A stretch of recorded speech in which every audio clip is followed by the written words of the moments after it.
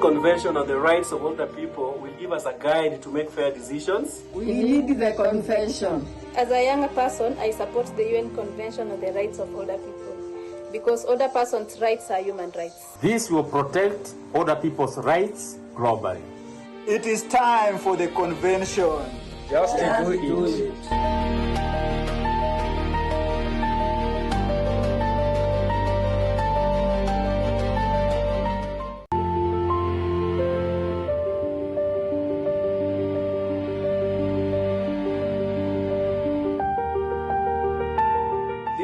A UN Convention on the Rights of Older People will give us a guide to make fair decisions. We need the convention. As a young person, I support the UN Convention on the Rights of Older People because older persons' rights are human rights. This will protect older people's rights globally.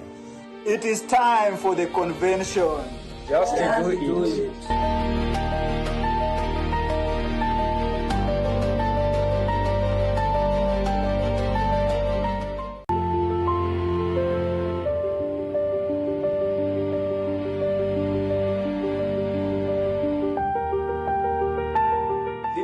A UN Convention on the Rights of Older People will give us a guide to make fair decisions. We need the convention. As a young person, I support the UN Convention on the Rights of Older People because older persons' rights are human rights. This will protect older people's rights globally.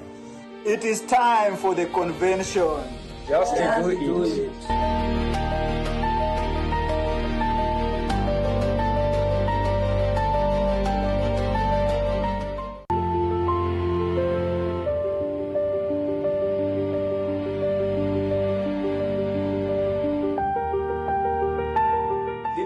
A UN Convention on the Rights of Older People will give us a guide to make fair decisions. We need the convention. As a young person, I support the UN Convention on the Rights of Older People because older persons' rights are human rights. This will protect older people's rights globally. It is time for the convention. Just do it.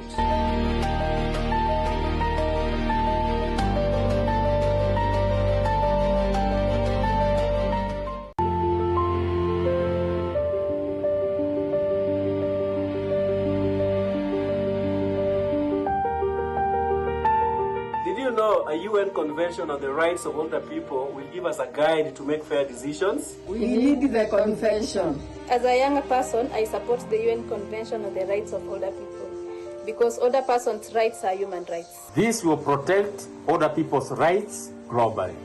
It is time for the convention. Just do it.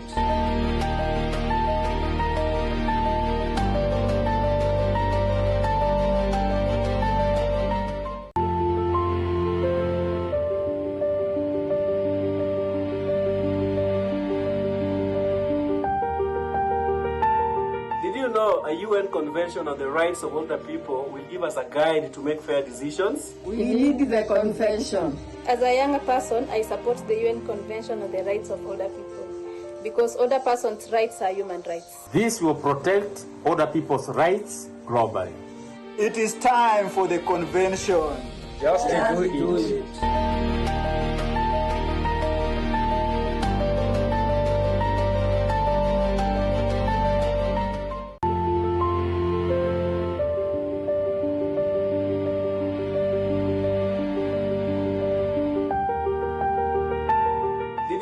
A UN Convention on the Rights of Older People will give us a guide to make fair decisions. We need the convention. As a young person, I support the UN Convention on the Rights of Older People because older persons' rights are human rights. This will protect older people's rights globally.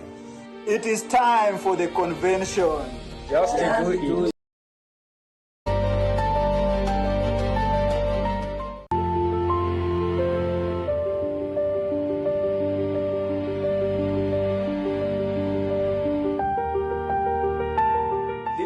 A UN Convention on the Rights of Older People will give us a guide to make fair decisions. We need the convention. As a young person, I support the UN Convention on the Rights of Older People because older persons' rights are human rights. This will protect older people's rights globally. It is time for the convention. Just do it.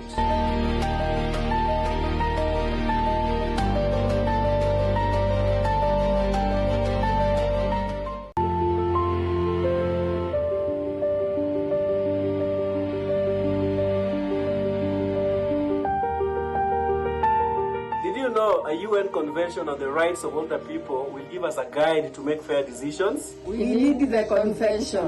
As a young person, I support the UN Convention on the Rights of Older People because older persons' rights are human rights. This will protect older people's rights globally. It is time for the convention. Just do it.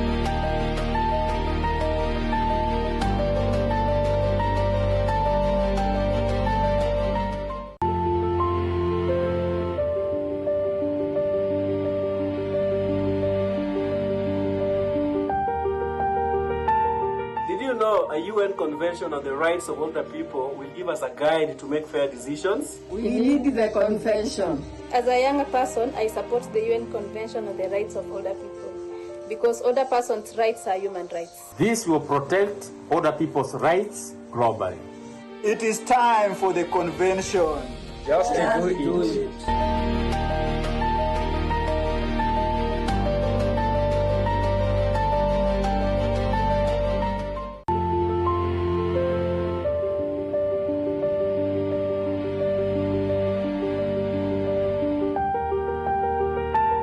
Did you know a UN Convention on the Rights of Older People will give us a guide to make fair decisions? We need the convention. As a young person, I support the UN Convention on the Rights of Older People because older persons' rights are human rights. This will protect older people's rights globally. It is time for the convention. Just do it.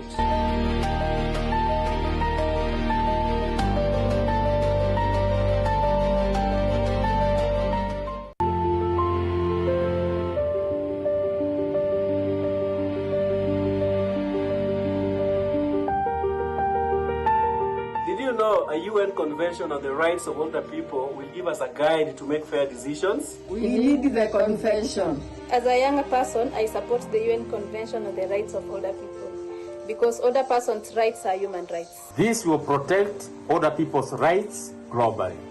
It is time for the convention. Just do it.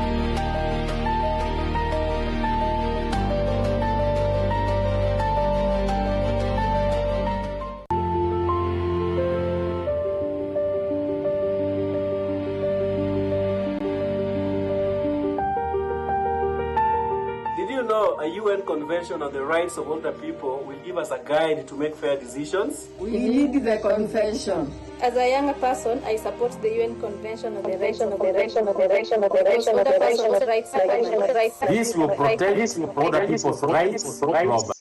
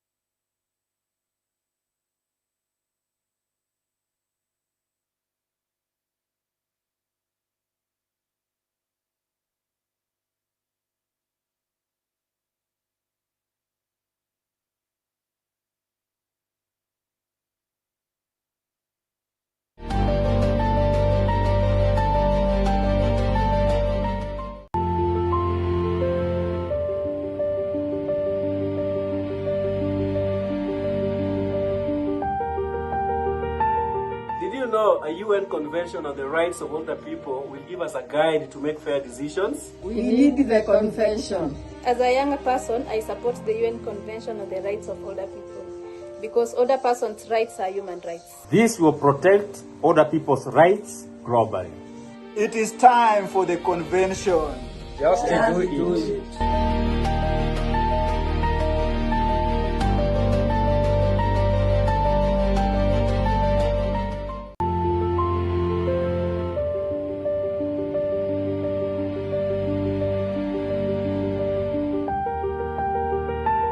Did you know a UN Convention on the Rights of Older People will give us a guide to make fair decisions? We need the convention. As a young person, I support the UN Convention on the Rights of Older People because older persons' rights are human rights. This will protect older people's rights globally. It is time for the convention. Just do it.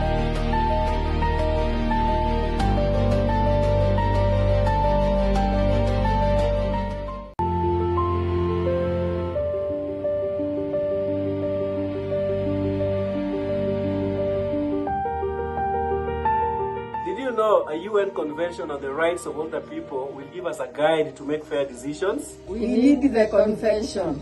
As a younger person, I support the UN Convention on the Rights of Older People because older persons' rights are human rights. This will protect older people's rights globally. It is time for the convention. Just do it.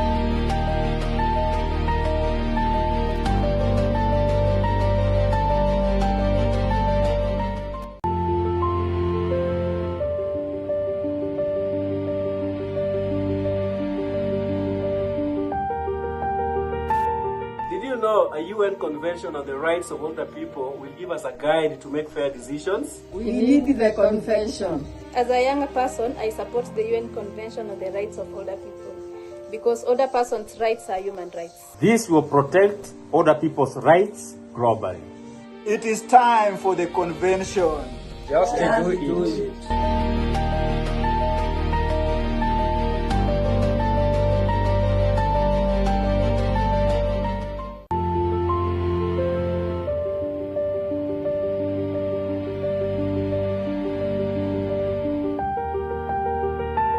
Did you know a UN Convention on the Rights of Older People will give us a guide to make fair decisions? We need the convention. As a younger person, I support the UN Convention on the Rights of Older People because older persons' rights are human rights. This will protect older people's rights globally.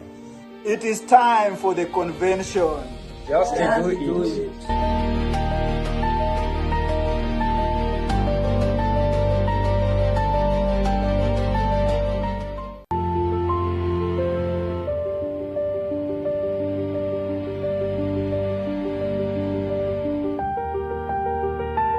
Did you know a UN Convention on the Rights of Older People will give us a guide to make fair decisions? We need the convention. As a younger person, I support the UN Convention on the Rights of Older People because older persons' rights are human rights. This will protect older people's rights globally.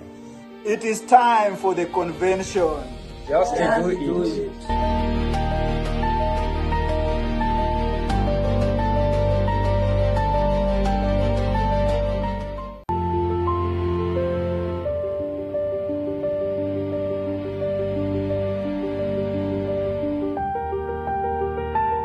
Did you know a UN Convention on the Rights of Older People will give us a guide to make fair decisions? We need the convention. As a younger person, I support the UN Convention on the Rights of Older People because older persons' rights are human rights. This will protect older people's rights globally. It is time for the convention. Just do it. Good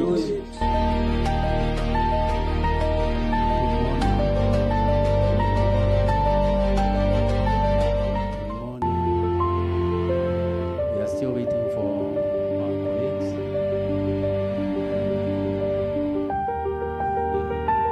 Did you know a UN Convention on the Rights of Older People will give us a guide to make fair decisions? We need the convention. As a younger person, I support the UN Convention on the Rights of Older People because older persons' rights are human rights. This will protect older people's rights globally. It is time for the convention. Just do it.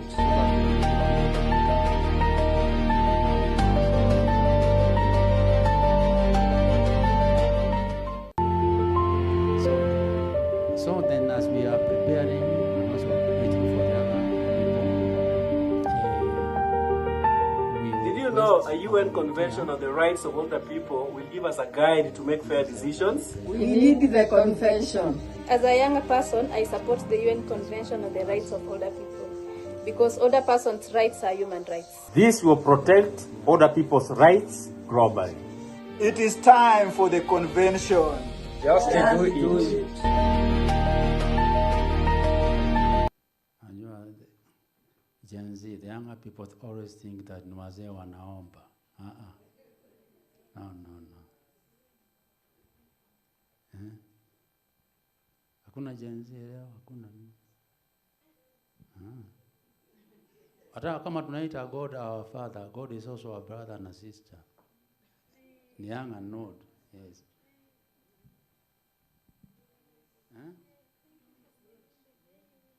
Good. Thank you. Tusimame jamani.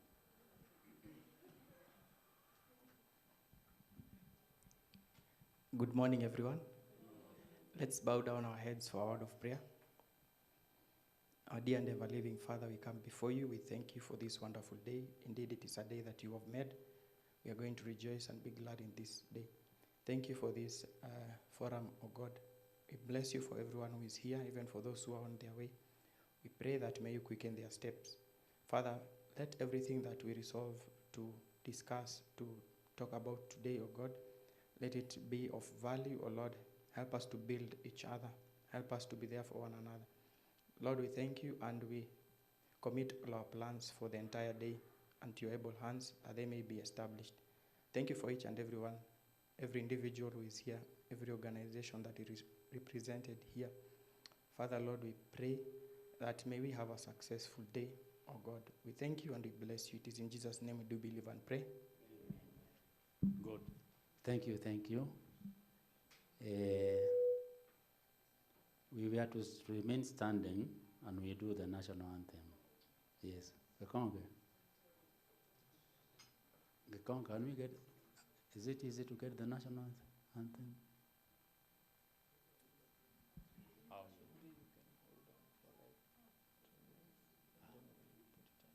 We just sing it, Oh, just one verse, We can sing it, okay. Nani anataka, who is our choir mistress or master?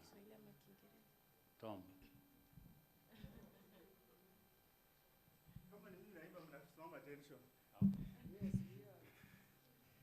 Mimi ndio huyu. Haya, in Swahili, the Kenyan anthem. The first one, East African. Tukimaliza the Kenyan one. Haya. Let's go.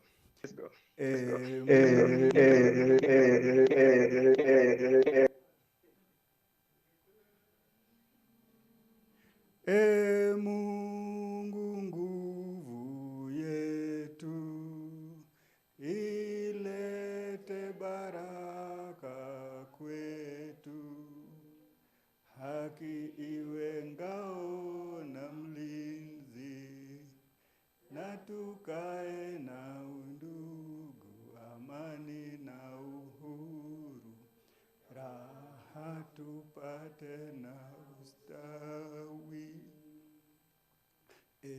Mungu twaomba uilinde Jumuiya Afrika Mashariki, tuwezeshe kuishi kwa amani.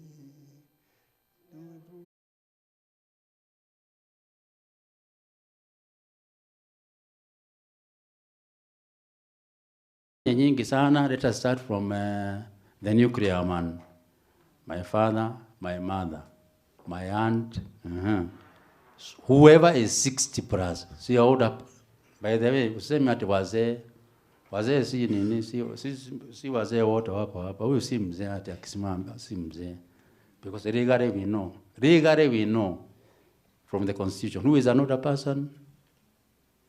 60 is a Kenyan who is 60 years and above. So, how many of those people do you take care of? Do you interact?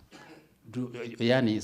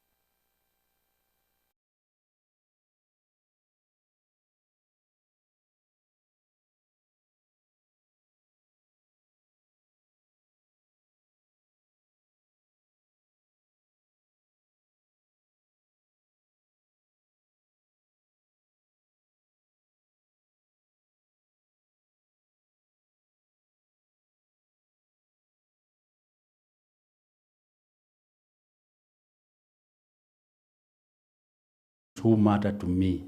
These are 8 older women and 2 older men. Thank you.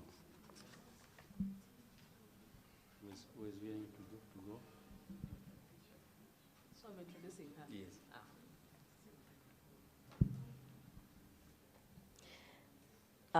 My name is Zamzam Ahmed, and we had not discussed about the age, but she has 3 older persons that matter to her. That is 2 men. I'll call Madam Jacinta, who is the Deputy Head, the National Social Protection Secretariat, to make her remarks. And after that, she's going to invite Dr. Ocheng to do the official opening. Thank you very much. Can we clap for Madam Jacinta? And then for me, one. Thank you very much. Welcome, Madam Jacinta. Okay, thank you, Madam Charity. Good morning once again. Good morning once again. I'm repeating several times.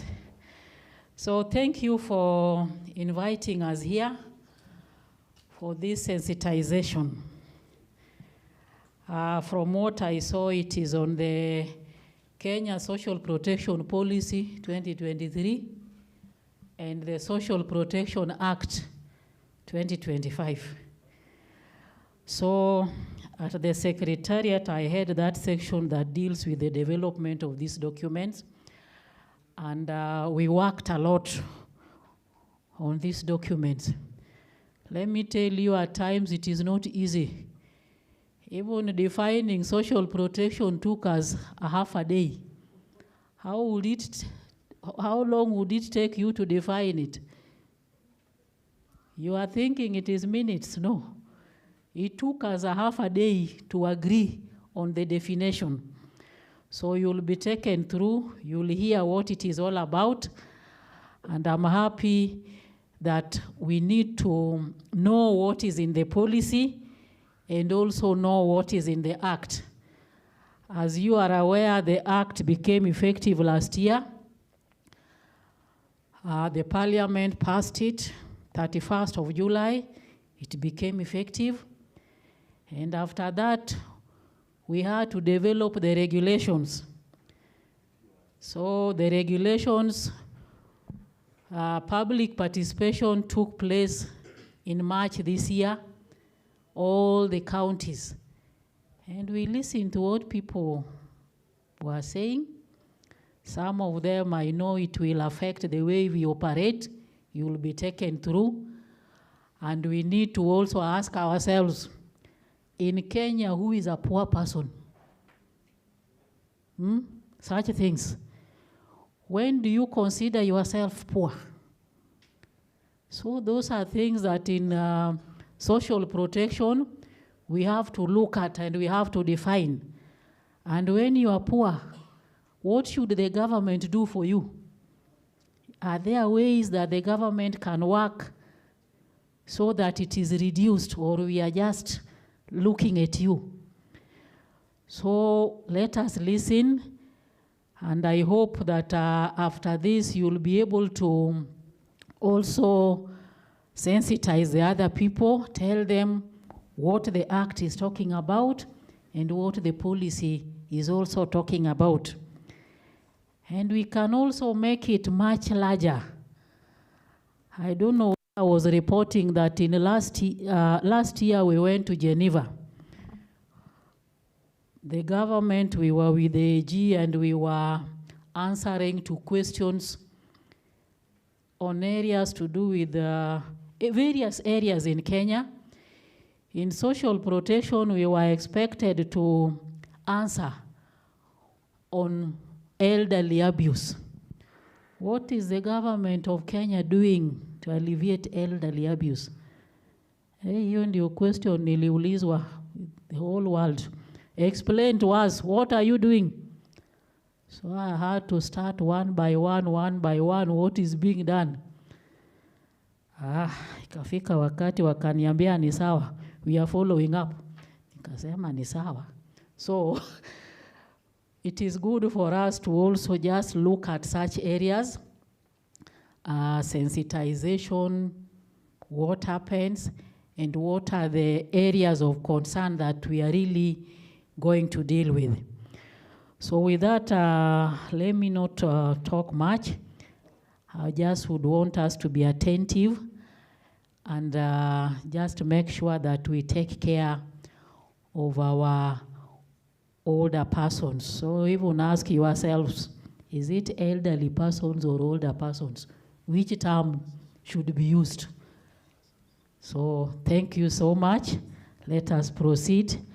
And you want to say something? Kuja.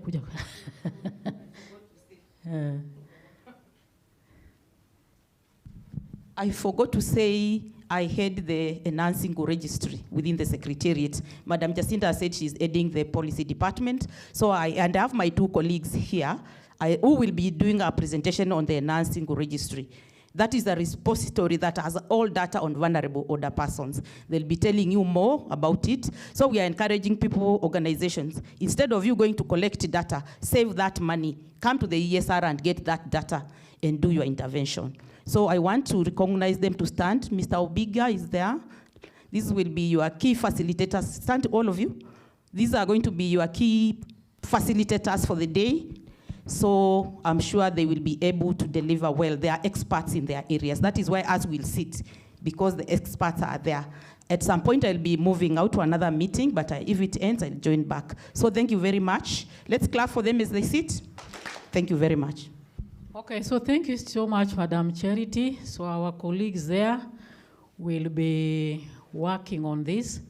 And just as it has been said, I heard the policy, I heard the act, but in life, you also must delegate.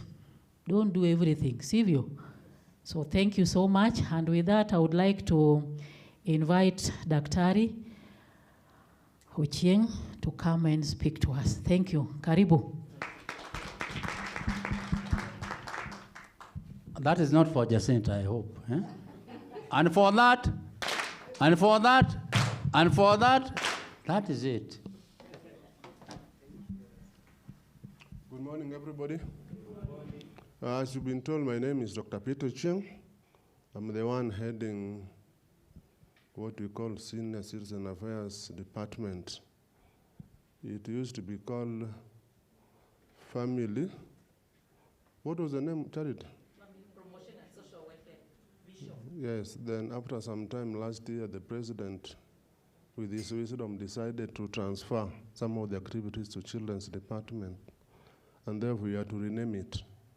And that is why we now call it the Senior Citizens Department.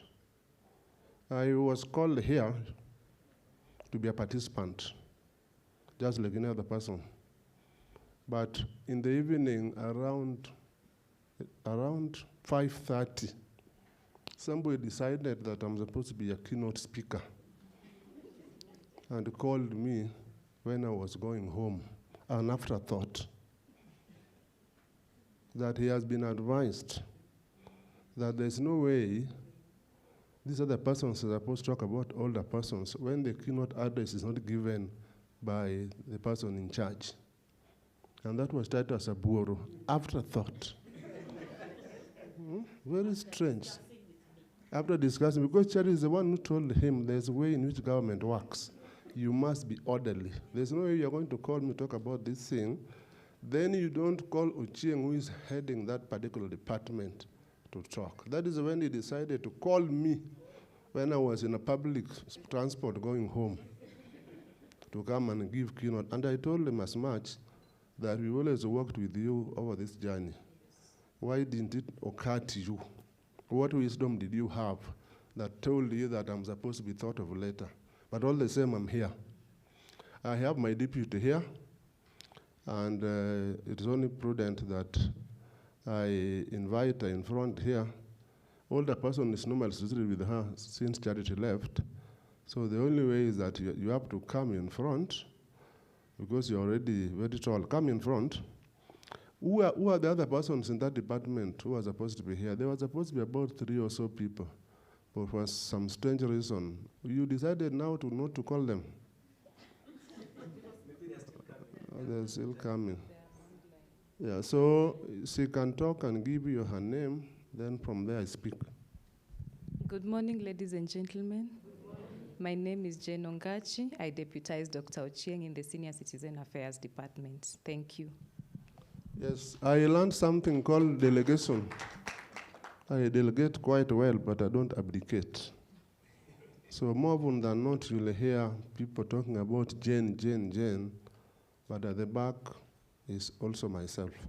So Jane has been very instrumental in older persons since Charity left, and more often than not, you always talk about Jane than Ochieng, but that is normal.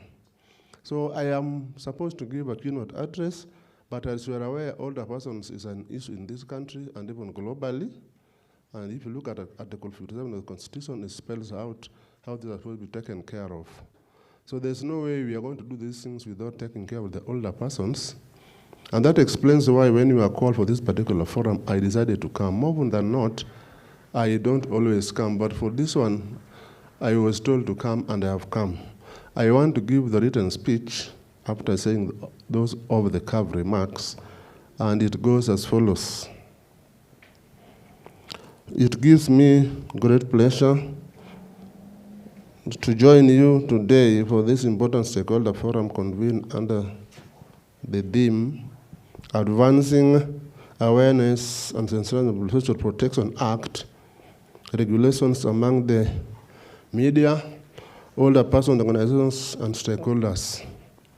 Allow me at the onset to sincerely appreciate all participants for making time to attend this engagement and for your continued commitment towards strengthening social protection and promoting the rights and welfare of older persons in Kenya.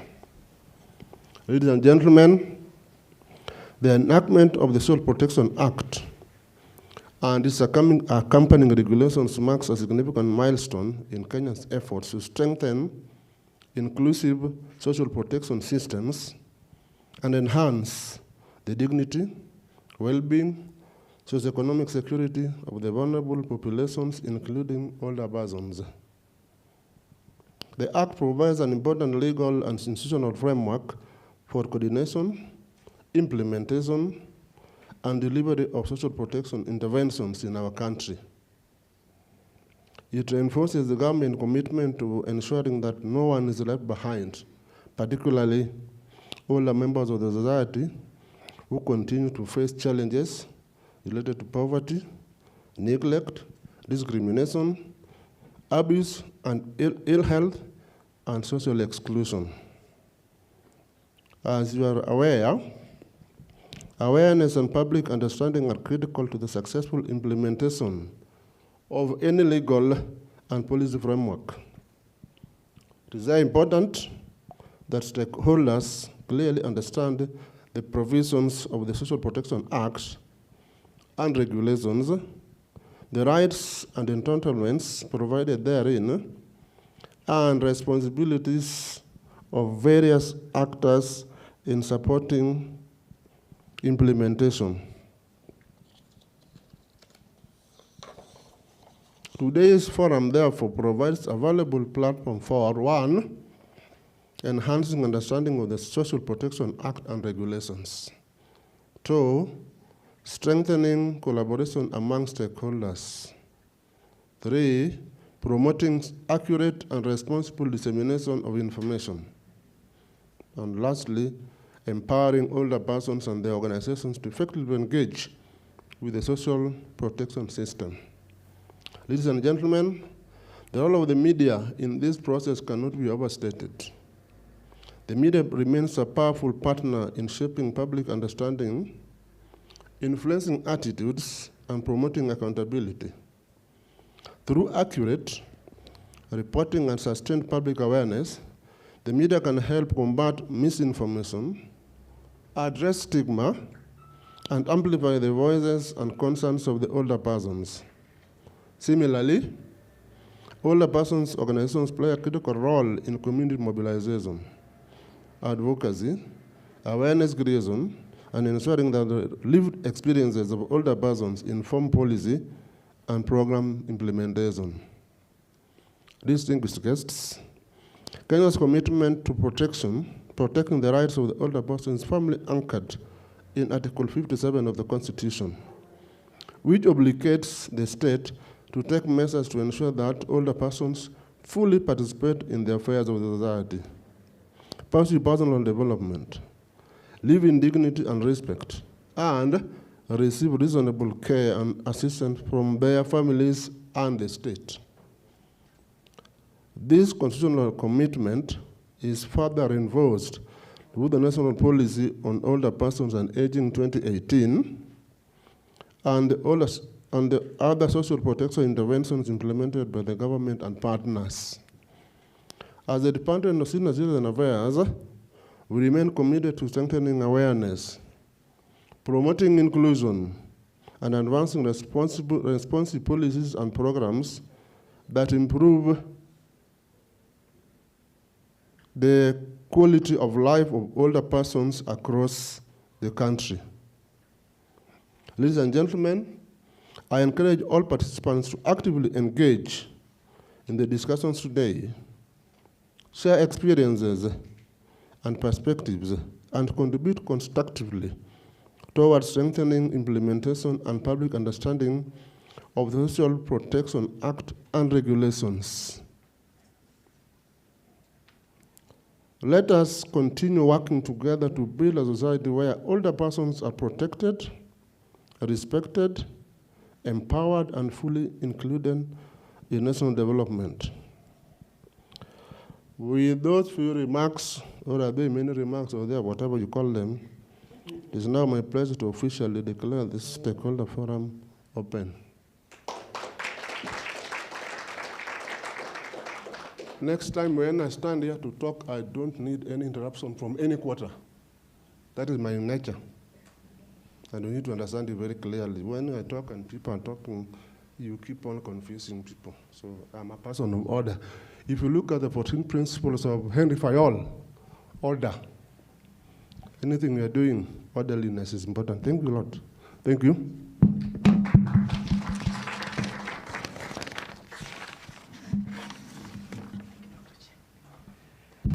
Thank you. Let's give a better clap to Daktari.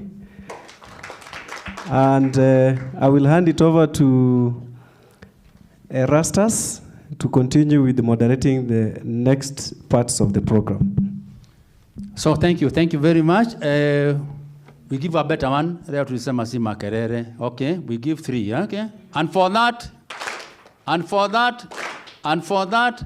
So thank you very much, Daktari. Thank you, Jacinta. Thank you, Charity. Colleagues here, Richard, Shaban, sorry, Patricia. Thank you very much and welcome. And I think we are ready now for the cup of tea. But I just wanted to inform Dr. Ochieng and the others that came in late, that when we were introducing ourselves, so when we were introducing ourselves this morning, we did a census of the older people that matter to us. So each one of us articulated and said, I have this number of older people who matter to me. And in total this morning, for the people that are seated here, the older people who matter to them were 127. The 127 were 60 older men and 67 older women, and in between there, we had 3 older persons living with disabilities. And for that, thank you very much. We had, as Titus had indicated, we are requesting now that we have the tea break, and as we are proceeding for the tea break, Arnold was to organize us for the group photo, so that after the group photo, then we proceed for tea. And as you can observe time, we are a bit late and we need to catch up. So just half an hour is enough for us, as it is indicated in the program, and then we'll be back here. But anyway, thank you very much. I think we are proceeding on very well. And do we say a prayer for the tea? Sorry, we have the online people. Sorry, guys. we invite you for the cup of tea as well, coffee, and then we'll be back together. But anyway, happy to see you there, and that you are still with us. Okay. So,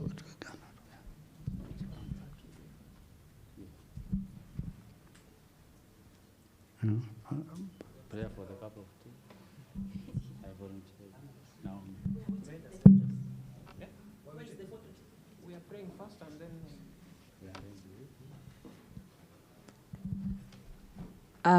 Let's bow our head and pray. Thank you, Father, for the gift of a cup of tea that you're going to take. Bless it, and bless it indeed. Amen. Good. Yeah, so I would like to request you to come to the front so that we can take the group photo, and then after that we'll proceed for tea.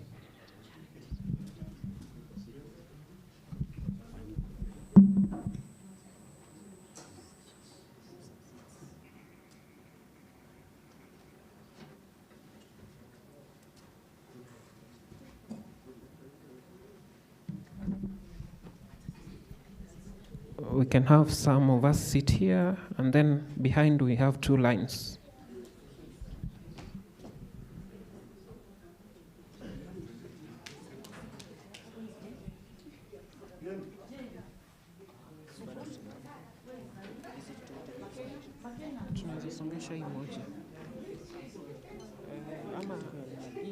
Karibu, we are inviting our seniors here. Okay, Pauline. Mother-in-law, we have mother-in-law in the house. Pauline, get a seat. Grab a seat here. Esther Wamera. The seniors, we are here because of you. Good. Mother-in-law here. Yeah. Good. Wonderful.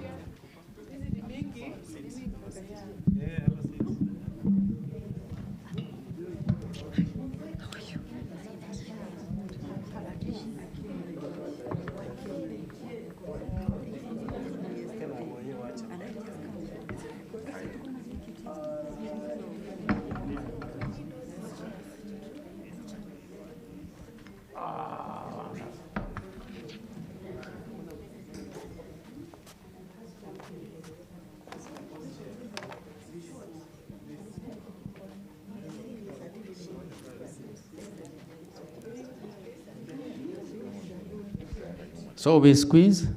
Sorry, we squeeze.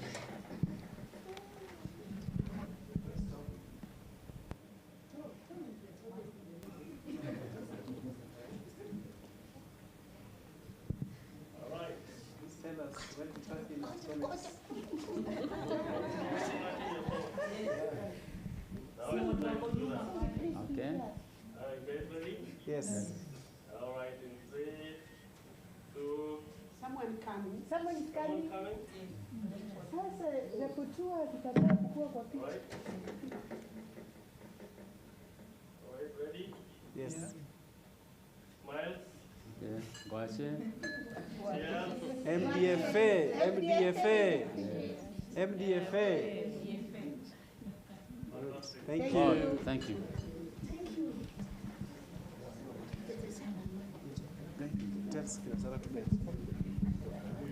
Sarah and the team, please guide the visitors where to take the cup of tea, please. Okay.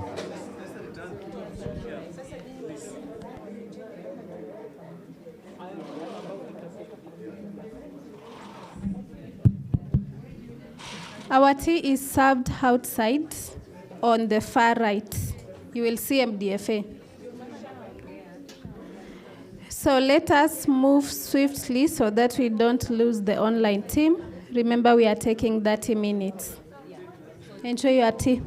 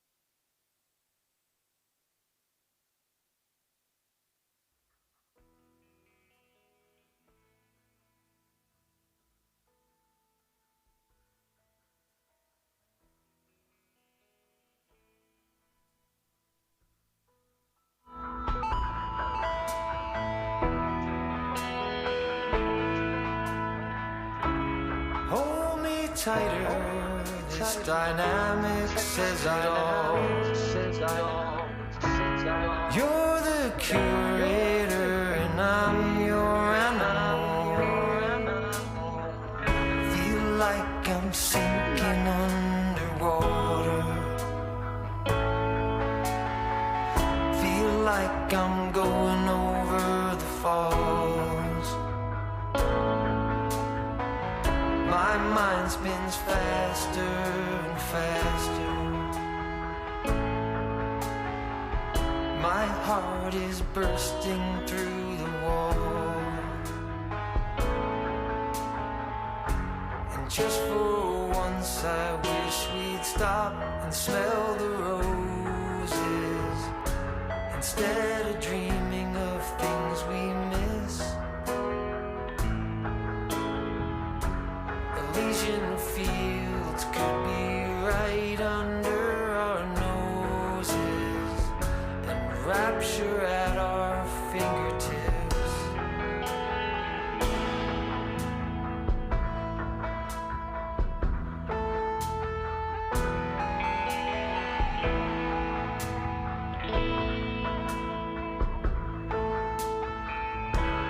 These confessions of dejection and despair, when some great rapture is lingering in the air, I feel like jumping in your blanket.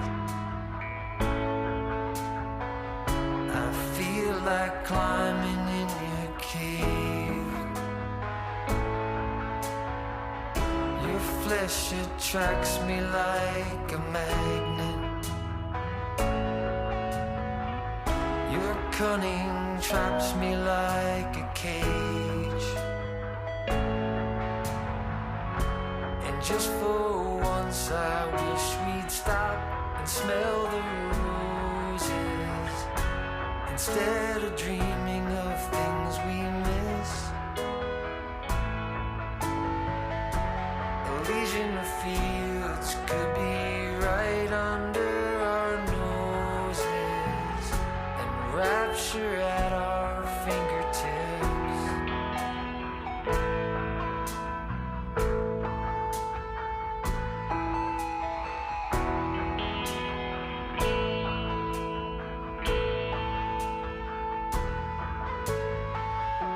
And just for once I wish we'd stop and smell the roses, instead of dreaming of things we miss.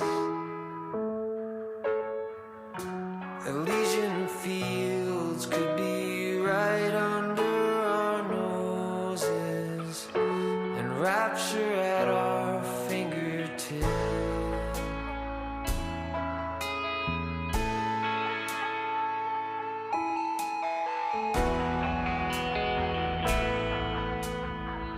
Feel like I'm going over the falls.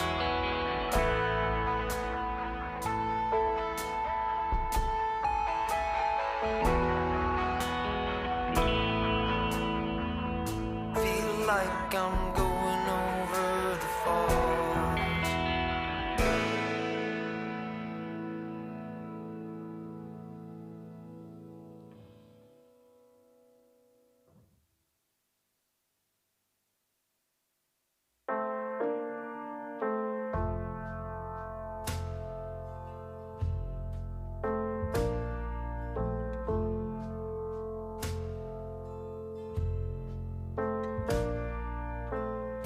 We spent years in training,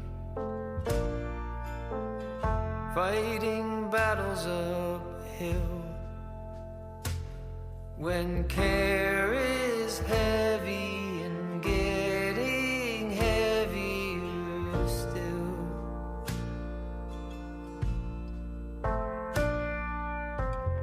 If you need or want me, never too hard to find. You know the places that I like to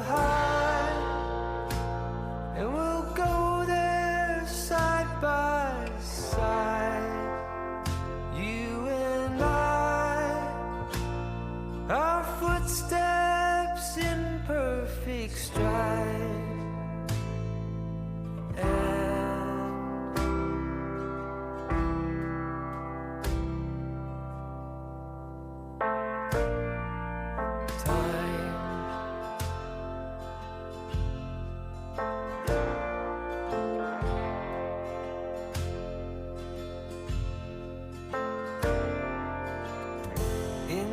Calm of twilight, when your night's been so long, you try to do right, but everything turned out wrong.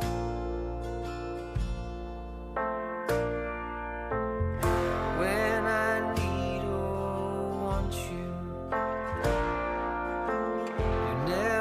too hard to find. I know the places that you like to hide, and we'll go there side by side, you and I, our breath dancing into the night.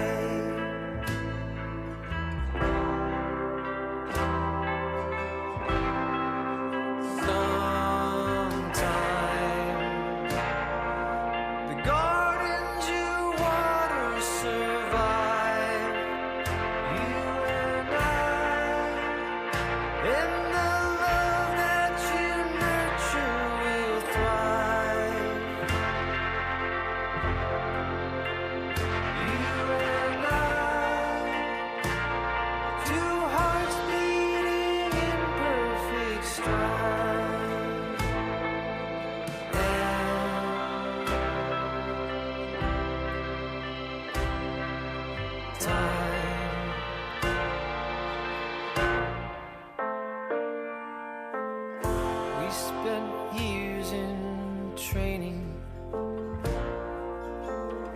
fighting battles uphill. When care is heavy and getting heavier still.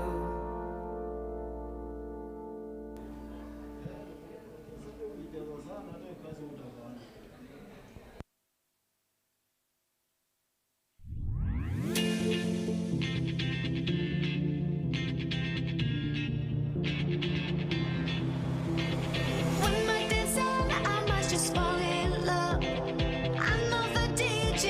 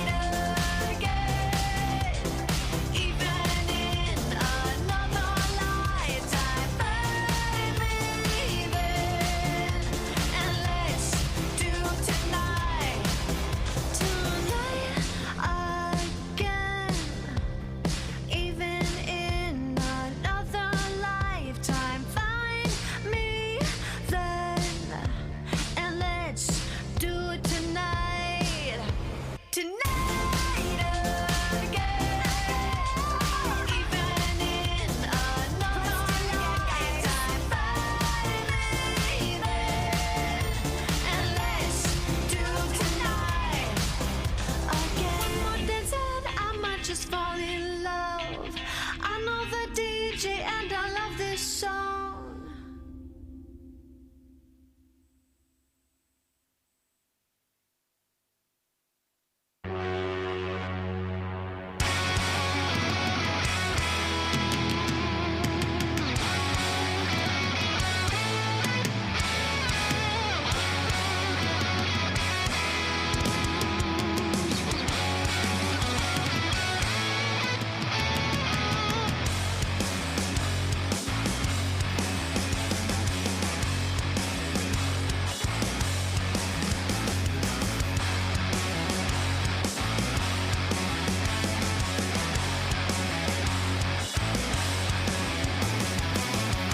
I'm exiled to the greener grass, searching for the uncertain haze. Familiar skies and a well-worn path. Oh yeah, I need a clown to cover up my escape. The clock is an unforgiving warden who watches as I'm off mistaken. Is it deep enough to risk it? Am I too broken to fix it? Sinking deeper in the bog, but I see clearer in the fog. In the fog. In the fog. In the fog. Suffocating in the open air, helpless stranger in the middle air. Hide now, wide eyes wanna disappear. Not a prayer to hold between my hands. Oh, the clock is an unforgiving warden who watches as I'm off mistaken. Is it deep enough to risk it? Am I too broken to fix it? Sinking deeper in the bog, but I see clearer in the fog. In the fog. In the fog. In the fog.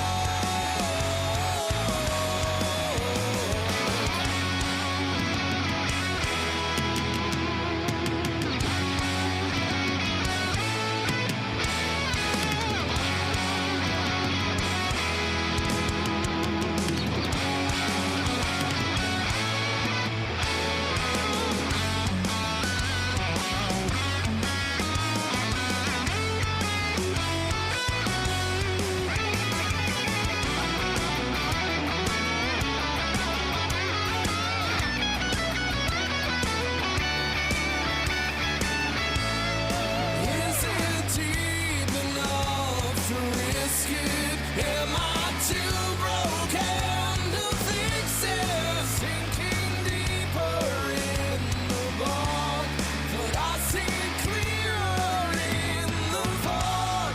Is it deep enough to risk it? Am I too broken to fix it? Sinking deeper in the bog, but I see clearer in the fog.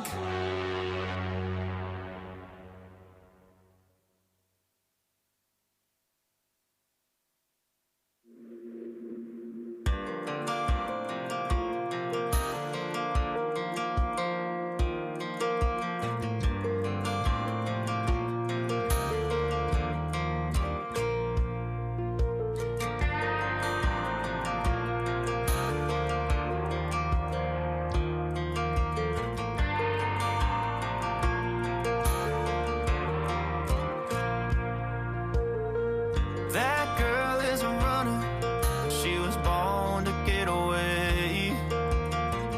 Hear that two-tone humming, headed out to the highway. I should have seen it coming through the years left in the dust. But after all the lessons learned, it would end the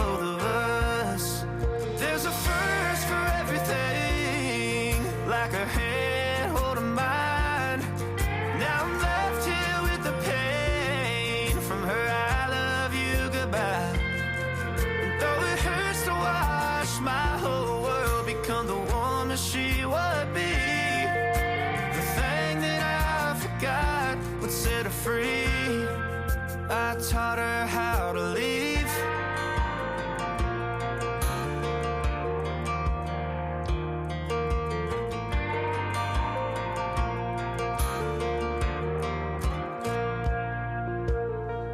18 in the summer, man, it feels like yesterday, when she was looking out that window on the bus to second grade. The first step she'd ever take, the first cut from a heartbreak. Been through it all, but now it's time to go our separate ways.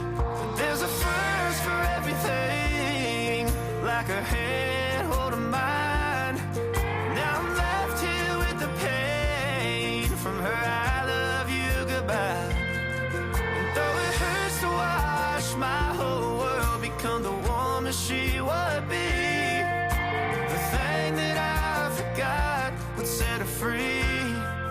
I taught her how to leave.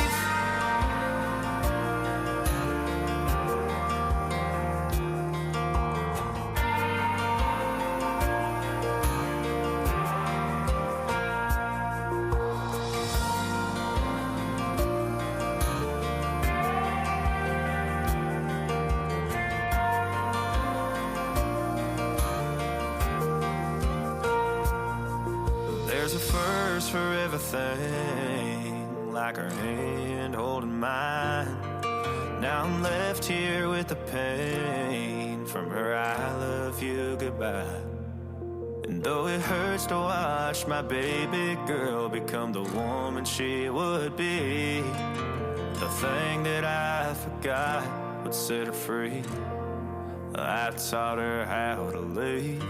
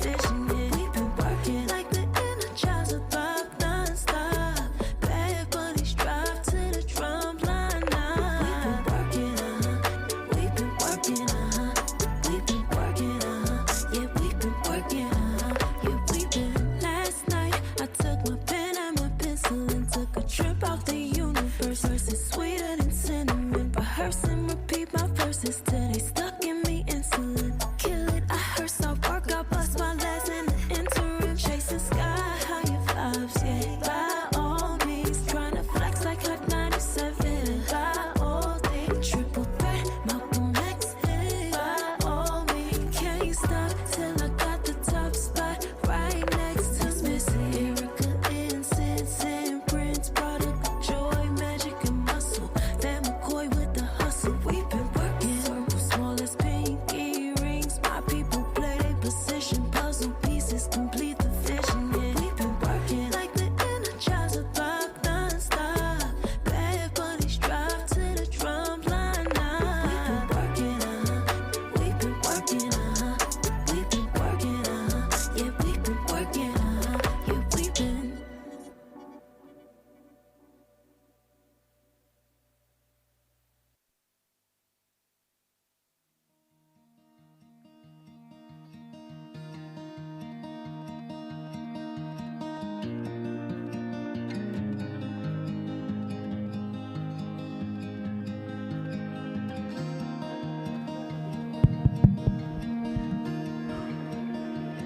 We want to get started. We have a few of us that are still out.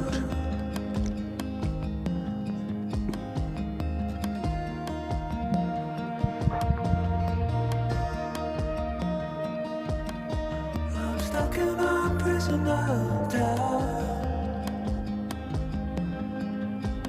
In this torsion, and everything is growing up tight. There's no room to breathe.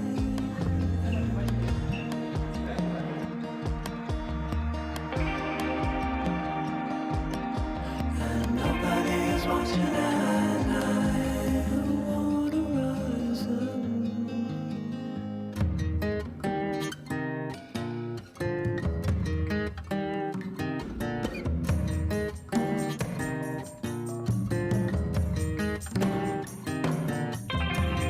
Need a friend to shake me out again.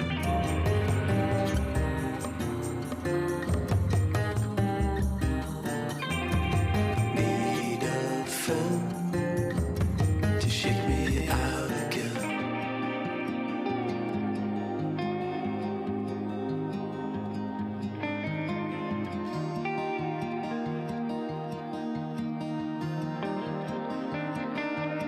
I don't know if I can find my way out.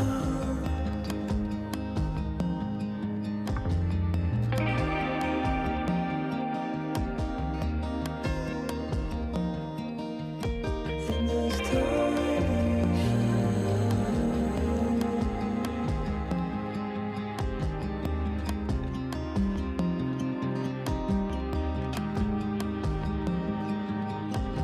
and everything is growing up tight. There's no room to breathe.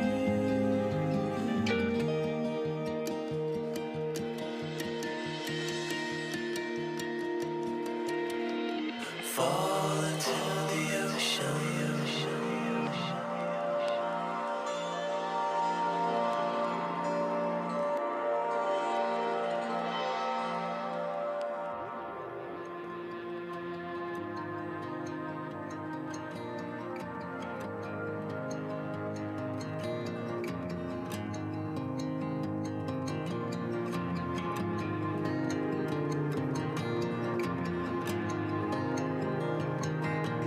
Good afternoon, good morning. Is morning or afternoon? Morning. So we stand, we warm ourselves a bit and then we proceed. Sindio? We stand up. Water is rising. It's coming, reaching out, reaching. The water is rising over me. The water. Okay, so I want to teach you something, si ndio? Wale wako na watoto wadogo wanaijua. Na sasa wenye unajua ni intergenerational. Sasa tutasoma, si ndio? Kuna kakitu kana trend saa hii TikTok. Umekasikia? Cheche kule. Umesikia hiyo? Aya, so you repeat after me, eh? Cheche kule. Cheche kule. Cheche kofisa. Kofisa langa. Kofisa langa. Kum adembe. Kum adembe. So ni ile head, shoulder, knees and toes. But now I think it's a Ghanaian for kids, but it's trending. Sawa sawa. So we do it, eh? Okay, so you follow my lead, eh? Cheche kule. Cheche kule. Cheche kofisa. Cheche kofisa. Kofisa langa. Kofisa langa. Kofisa langa. Kofisa langa. Kum adembe. Kum adembe. Kum adembe. Kum adembe. Nimesahau ya magoti. Tufanye tena. Haya. 1 2 go. Cheche kule. Cheche kule. Cheche kofisa. Cheche kofisa.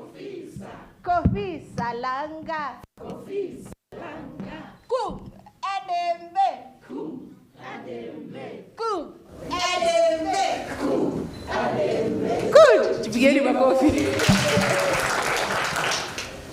And because of that, good, wonderful. Thank you very much and welcome back. And we are ready. I don't know whether our people online, are you there? Okay.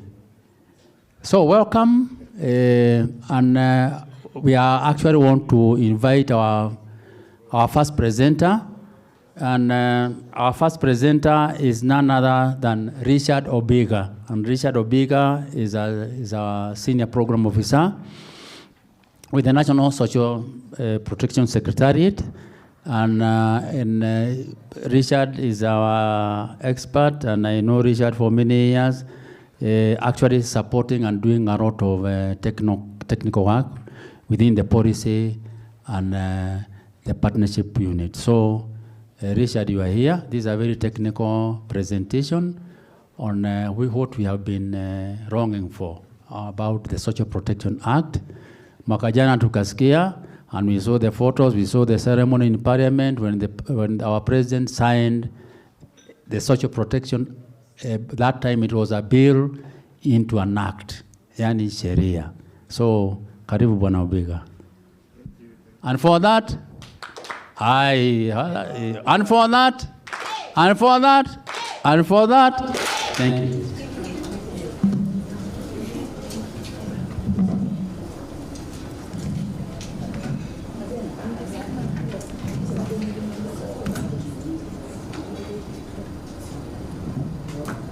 Okay, thank you so much, Rastas, and good morning. Good morning, team. Watu wa pande ile, good morning. Good morning. Anaona mko sawa. Watu wa pande hii. Good morning. Hapo mmebanana.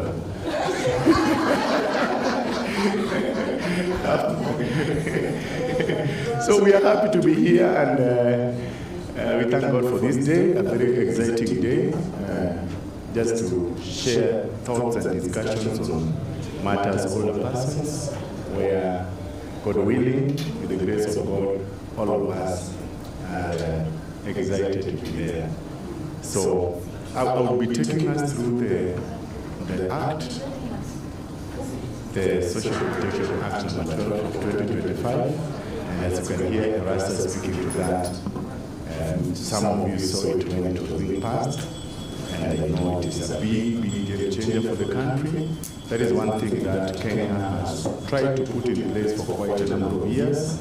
And I think since the last act of 2013, which was not implemented, then this comes as a real benefit to the country. So, just that your neighbor will come up for us. Just relax, that okay, ngumu sana. Mwambie itakuwa ngumu sana, pana. Si ni sheria tu ya Kenya, si ya ng'ambo. Ingekuwa ya UK, ingekuwa una front vile front. Lakini ya Kenya. So you have a reason to be happy. Okay, I've seen a smile from that corner. That one has encouraged me now. So basically I'm going to, I know I heard Madam Jacinta speak about whether I'll be touching on the policy. It was, the TORs did not specify the policy, so I steered clear of that. Kwa hivyo ukisikia sijaguzia kwa kipana, juu ya sera, usisikie vibaya. But it will not be easy to discuss on the Act without just taking you a slide on the policy, just to appreciate, because the policy gives you the environment. Inakupea taswira kamili mahali ambapo social protection ina operate from, lakini sheria sasa inakuja kuwekeza mambo fulani muhimu katika hiyo sekta mzima ya social protection. Wangapi leo ndio wanasikia hii swala la social protection mara ya kwanza? Leo tu ndio nasikia. Kumbe kuna kitu inaitwa social protection.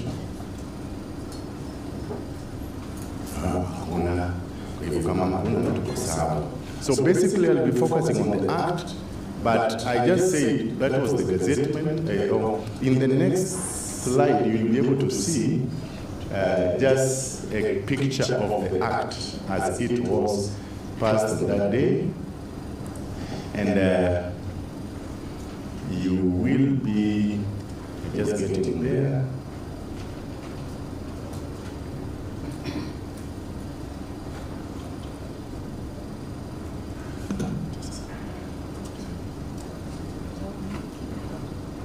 Because of that, hii class hakuna kulala tafadhali kila hapa unaweza shtuliwa anytime. Kwa hivyo mtu asikule usingizi. Yeah. So I'm just saying that is the act, and that was as it was assented to by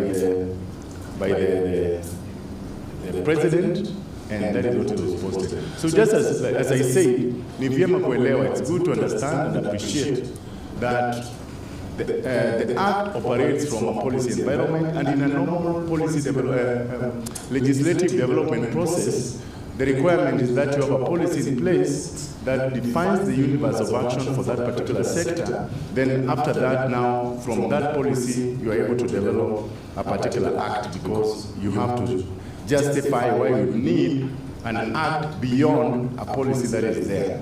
So, in terms of social protection, I'm just appreciating together with all of us that social protection is a right. Tunaanzia hapa. Kwa sababu nisipoeleza hiyo, even the law part of it. Are there people online who may not be very conversant with Swahili? I'm notorious for mixing the two. Just for making sure that iko sawa, bas sawa gani, S-A-W-A ama ile ingine? S-O-U-R. Okay. So what we are saying is that it is good to appreciate, because when we lose this, when we don't get it right from this point, then many of us do not understand what we are talking about. So the basic thing I'm saying is that hii ni haki ya kila mmoja.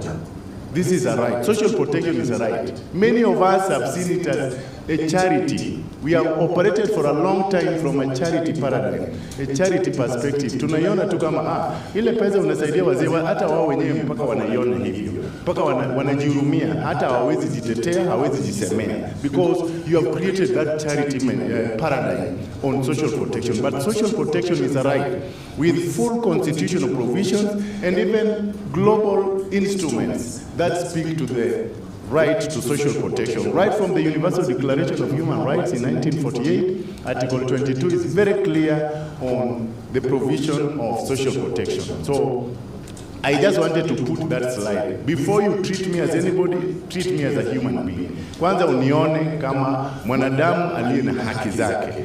Because that is where even our politicians and some of our policymakers get it wrong. And that is where we are not able to support certain members of our community, because we think hata hiyo msaada unapotoa, hata kama sehemu ya serikali, ni kama tu unasaidia mtu tu, sio jukumu lako na tendo la kikatiba. Lakini tutaona kwa katiba vipengele vyake kamili, kuna mahali ambapo unapata kwamba mambo ya masuala ya uhifadhi wa jamii imewekwa vizuri sana. Article 43 is very clear on the issues of economic and social rights, where you find those specific rights, whether you look from just right from Article 43, 1A to E, you will see the various rights that are touching on social protection. I'm not going there for today, but I just wanted to tell you, when I speak about the Social Protection Act, I must bring it to your attention that first thing is it is a right.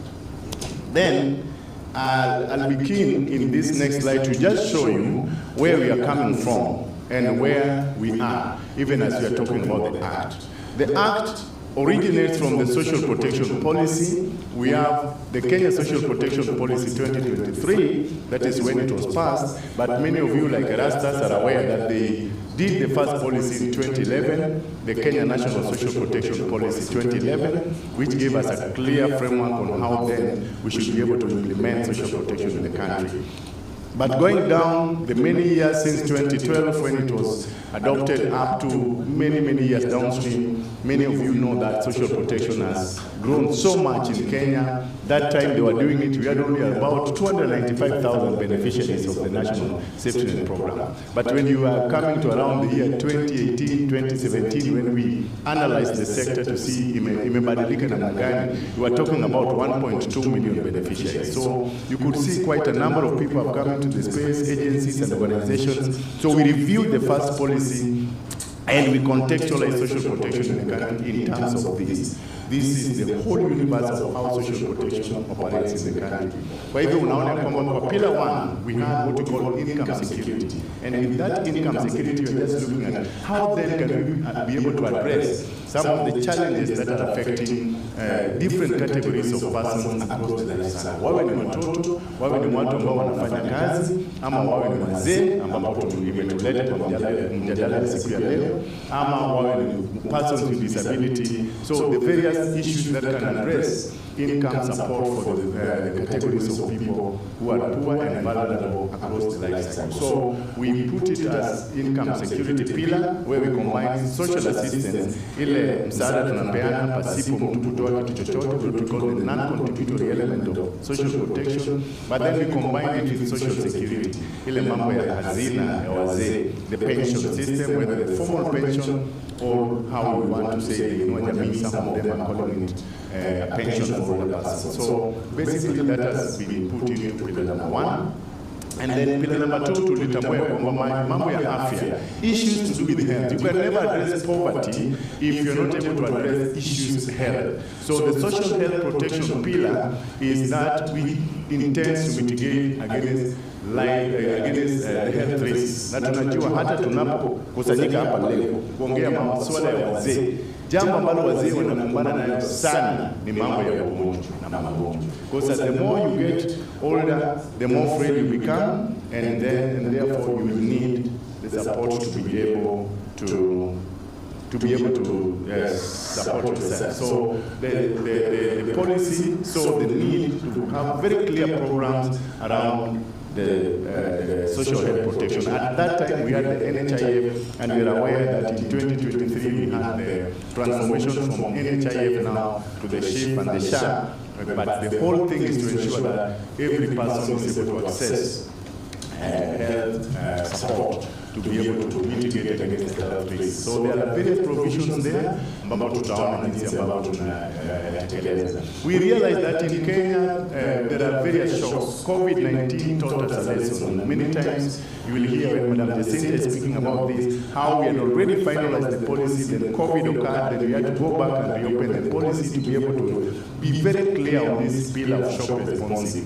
Lakini nyinyi pia mnajua kwamba hali ya mabadiliko ya nchi inaitwa climate change, inaitwa kwa Kiswahili tabia ya nchi, hali ya tabia ya nchi, and we know that 3/4 of Kenya is arsol. So we are prone to various climatic shocks and risks, and even the non-arsol areas right now, even in terms of those areas that appear to be fairly normal, kupanda na kupalilia na kulenga ma-seasons zimekuwa changamoto because the cycles that we were used to in our early years have now changed. Now you can realize utapanda tu hapo Januari na unapanda hata December, because the rain pattern, the rainfall pattern, the intensities and the whatever has really changed. But together with that, we also acknowledge the various risks and vulnerabilities that are coming from various shocks, whether health shocks or just climatic shocks. So we have a very clear pillar that is driving that is cushioning various populations for the adverse effects of shocks and risks. So it is called the shock responsive pillar. And then the pillar number 4 is called complementary social protection programs, ambapo tunatambua kwamba we need to work together. Today we are here courtesy of the 2 agencies and even other agencies who are here, ya kwamba tuweze kuungana pamoja tupigane na umasikini. So unaona kwamba no one person can do it alone. No single bullet can kill poverty. Poverty is multidimensional, and unless you work together with various sectors, you are not able to take people out of poverty. Up to that point, can we clap once? And because of that, hakuna kulala kwa hiki na tunakaa chonjo kama macho. Ukikana simu kwa mkono utanunua ingine mpya kwa sababu naona ukigonga. Okay, so we are saying I wanted to pull out this because this is where the act is going from. Hakuna kitu utatoa nje ya hii environment. Hapa ndipo utaona vitu vyote ambavyo sheria inakuja kuwekeza zitatoka hapa. So ukikosa kufahamu hii itakuwa shida wewe kufahamu zile ambazo sheria zinasema. So the whole thing is social protection is geared towards offering that. But I also say, even when you see the act in place, what we are doing is that we are doing our programming within the life cycle approach. Kikabisa hata kwa hiyo sheria na hata kwa ajili ya hiyo sheria tutakapoiangalia utaona inashughulikia masuala ya yale vitu ambavyo tunakumbana nazo katika hali yetu ya kimaisha katika viwango tofauti ya kuendelea kwetu. So So the life cycle approach is very important, and it is good for us to appreciate, so that when I'm unpacking the act, you can see exactly how it borrows, and all programming and interventions inatambua ya kwamba kuna changamoto kadhaa zinakumba viwango tofauti. You cannot do a one-fits-all programming. You have to take note that children have their own unique vulnerabilities. Watu wenye wanafanya kazi wako na changamoto zao ambazo zinafanana na wao kivyao, si ndio? Si hata hapa ndani kuna kikundi cha watu fulani tunawajua hapa ndani wenye si wazee na si hao wengine si watoto. Then number 3, tunatambua ya kwamba, and I appreciate you are conversing with my colleague from CPF. Morris went. So we are looking at how effectively do we cushion the people of working age, some are having poor working conditions. How do we ensure the whole issue of decent work, the whole issue of having their savings, how do we deal with issues of domestic violence and gender-based violence and all those things that can surround a family setting, but also admitting that if we don't program well, we have challenges that are very unique to older persons. And all this must be looked at in a very, very holistic way, and that's why I'm telling you in advance that even when you hear me talk about the act, behind that act is a life cycle approach to social protection program. Tuko pamoja mpaka hapo? Si tunaweza piga kichwa hivi kama tunaelewa? Okay, fine. Any question up to that point? Kwa sababu sasa zingine sheria hii ilikuwa kitu wewe watarisha kuingia kwa sheria. So I'm getting to the act. I have so much about the policy, but I'm not unpacking. Of course, when you saw that hand saying that I am a person with the right before you see me as anything, you are going to engage the right-based approach to social protection. Hata saa hii, tunapoongea masuala, kuna vijana wako hapa ndani. Tafadhali vijana mlio hapa ndani. Hata ukisikia tukiongea masuala ya wazee, msione kama hamtawahi kuwa kama huyu mama yangu. Ndio vijana wanaweza kaa, sisi wengine wanafikiria ni never be old. Itanapita mtu mzee anamchekelea. Ikisikia tunaenda retire anachekelea, kinaenda cha tunaenda retire. Wewe unaona kama unakuwa ni new every day. Wanasema vijana ni moshi, ndio maana wanaivuta. Lakini sawa tu.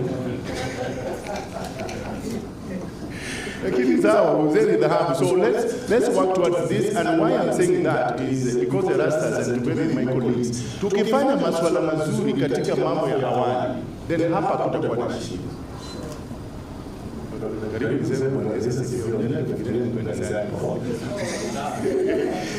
So what I'm saying is, and this is for us, this is why I took us to the policy, appreciate and understand that if we can, hata kama wamama wadada zangu na wale person, saa hii saidieni watu kuelewa ya kwamba masuala muhimu yanastahili kutendeka pale mwanzo. Maana ukiyafanya vizuri na watoto watokeze vizuri na nidhamu na maadili na kukua kuzuri, then hii yote itakuwa rahisi. Tuko pamoja? Okay. Yes, please. I'm asking a question on this particular age. Yes. This is where you put an ability to work. Yes. What do you mean by the ability to work? Maybe you can explain what you mean and what you don't mean. Thank you so much. What we mean is, old age comes with a lot of frailties because the general body ability reduces with age. Si ni kweli? Tupende tusipende, umri na mwendo wenye dada yangu sasa hapa anaweza enda, mama yangu hapa anaweza enda, ni tofauti ukimweka na huyu msichana. Kuna mtu ataacha mwingine. Kwa uwezo tu, kwa sababu mwendo na nguvu iko tofauti. Kazi yenye inaweza fanywa hapa, hata sasa hivi ukichomokwa hapa, tuseme nimeweka kitu hapo ya kuchukua, nimeweka some dollars there, na nikawapanga pamoja, niwaambie mamangu hapa na huyu msichana, kimbieni mchukue hiyo. Huyu atachukua awali mapema sana kama huyu yuko mbili. So what we are saying, yes, the inability to work is because of, number one, there can be frailties that are associated with old age. We know there are some of those old age diseases that render people basically not able to function in the capacity as they were young. That is one dimension. Number two is just by virtue of, look at a 90-year-old. Mwingine alituambia mama yake ni 100 years. Ako 100 years, angependa kusafisha nyumba yake. Angependa kujipikia chakula chake. Lakini uwezo, nguvu ya kufanya hiyo, inafanya nini? Inakataa. Sasa hata maslahi yake ya kinyumbani. One day as I was in the field, I was doing targeting for persons with disability, and I went to the house of a former PS, and it was very interesting because nikakuta walikuwa wamejenga bungalow iko na nyumba ya juu na pia chini iko. Do you know this woman? Okay, the former PS died and she remained there, na alikuwa housewife. Do you know she moved everything to the sitting room? Kila kitu kwa sitting room. Number one, hawezi kwa ajili ya magoti hawezi panda ende juu. Number two, kwa ajili ya uwezo hawezi panguza hizi room zote zingine. hawezi panguza hizo rooms 10 na kitu. So akaweka vitu mahali ambapo anaweza zimanage. Jiko ama stove ikae hapo karibu. She doesn't need to move. Haya, cleaning anaweza clean tu hiyo yenye anaweza. So what we are saying is that the inability to work, the productive capacity of older persons reduces with increase in age. Some are able to work, and we really encourage. We are designing programs that can allow them to work, especially when they're able to work. They give counseling, they do what, but because of the age and the frailties associated with older persons, then you realize their ability to work decreases, and some are totally rendered incapable of working. I think that is what I wanted to explain by that, Director. You know the reason why I'm asking that? Yes. If you look at the Kenyan Constitution and how we define old age. Yes, yes. Anybody above 60 years of age is defined as an older person. Yes, yes. But you realize, I don't know what used to happen in the past, those who used to be old used to really be old. Now, if you look at somebody doing 60 years and retiring, you wonder whether this person is really reached 60 because yes. He looks very young. Very young. Yeah. And then secondly, you look at the academia, the universities, somebody 74, they will retire at 74. So it therefore tells you that after reaching the age of 60, you still have 14 years to go. So when we say inability to work, that was my question. Oh, yes. Because now, when it is now like that, it appears inclusive. It inclusive locks of them. everybody, because somebody at 90, 100, and somebody at 61, up to 74, this person is still very active, unless he's caught up with this. There's do we call them? There's diseases. There's a name you use for them. These are diseases that come with age. Yeah, sure. So that's what I'm trying to say. Yeah, sure. I really admit that. We are clear. We agree on that. That it should not be used inclusively as a blanket to all older person. It's just that uniquely, in some cases, it reduces your optimal capacity to be able to work. Thank you for that input. So basically, in terms of the Act, because of time, we are... Yes, please. Okay, so mine is not a question. Yes. It is just to stress on one area.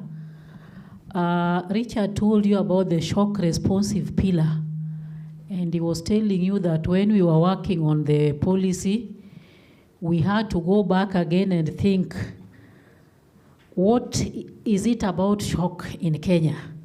That is the time for COVID. That was the time for COVID. So what we did, initially we were just thinking of drought as a shock element. Then COVID came. So as we were working on that pillar, we were thinking, what next? And just the way we say that social protection keeps on changing the situations. Let us think this year, who thought Nairobi would be having floods? So things keep on changing, let us look at it. That pillar is always telling you there's something new. Thank you. Thank you so much, madam. People moved from where they never thought they could ever, and they never thought they could ever move, because it touched places that you could never think of. And that is why we are saying we need to have that component very strong, very innovative, and so that we are able to cushion our people from falling deeper into poverty situations and being able to support them. So basically the Act is, the Social Protection Act has these particular parts. It has 6 parts with schedules attached. The part one is the preliminaries, which basically handles definitions. Then you have the short title, you have the long title, you have the definition, what is social assistance, what is social protection, who is a child and who is an orphan. Hizo maelezo zote ziko hapo ndani. Whatever is attaching, what is shock responsive social protection, hayo yote yameelezewa hapo ndani, and I'll not be defining those ones. The preliminary part I'll not belabor because ni mambo ambayo tumeyatumia, the terms that are heavily used there, so that you get the right understanding when you find them in the act. Then part two, which I'll also not touch so deeply on, is on the board, because it speaks to the establishment of the board for social protection, so that we see how best do we manage the social protection sector. Then part three, those are now the parts that are very, very important for our understanding, because they speak to the administration of social protection. Hii masuala ya social protection itakuwa inashughulikiwa namna gani? Then what are some of the offenses? Ni mambo gani utakuwa unavunja sheria unapotekeleza masuala haya, ama kama wewe mwenye unafaidika ama kunufaika na social protection. Then we have the miscellaneous provisions, as is typical in any law, and then the repeal and the transitions. Then we attach the schedules, which are some of them are application forms and all that. I'm doing this from a program officer point of view, not from a lawyer. Si tuko pamoja hapo? Kwa hivyo kama kuna mwanasheria ama kuna background ya wanasheria, tafadhali kubali udhaifu wangu katika eneo hilo. So use the lens of a non-legal officer or a practitioner, but just from a program perspective. So in terms of the title, this is how the act is titled. It is an act of, that is the long title, what lawyers call the long title. That is an act of parliament to provide for the administration of non-contributory social protection interventions, to establish a national board for social protection and for connected purposes. So that is what you will see. And for the short title, you just get it, Social Protection Act. That is the short title, number 12 of 2025. So basically, as you could hear what Rastas was speaking to when they saw what was done, the act repeals the Social Assistance Act. It was number what of 2013? It was number 45 or number what, I don't know. Anyway, it's of 2013. Wengi ambao walikuwa katika enzi hiyo ama wameisoma, they know that that act was never implemented because of a number of reasons. Number one, ilipopitishwa, saa hizo tu ndio the PFMA Act ikapitishwa, ambayo ilisema ya kwamba you don't need to establish a money bill. And that act was establishing an authority which would imply and then there was a feeling from a section of the members that the act was not addressing social protection in its entirety, and therefore the issue of the non-contributor, the other aspect of social protection were not taken care of. But the major reason was because of that particular provision on the PFMA Act. But then this one came into force. We started drafting it as a bill, and then finally it was assented to by the President on 30th of July, 2025, making it a law. It was published by the Kenya Gazette on 5th of August, and then on 19th of August it became effective. And the reason why this act is existing is just to clearly provide a framework for the administration of the non-contributory social protection interventions. Najua mtu atakuwa anajiuliza why non-contributory, that would be a big debate, but ni vyema tu hata ukiuliza bado nitakujibu tu, lakini jawabu la rahisi ni kwamba we are aware that in the true categorization of social protection, even as you saw in the policy, tunatambua ya kwamba social protection has both contributory and non-contributory. The broader division is contributory schemes, which means you pay something into it and then you get something. Example?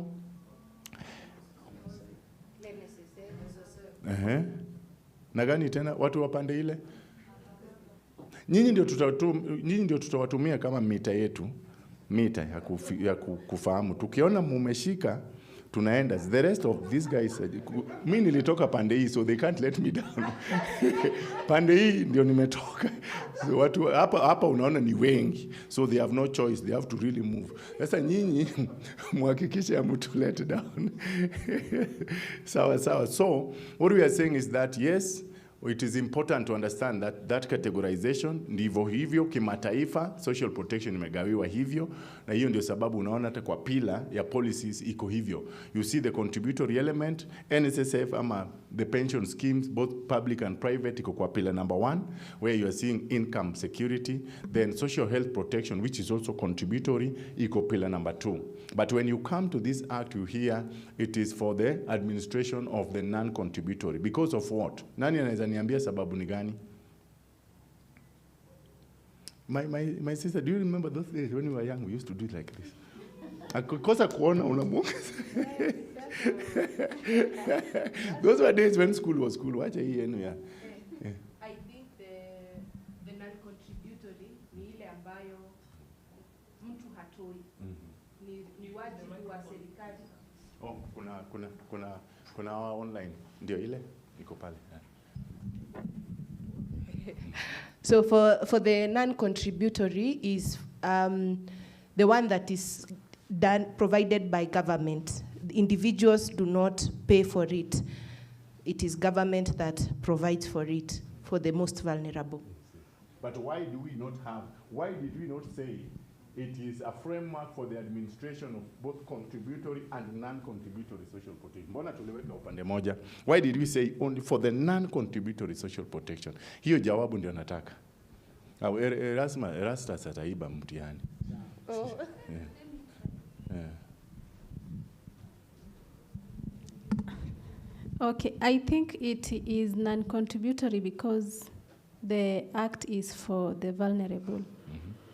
So if they are vulnerable, how are they going to make the contributions? Hiyo pia isa watu wa katikati peana microphone hapa. Ndio yule dada ndio yeye. Unajua kuna wanafunzi walikuwa wanajua answer lakini kuinua mkono. I'm not sure whether it is right. I think I would associate it to where we started, because it is a right. Yes. The people don't have to contribute to it. A very good attempt. Hayapatia watu wa marking scheme ndio wale mwisho. Mita. Watu wa mita. Watu wa mita. Unajua nyinyi mkisema kumesemwa. Repeat the question again. Why do you think this act speaks to only the non-contributory? Janet anaifungulia hewa. Anyway, to go quickly, as many of us are aware, we have those 3 components that comprise. You know, there is social security, social assistance, and social insurance. But social insurance in a combining both social security and social health. So hiyo ni contributory. Ukienda sahi, before even SHIF and SHA, NHIF ilikuwa established in which year? Anybody in the room? Watu wa Google? NSSF and NHIF. I combine sasa zote. Tell me which one was established when? Don't be sad, my sister. It's not as bad as you. Naona amepiga kichwa Jack. My mom, usikue sad. Hizi vitu. Nani ako na jibu? Naona umepiga kichwa Jack nafikiria. Felista. Oh, okay. I think from Google it's 1966. Yes, that is the NHIF. Yes. And you see the establishment comes with an act. Sini kweli? And the NSSF is around 1965, yes, with an act. So you see, the other contributory arms, even if you come to the NSSF revised act of number 45, 2013, tayari wako na sheria. Na NSSF tayari wako na sheria, hata ikabadilisha ikakuwa SHA Act, sini kweli, of 2023. So the other 2 arms of what is social protection are already legislated. So you can't have a double legislation. Tunaelewana pamoja? So that is why we tweaked it to non-contributory, kwa sababu hiyo ndio haina sheria. Cash transfers zenye tunapeana pasipo sheria. Ama social assistance, and not only government, hata nyinyi mnapeana. It is without a law. That is why that was the gap yenye ilikuwa inabidi tufunike. Kwa sababu tungesema tu blanket hivyo, inamaanisha uende utoe NSSF ama uamend ama amend ile SHA Act, which is not really possible. Those are two big brothers who have operated since 1966 and 1965. So prudence is just legislate on what is not legislated. But that does not mean you are not able to implement the SHA Act or the NSSF Act with regard to social protection. Ndio maana we support in the haba, the scheme that targets those who are in the informal. Si ni kweli Erastus? Watu wa nyuma munipungie mkono hivi? Okay, sawa sawa. So that is it. I've given you the reason and I've given you why it is titled so. And that is why in the definition, when you look at the definition that is in the policy, you will see a broader definition. I've not put the two definitions here. But in the policy, you will see it defined to include both the contributory and the non-contributory.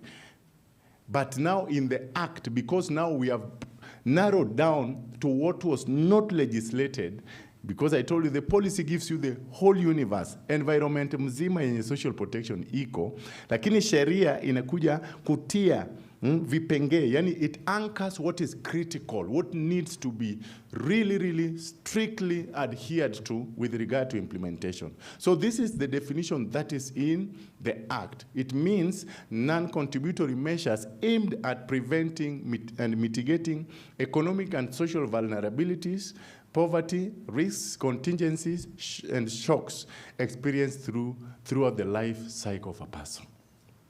And because of that,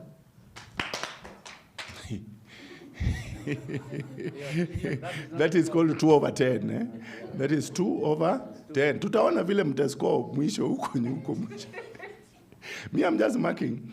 So this is it, my colleagues, that this is the definition we appreciate. That yes, our social protection must be able to cushion. You must put up measures that are meant now for us. The focus is on older persons that are able to, prevent them and mitigate. If you can't prevent and it has occurred, then mitigate. Si tuko pamoja?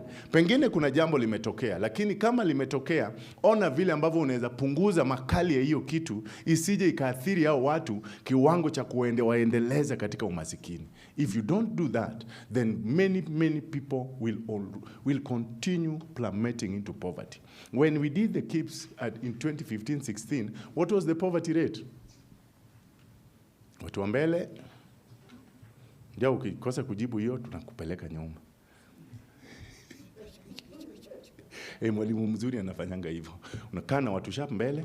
Sisemi hao wengine ni wabaya, lakini watu wa nyuma watu wa nyuma tunawajuanga. Nilikuwa hiyo shule. You know where I used to sit. Huko nyuma unajua unakonga class na hivi. Hao ndio wanasumbuanga class 6 wakiwa class 5. What was the poverty rate by the KIPS? 36.1. Then that was before COVID. Then COVID came, pushed it to 38. Then now the recent economic survey, now I indicate 40 point something. That is telling you more Kenyans are getting, yes, it's above 40 now. Go and look at the recent economic survey. People are getting poorer, even if you hide it. But we are a middle class country. Okay, I hear you. You are lower middle income. You're not even middle. You are lower middle income country. But the problem is, if you don't, have you not seen people jump back to poverty? Yes, people have gone from grace to grass. So what I'm seeing, McKenna is frowning. But that is the truth. Data does not lie. Statistics haidanganyi. Yes, they never lie. So what we are saying is that poverty, unless we do various robust social protection interventions, then many people will continue to go into poverty. Let me move quickly. The objects of the Act, that means what is it that the Act wants to address? The objects are like the objectives in a normal language, but the legal language puts them objects. Number one, you cushion persons in need against risks and contingencies. That is the core of social protection, cushioning people. Na huwa tunasema everybody is vulnerable. When you hear the discourse on vulnerability, even us in this room, we are what? We are vulnerable. Because any contingency negatively to affect hapa, si kesho utahitaji support. Yes, That's why we do social protection. I know I'm not doing a training on social protection, so I'm cutting so much information to focus on the act. But we are saying this act should be able to cushion the Kenyans, the persons in need. I know I'm not going to the language of why have we used the term persons in need, but it is better, we'll do it later. But we are saying you must be able to cushion. Kuna watu usipowawekea kinga, wataendelea kuzama. A good example is, tuleo ma'am, pengine uko na health cover. Assume saa hii, kitu kupeleke kwa hospitali na hauna bima ya kiafya. Si vitu zote itauzwa ukilipia gharama ya hospitali. Na hiyo itakupeleka kwa umasikini. Yes. So that's why we are saying this is the strategies to cushion these vulnerable populations from risks and contingencies. Number 2, to build human capital capabilities and resilience for persons in need. And I know I'm not doing a training, lakini ukweli wa mambo niliwaambia. In the life cycle diagram I said, if we don't put the right things for our children, we have no society. Si miche ndiyo forest. Miche ndiyo forest. Ukipata mtu anakata miti ndogo, wewe peleka huyu mtu jela kama jana. Lakini ukipata akona paso anakata miti kubwa, you may not usikonde sana. Kwa sababu, as long as there is a generation, as long as you have a powerful start in life, and many times I always say this in social protection discussion, nasemanga, hazina na mali ya nchi, saa hii imetoka kwa hii mambo ya factories, iko kwa wapi? Akili ndio nani? Akili saa hii ndio mali. Watu wako hapa mlienda lunch. I'm not seeing any signal. Muna present two flat faces. Sasa sijui kama mnashika ama mshika. Why do you make me struggle? Honestly. Kupiga tu kichwa hivi makena ni shida. Si upiga kama mtu kama anasikiza anapiga kichwa. Mwalimu anasikia kuendelea. Watu wako na ile. Hii kona hii. What we are saying, please, this is the investment of nations. Hapa ndio mali ya mataifa iko. Competition imehama mali mnafikiria. Imeingia kwa what we call cognitive capital. Saa hii, hazina imeendelea. What is the capacity of Kenyans who are able to do what? To be able to be employed including in Silicon Valleys. Leo nikitaka kuweka factory kwenu. The question is, can I get the workforce? I want to bring a blue chip manufacturing farm kwa village yenu. Ndatoa workforce wapi? You don't get it. Why? We didn't make the right investments. Yes, utapata tu watu wa mkono. And that is sad. Na wanalipa pesa kidogo na wanafanya kazi mingi na pesa inaenda na Wachina. Tuongeeni ukweli. Yes. Begin to invest. That's why you see in the terms of the government programming, tumeweka uzito kwa early childhood development. That's why we say when Kibaki made free primary thing, ilisaidia. And we'll assume economies zenye zimeenda mbali, they have free primary, they have free secondary, they have free university. Au watu watasonga. That economy will move. No, the question of the extent of freedom, hiyo tuachie wengine. Lakini tunasema enyewe ikiwa free, ingekuwa mzuri. Imagine when just go. I know many of you are researchers. Enda uangalie when that policy shift. What did it do? Not only in the education sector, but in terms of livelihood development. Kuna watoto for the first time waliingia shule na wakabaki. Hata kuna beneficiaries hapa. So what we are saying, yes, the practice may still be wanting, but it is a good initiative. Because it tells you, kuna mali tunae?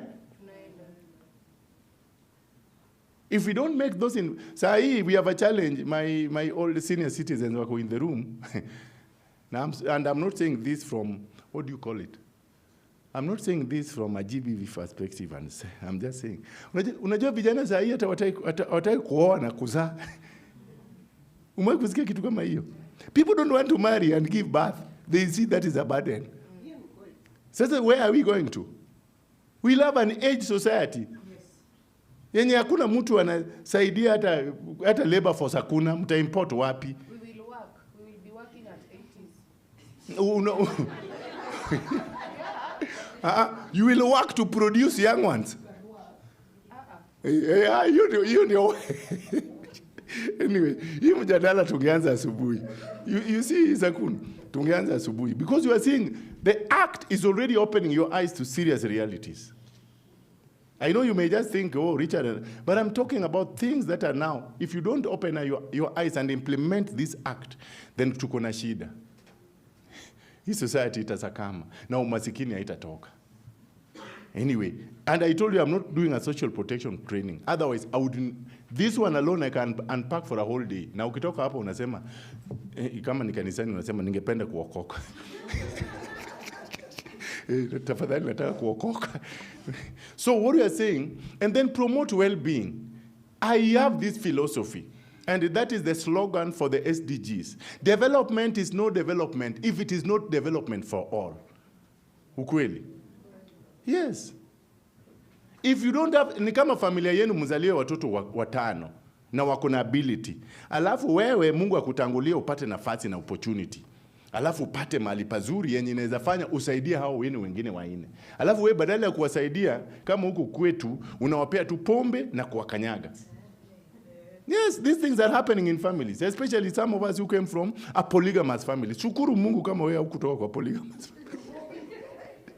Shukuru Mungu. Because some of them have negative competition. Unakanyaga hii nyumba, unakanyaga. Finally, ukipima umasikini ama utajiri wa hiyo boma yenye kila mtu huyu alitumia nguvu zake na uwezo wake Mungu alimpea kupull out hao wengine. Ni boma gani itakuwa afadhali?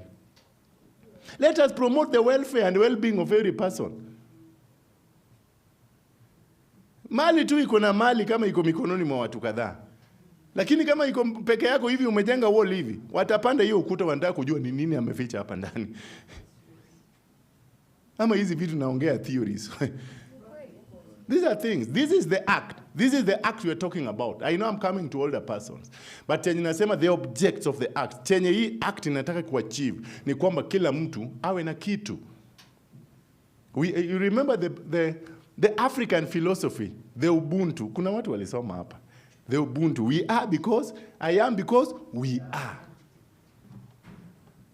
Sasa, Richard na hizi vitu zake. The purpose of the act is that the scope of the act is that we limit it to the non-contributory social protection. The principles are obvious. Wengi wetu tunajua kanuni ambazo zinastahili kuongoza kila kitu chema ambacho kiliko na matokeo mazuri: equity, social justice, inclusiveness, non-discrimination and participatory governance, rights-based approach to delivery of social protection. I told you social protection is a right. Adequacy, give us an amount that can really mitigate our situation. Accessibility, break the barriers. Social protection is about breaking barriers. Wacha watu wafikie rasilimali, wafikie huduma, na wafikie huduma bora. Sustainability of social protection intervention. That is a principle. Evidence-based programming or evidence-informed. Wacha tufanye mambo si kwa hisia, tuangalie data na tuseme data inasema hivi, kwa hivyo tutaendeleza hii. The life cycle approach is a principle. I told you we don't want to leave anyone behind. In social protection, hata kama utasahau jambo lolote, sema social protection operates on the principles of leave no one behind. Yes, please. Mike Pale. I want to ask a question in respect to number 3, adequacy, accessibility and sustainability of social protection interventions. Yes, please. And in respect to health. You know this thing that was introduced called SHA? SHA. I have a comprehensive cover myself, and I don't think I'm vulnerable. But now when you go to the hospital, you go there as an outpatient. You are told the maximum you can spend is 4,000 in a day. And you know, if you go to a doctor, consultation is 4,000. It's 5,000. I paid it 2 weeks ago. So it means that after paying 4,000 or after consultation has been done, where you produced 1,000 extra, you cannot move to the next step. To the next step of. You cannot go for lab test. You cannot be given medication. So how is this one helping the common man if I'm the one suffering like that? True. Yes, very good question. And that is why for us, as a principle for social protection, indeed you should ensure adequacy and accessibility. Because if I can't access that service to the extent that it can address my vulnerability or my predicament, then haujanisaidia. You are still taking me deeper into poverty. And that's why, Daktari, we are saying, yes, even in social protection programming, the issue is design programs that are able to address the vulnerabilities. The problem now with SHA, if you look at the design, and that is why you see there is the issue of, there is the issue of governance. There is the issues of governance that should be somewhere. Because a lot of our schemes, shida yenye inakuja kuwa ni nini? Governance. The administration of that particular provision. Because kabisa uki-administer, look at what we are being charged, some of us, even at your level. Unakuta kwamba pesa unakatwa per month.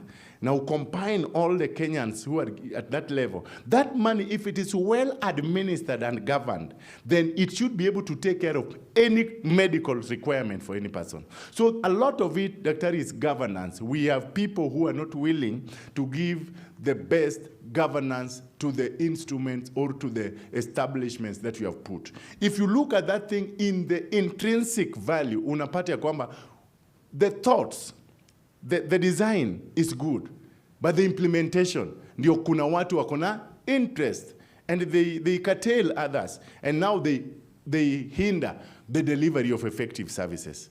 That is a typical case for me, that is Richard, for issues on governance, because I wish Nani had come, Maurice had come back. I remember, Madam, when we were doing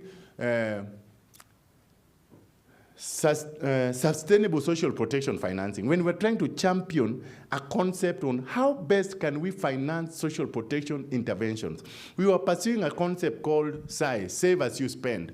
And we say, if we can ride on the expenditure patterns of each and every person, for example, huyu mama yangu hapa, iwe ya kwamba kuanzia wakati alizaliwa, saa zile anatumia pesa, kwa sababu people, you go to them, they'll tell you, I have no money. Mimi sina pesa ya kufanya hii. Lakini ukweli ni kwamba anatumia pesa kila siku. Hana pesa, lakini anaspend kila siku.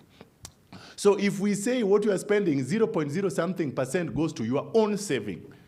By the time before you realize it, like for example, kama ni mtoto, by the time anaenda class 8, pesa yake mwenyewe ndio inampeleka shule. Kwa saa zile unaenda kumnunulia diapers, saa zile unaenda kumnunulia ka t-shirt, 0. something % of that expenditure goes to account ya huyo mtoto. When we calculated that thing, we realized, she's here and I have a draft copy of that thing. And Maurice is here. We are doing it with CPF. We realized that even Kenya as a country will not borrow from IMF or World Bank, because the money that shall be accrued from that particular savings in a tosha for the government to borrow. Because when you invest that money in stable bonds, even globally, then you have enough money to run. We'll not be paying social protection benefits from capital. We'll be paying them from proceeds of the investments of that saving. And tukaona even the university will be free. And I'm not here splitting. I'm not a politician, and I don't aspire to be one. But I'm saying these are things countries have done, and they're running economies. Cite United Seychelles. Is that the right pronoun? When you walienda group of schools, mutuokoe wenye tulienda school as a group.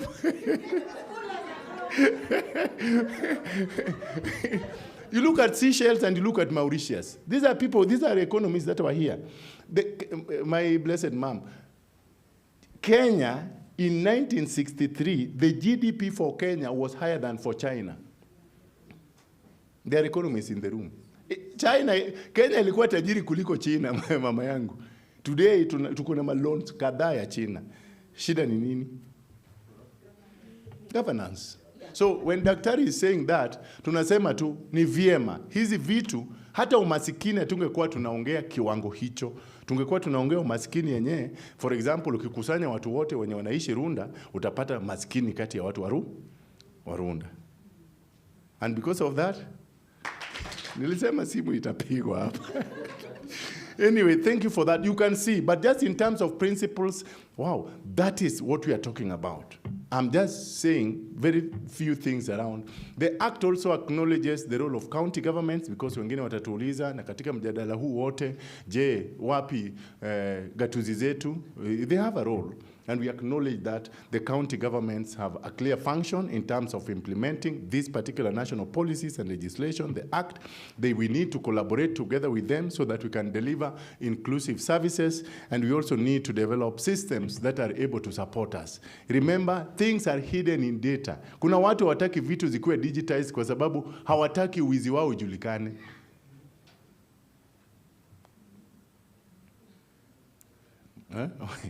Okay, wacha niendelee tu. Civic education. And then resources. We know counties have resources, they have items that they can support, they're with the people. And we are saying the Act acknowledges that the counties can have this space to be able. So when you are asking me, yes, you developed an Act, and we know counties are the last mile people to be able to, how then do they operate? We acknowledge that counties have a very clear role, especially in the pillar number 4, the complementary programs. We know there are programs that are devolved, and we are saying counties can work with the national government in those devolved functions to deliver social protection interventions, even at that county level. Any question up to that point? If you're happy, can you clap twice? Okay. So we are in part 2, the board, and I said I'll say very little around the board, unless you have an interest, please. And I am not gazetting anything. So the board, the Act acknowledges these provisions around the board. Sorry, Lisa, before we go on, can we get an energizer kidogo? Oh, people are sleeping. Tufanye tena cheche kule, ama simameni. You stop sleeping. They are sleeping with their eyes open. Why are we sleeping with the eyes open? Just a minute. Just stand and stretch. I'll not harass you. Just stand and stretch. Yeah? Is the information sinking? You know, when mukisoma your title, it's very complicated. Sindio, Social Protection Act, a lot of jargon. But what I'm getting, first of all, poverty line. Sindio, we are almost at 40%. And that this act we are trying to unpack is trying to tell us that the government is trying to address what? That 40%. But also, for me, what I've taken is that what can I do to protect myself from getting to be among the 40%? And I've loved something he has said, that if for every child that is born, for all of us, for every expense, diaper, pen, any expense, just 1% ingekuwa inawekwa ya savings zangu. Would we be there? Would we be at 40%? Tungekuwa mbele. Kwa hivyo, perhaps there's something. Please take something. Don't, usiwache ipite. Si ndio? Usiwache nini? Sema hey. Hey. Nyorosha mkono kabisa. Tengeneza nguo basi isiaibishe. Alafu uende hey. Hey. Let's have a seat. So, it is sleeping with their eyes open.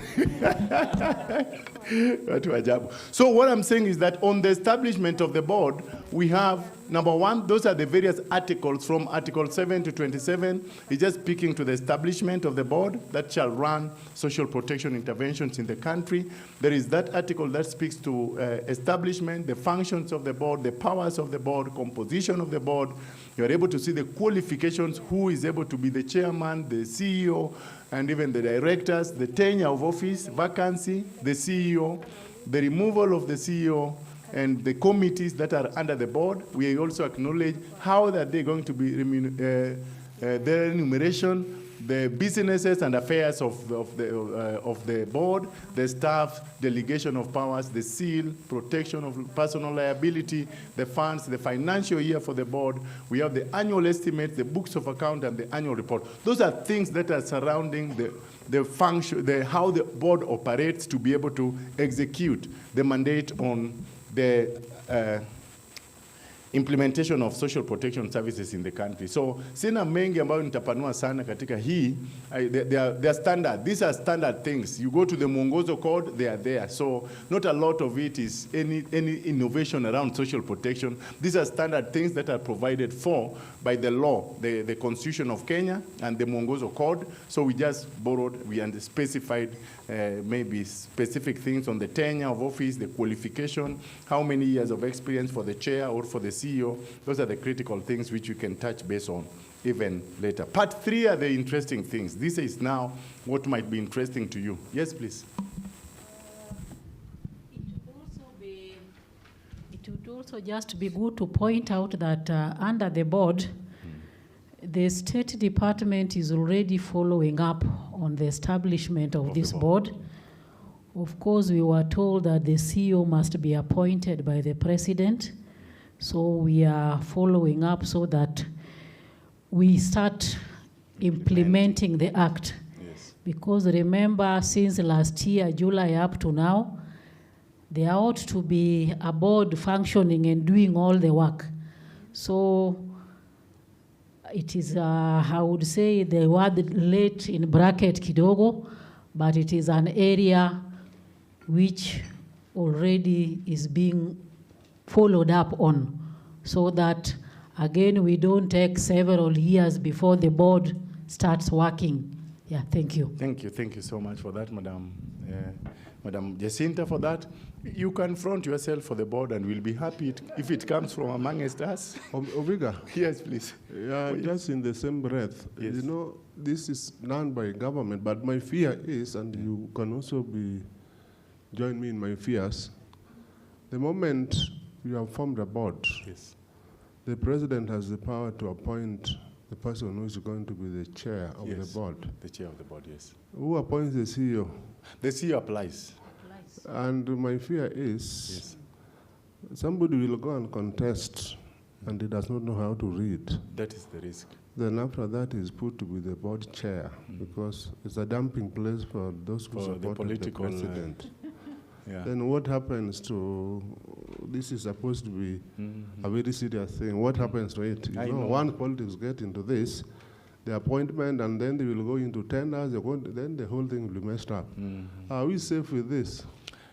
That was the best we could by virtue of the provisions of the Mwongozo Code, because according to the Mwongozo Code, the chairs of these semi-autonomous bodies are appointed by the president. That is the guidance you were given by the legal team. But now for the CEO, that is an application. They are vetted, and they pass the test. I fear the same sentiments, because it would not really give us mileage when somebody who is not neither passionate nor exposed on social protection comes and be the overall head of that. That's why for some who are complaining that we have put very stringent conditions for the CEO, because we are saying should that political appointee come, it is important that you have a strong CEO. But we know that even if you have a strong CEO, na huyu chairman ndio mtu rais anamsikiza or anajua ameletwa na rais, you may not really go far. So I really share your sentiments, Daktari, but that is what Mwongozo could allow us to. Yes, please. Mike, just pick the mic. Okay.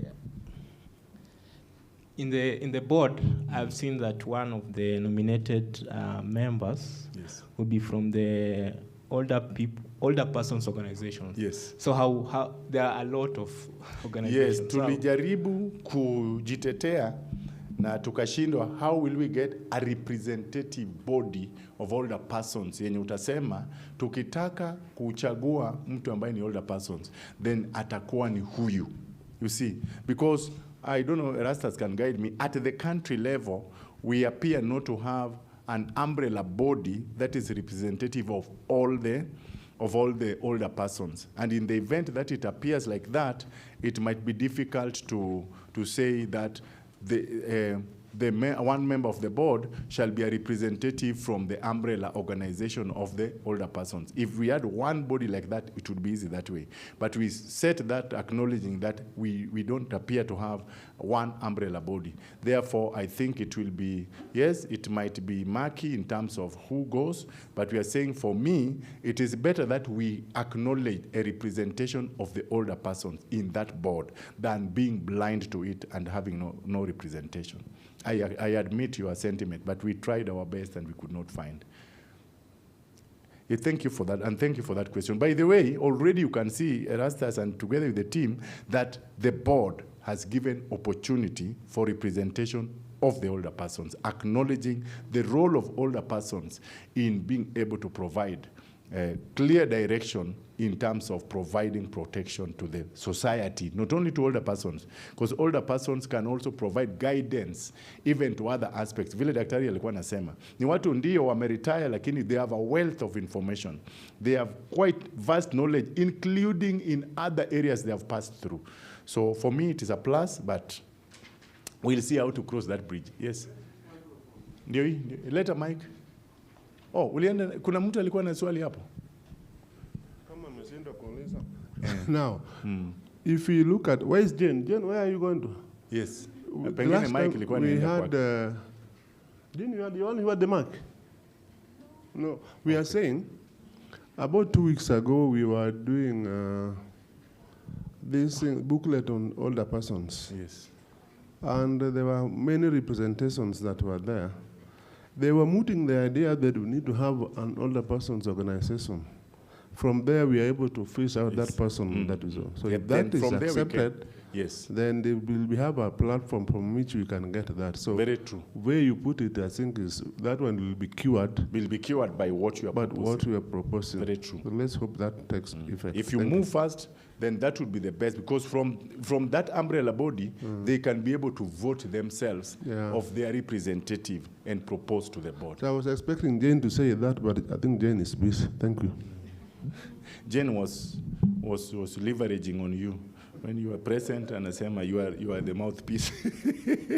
Okay, thank you, Director, and thank you, my colleague, for that. So very quickly, in terms of administration of social protection, this is where, these are the various articles from 28 to 41. If you have the Parent Act, you'll be seeing how then do we provide or administer social protection services. This is very keen, and you can see the categories of people to whom social protection is given to, the type of benefits, social protection benefits that we provide, how do we get those benefits, eligibility for social protection benefits. Remember, the Act does not define the how. It gives you the categories and the types of benefits. Then the regulations will now come to tell you how then do they. Then the application for social protection. Now you can see, katika maisha yetu ya nyuma, social protection was, sisi ndio tulikuwa tunakuja kwenu kuwaweka. Lakini saa hii kwa hii sheria, nyinyi ndio mtakuwa mna apply. You will apply for a social protection benefit. So that it moves from that household approach to a more of individual entitlement and benefit. Then the review of decisions by the board, pengine kuna swala ambalo limetokea, ambao kuna changamoto, you can review. Then we have appeals. If you are not satisfied with the processes, then there is an appeal mechanism that has been given. The rights and obligations of the beneficiaries, what is your right and what is the duty that you have. Then we have abuse of benefits, either by a representative or by the actual beneficiary. Kama hatumii vizuri, imeelezwa ni nini hiyo kama hatumii vizuri, then under what circumstances can we stop that benefit, termination of benefit. And then when a benefit has been taken erroneously by a person or through a malpractice, how do we recover that? So you can see the refund to the board and the review of the benefits in terms of ni jinsi gani tunaweza ongeza the amount, adjust the amount, and next to it you see indexation of benefits. Ile pesa tunapeana under the national safety net, they inua jamii. Ile pesa tunapeana pesa ngapi kwa kila mwezi? 2,000. Aya, only sijasema. It's only written on paper, we don't say it. And then, when was the last time that amount was taken to 2,000? Nani anajua? There's someone with a microphone here. Patricia, you are protesting. No. They are saying you have the microphone to provide the answer. The last time the amount was adjusted to 2,000. Watu wapande ile? Patia watu wa huko mwisho, wanajua. Watu wa mwisho mko... kitu kama hiyo, yes. I was right. 2016 hapo. Hapo. Hata mimi nakubaliana na wewe. So you can see, now 10 years down the line, we have been paying the same transfer value. Life has changed. Kitambo hiyo ulikuwa unaingia na 1,000 unatoka na kikapu imejaa. Now you only go with a small Uhuru bag and you come out with what you can carry and go. So what we are saying is that indexation, we want to be revising the values according to the changing context. Then we have the registry, the social protection registry, which you'll hear my colleagues speak to, and then issues of data handling. So these are the articles that are in the Act which you may be interested in. Part 1 tells you the categories. And you look at Article 28, Part 3, it tells you what are the categories. Na hapa ndio unajiangalia, unasema, for this convening, we are interested in Part B. We say orphans or vulnerable children. Then we say poor older members of society.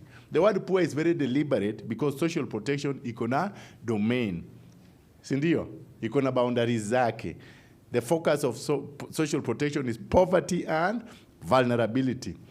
Poor older members of society, persons with disabilities, persons in extreme poverty, because tunatambua kuna watu ambao si orphans, na si older persons, na si wenye kuna disabilities, lakini wako maskini. Then we have persons affected by shocks, kwa sababu tunatambua, pengine, serikali saidia, mlisikia hiyo kitu?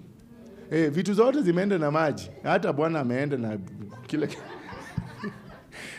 So those persons, social protection should be able, we recognize in this act that they need to be supported. These are persons in need, the categories. Then unpaid, deficient, and unsupported caregivers.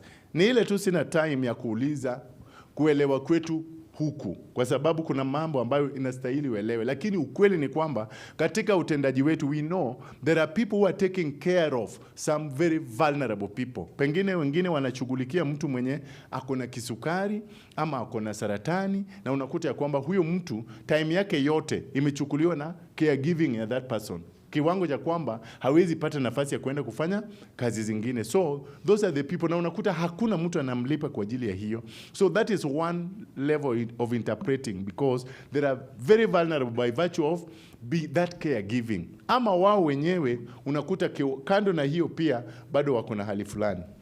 I need to be fast. Yes. Small pointing out. Yes. So you have brought a very, very important point there. So let us think as the practitioners, what the Act is bringing. Is it, I don't want an answer, we don't want an answer now. Is it good or bad? Now that you'll be applying and the board will check whether you qualify or not. Or should it be the way it has been political, where it is everybody, 70 plus? So let us think about it. We don't want answers, but that is now the big change. Ama usipopitia kwa chief, haupati.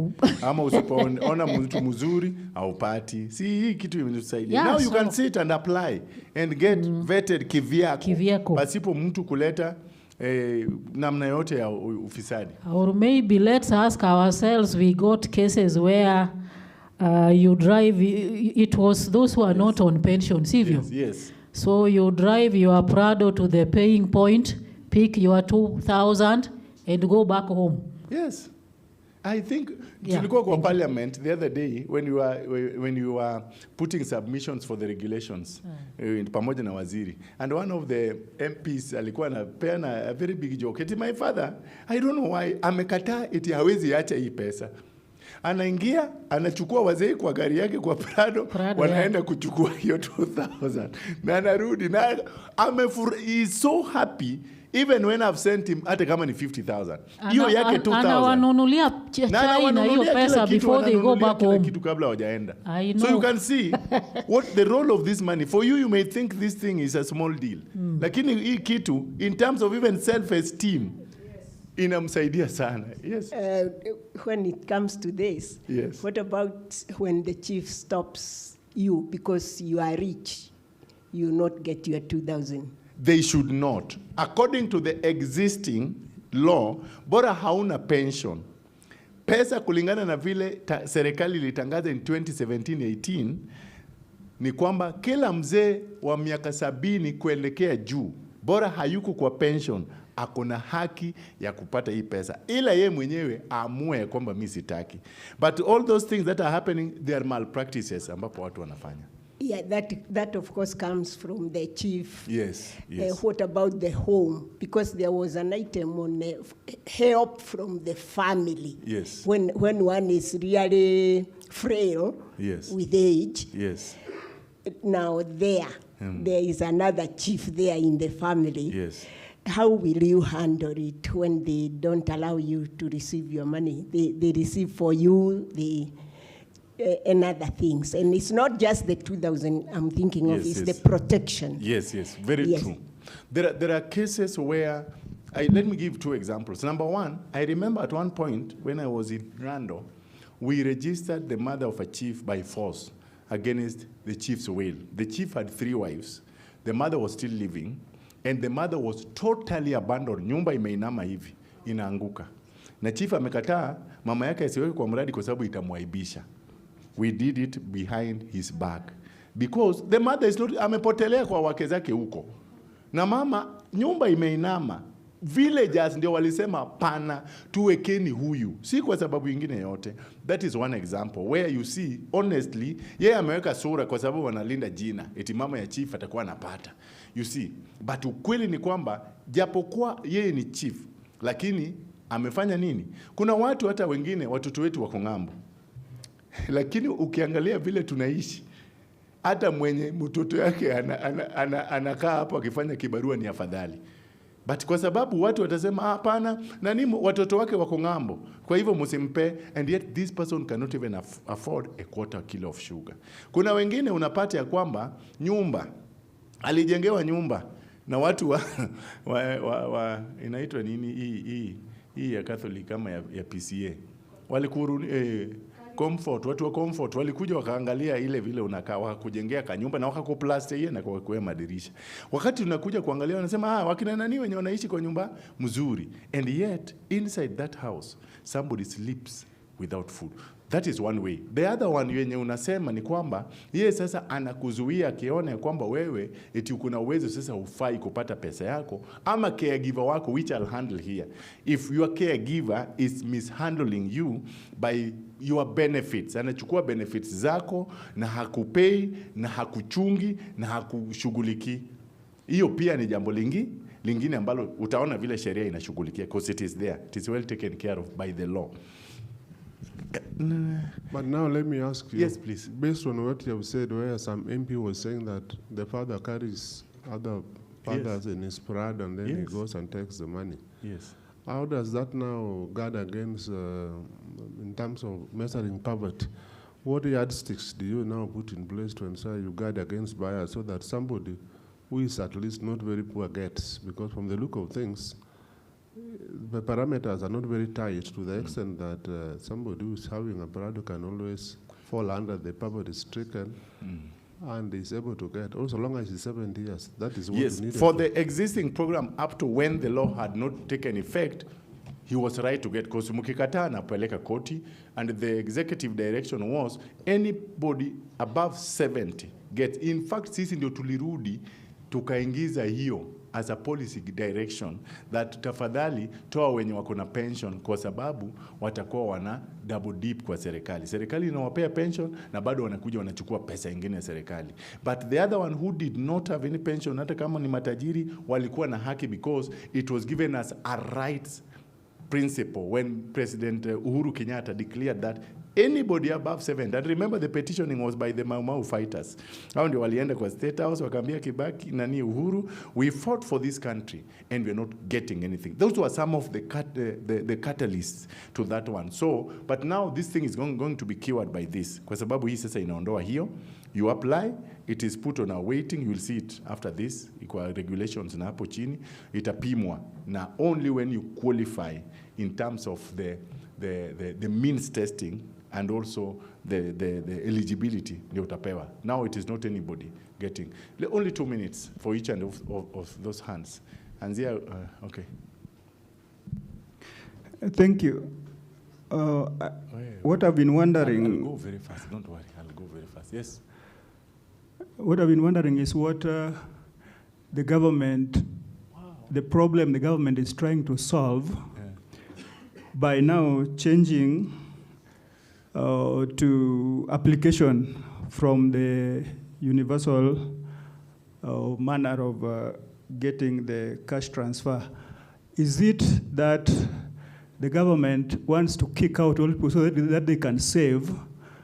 Because if you look at what you are explaining now, it's very difficult to reject a product when the salesman is good as you. But looking at what was happening when we were still dealing with the 65 and above, where people were being targeted, you had to go to the chief and they had to look at the things you are explaining. It looks to me like we are going back there. Because even if we say that you apply, there will still be these people who will still be there to approve. They will still be the chiefs, the village elders, the people in the community. So are we not going back to what we had run away from? Why is the government back thinking? Because that's where we came from. Then we came to universal. Why are we going back there? What has the government learned that they didn't know before? Okay, good question. Let me combine it with her question so that I can address that in 1 minute and move very quickly and finish. Yeah, I'm asking about E, person affected by shocks. Yes. So does it mean that there'll be reassessment so that they keep assessing whether the shock period has ended? Then F, caregivers. Yes. I feel that sometimes when ladies get children, some even stop working. So does that caregiving role also protect the women from those shocks, you know? So I am agreeing with what Daktari was saying. Some of these definitions are pretty loose. We'll see them. You'll see how they are tightened. Remember, there are regulations that unpacks all this. So don't worry. Wacha tumalize alafu tutaingia kwa regulations utaziona. And the good thing about the act is that it tells you how far you can go. But within that, programs will still be able to tell you how then do we take care of such women.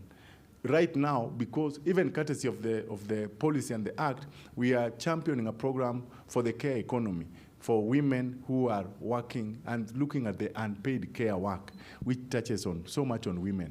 And quickly as Erastus comes in, the issue of we are retracting and going back, not really. But remember, for me, this will give more Kenyans more opportunity than what we had. The last time we did an expansion, say for what came recently under the 500, we did an expansion apart from the universal scheme, the older persons in 2017. Some of the programs were expanded in 2014, last. So you can see from that time to 2026, you are only dealing with the only people you had. But when you open up for applications will be coming on a daily basis. Remember, even for the 70 plus, we only did that admission once. How many people hit 70 every minute, every hour? Thousands. And we are not taking care of them. So for me, it would give more opportunity to more Kenyans than even when we are doing the targeted programs. But Rastas, you want to say something? I'm moving. I just wanted to remind you something. Yes. I stay in Ongatarongai. Yes. And sub-county ya Kajiado North. I'm a good friend to our MCA, na niko karibu na team ya mbunge wetu. When they were kulikuwa na intake ya teachers training colleges, na sitasema jina ya MCA wetu, I know walizunguka kusema natafuta majina ya walimu 5 na akapata. Then when they were recruiting the army and the police, the same thing does. And you already said it, you see. Whatever is here is very good, but the administration... Governance, you said it. Sasa governance, nitawachia nyinyi. Usiweke maswali tena, hapana. Hapana Shabani. Hiyo soko nafunga. You can see, and of course, I wish Titus was here, but of course, where is McKenna? McKenna, you are here. You can see how many days we need. You can just see. Yeah, indeed. Yeah. Okay, very quickly now. But I would rather, yes. Instead of rushing, and bear with me, instead of rushing, because it's very important that what you are doing here, McKenna, if it were possible, we exhaust one, complete the watu wauliza maswali, because without questions again, they'll help us to understand. So we give you time. Yeah, I'm trying to rush. No, don't look rush. At how people are interested. Yes, yes. Don't rush, don't rush. No, he didn't put, you know. Thank you so much, Richard. I can see McKenna is really implementing, you know, the rights of the VMGs. So this is inclusion. However, thank you so much. I think I just wanted to explain my brother over there, Thomas. Yeah. So he talked about, you know, people included, you know, inclusion wrongly in terms of being in the registry. I think the registry is meant to eradicate, you know, such things. And probably we have a very elaborate roadmap in terms of the data collection when we are going to the field. We do, you know, there are so many steps that we sensitize Kenyans. And then the registry, remember, is a social registry. Like, you know, each and everyone, you know, as long as they give us the consent, they should be in the registry, including even the rich. But then again, there are some that actually, you know, targeted by the program, depending on the vulnerability status which are given by the program in terms of eligibility criteria. So the registry is meant, you know, to include each and every person. However, the program will come up with their own criteria. That's why we have, I know, we are preempting what we are going to present. We'll explain that in detail. We have also 64 parameters where we'll, you know, take the survey or the questionnaire in terms of the household demographic, household characteristics, geographical, you know, context, just to, going about after these, you know, all these are calculated. There are logarithm within the system that will be able to score, or what we call the wealth ranking, all the households. So we are no longer actually just coming back to you, Thomas, now, telling chiefs to provide us with the list of the, you know, village, ambayo wanatuletea list ya, you know, wale wanapewa relief food. So we are moving away from this. Just like my brother Richard has said, it's a data-driven decision. We don't want to wait for the emergencies to come. Once, you know, you will ask for this data, we'll be able to sort you out. You remember during the COVID-19 what happened? That taught us a lot of things, and now we have, you know, data for the 47 counties, you know, in our registry. Yeah. Okay, thank you, Shaban. And just to allay the fear, if all factors constant and governance proper, for me, I would say the Act takes us miles forward. Remember, it proposes a fund. If we have a well-governed fund where we have clear oversight, and that's why we appreciate there is a board, because boards become autonomous institutions that are liable, then the confidence of our partners are able to put money into that. You are able to grow and invest. And by that growth and investment, you are able to cover more people in need. For me, that is the angle also that I see it from, but we'll come to that when I do the regulations. Okay, tunasema up ni juu, kupiga ni wewe, eh? Up ni wapi? Kupiga ni nani? Haya, twende. Up ni juu, kupiga ni wewe. Up ni juu, kupiga ni wewe. Bas, tunazonga. Yeah, you know, lunch is approaching now. So we are looking at the benefits. The Act stipulates the benefits, which we need to know, that these are the benefits that are acknowledged by the Act. Number one, we have the social assistance benefits, and we have the social care benefits. It's good to appreciate. I may not delve deep into them. And in terms of the social assistance, we appreciate the cash transfers and the transfers in kind. Just knowing that, for example, in shock situations, unaweza amua kupeana mablanketi ama upeane mavitu physical, and we don't want to lock that one out, but we also appreciate that cash transfers have proven to be very powerful instruments for social protection. You have seen how even government, in terms of emergency response, we're moving away from the relief we used to transport to the northern corridors, where you take the maize, which is not even their staple food, and before it gets there, tayari inafika hapo after 3 months when the shock has gone, and so all those things, and they come back to the market. Before they leave Nairobi, they're already in the market. So those intrigues can be cured by cash, and many of us are aware that even in the last drought, we responded through cash, even for both government and non-government. But we also realize that there are a lot of things that we need to do in terms of social care services, the rehabilitation. And this is where, even for us who are focusing on the older persons, these are the gaps that we are covering in terms of the rehabilitation services, for example, for the psychosocial support. Some of ours is, like, for example, what director is doing in their directorate, in terms of the psychosocial support for older persons. When they go to those homes and they're able to dance together, they remember their old days.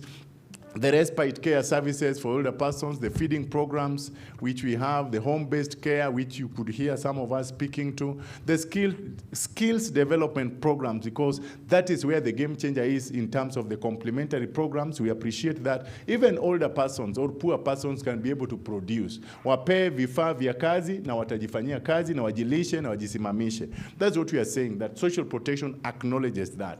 Then issues of essential drugs, personal care goods, and assistive devices are things that we also appreciate, and some of these were proposed by our parliamentarians, by the way. Kama you unpaid and supported, and they were given by the members of parliament, and we had to think through how to program. So hata kama sitaenda sana, most of these bado utazipata huko ndani kwa regulations. Kwa hivyo hata nikizipita mbio usikonde sana, bado tutakuwa na engagement. Eligibility requirements, there are the general eligibility requirements. The further detailed eligibilities will be seen in the regulations, because we are saying under this section 30 of the Social Protection Act, you will see how then do you how can you qualify for a social protection benefit? And one of the broad eligibility requirements is citizenship. And we are saying somebody who is benefiting from this must be a Kenyan citizen, except when you are in emergencies, because we are saying kwa emergencies hautaenda kuuliza mtu kama yeye ni Mkenya ama sio kabla hujamsaidia. Kwa hivyo we have that exception, but otherwise most of the social protection benefits are for the citizens of this country, and we know how citizenship is proved. Then the income levels, which you can hear the discussions coming in the room. Yes, you cannot provide support to every person. There must be a cutoff which tells you this is who you call a poor person by the measures that are been given by the Kenya National Bureau of Statistics. Sini kweli? When we say 36% are poor and then 8.7% are extremely poor, then we know there is some cutoff they used to be able to arrive at the extreme poverty, which is our first priority of entry. So through a calculation of means testing, we arrived at that person must have an income threshold for rural areas of 4,360 and another one for 8,000. I know there have been questions around why do you put figures in law, and yet these are things that are very dynamic. We will cross that bridge. There are things that we noticed and we have proposed them for amendment. We can only amend after 6 months in after the NINI, so that we put a formula instead of a figure. So don't labor with that amount, but we are saying in terms of calculation, that is what we said. Okay, combine what we call the minimum food basket requirement for a household and the averages. There is how you calculate that, and we said when you are an income of threshold of lower than that amount, then you should be able to qualify for a social protection benefit when you are already within the categories of 28 part 3. Tuko pamoja mpaka hapo? Sawa basi. Pande hiyo tuko pamoja? Okay, fine. Then for urban areas, because yes, we acknowledge urban poverty, but we know incomes are fairly higher in urban areas. Then there is the issue of registration. There are places you have to prove that yes, you are a child. How do you prove you're a child? Either birth notification or a birth certificate, or you are a person in need, but a person with disability. Then you have to give us the registration from the National Council for Persons with Disability. That certificate that authenticates that indeed so-and-so is a person with disability. These are broader eligibility requirements, because not every person qualifies for a social protection benefit. Then these are some of the things that will go in the regulations now to say, how then do you say this is, how do you unpack each and every of these to be able to provide support? Tuko pamoja mpaka hapo? Yes, yes. What about the temporary? Yes, temporary. Okay, there's this predo owner. There's the predo owner, the big family, very wealthy. They decide to throw out a kid, and the kid runs off. They may call an auntie somewhere or a friend. I have been thrown from home because of, and I have also run because I am overwhelmed, because that's the word that was used. And it's not anybody who could qualify anywhere here, but now it's quite indefinite, the period you spend. Where do you put that person? Because this person may not be having a job. and now they are also stressed. They are in limbo, so to speak. Yes. How do you help them? Thank you for that question. Number one, I'll take you back here. The categories of persons in need. Who can we say is a person in need? Because that is what this is speaking to, 28.3. And we're saying that person can be an orphan or a vulnerable child. And a vulnerable child means a number of things. You will see them in the regulations. You have defined who a vulnerable child is. But then, it may not be an older person, but for the question that my mom is asking, then you can see the persons in extreme poverty. Because, according to my interpretation, of course, everybody can help me answer. Saa zile nimekimbia kutoka nyumbani. And let me tell you, a number of these children you see on the street, not all of them are coming from poor families. Some of them come from very stable families. I've interacted with a few from very stable families. Amekimbia. But at the time of assessing, wakati unapomtambua, then the conditions of what defines a person in extreme poverty atatimiza. Utakuta hana nyumba, hana chakula, hata mavazi hana mtu wa kumshughulikia. So when we look at the parameters of persons in extreme poverty, that person is likely to qualify. Ama saa zingine unapata ya kwamba you are overwhelmed. You are not 60, you are not with a disability, there is no shock in your life, you are not an older person, lakini majukumu yamekuoverwhelm. I once met, not only an older person, hakuwa amefikisha 60, lakini alikuwa na 16 orphans. 16 orphans, and you know orphans is below 18. 16, na ni mama hana anything, a widow. Nilimuingiza kwa program. What did I consider? This person is literally overwhelmed. Because of what? Ukipima hizo, the welfare ranking you could hear Shaban talk about, even when you count how many meals are these people able to have in a day, unaweza kuta kwa hiyo nyumba, watu wanaenda siku 3 bila chakula. So when I'll consider those, I'll likely classify you mtu under persons in extreme poverty. And that is where I will register that person and let that person apply. Sijui kama nimekujibu sawa sawa. Thank you so much. Thank you for that question. So I'm almost going towards the last because a lot of details will come. In Article 31 of this particular law, you will see the most interesting thing, how. And we are saying now, from now onwards, you will access a social protection benefit through an application. Either you apply as the actual beneficiary, or you are not yet a beneficiary, potential pia tulikatazwa. Okay, person in need. Now I've gotten the term. You are applying as a person in need, or you are representative. Representative ni mtu mwenye anakusimamia. Hiyo haimaanishi ya kwamba kama haujui kuandika ama kunini eti huwezi apply. Hata kama haujui kuandika, si unakumbuka zile enzi yetu tulikuwa tunaita mtu atuandikie barua. You know, watu wako na simu wakati wetu. Letters were written and people sat down as their mothers dictated and they didn't know when to put the full stop. Naongea tu anafikiria wewe unaandika kama computer. Those letters, those are the days of letters. So imagine, even if you are not literate, for example, bado utaita mtu akufanyia application. That application will be taken as you are the one applying. That is different from you are incapacitated. Wewe hauwezi, pengine you are with a cerebral palsy or you are with a condition. So hauwezi ji. So in that case, mwenye huwa anakusimamia ndiye anafanya application yako. Tunaelewana? Wengine dada zetu wanasema kunaelewanwa.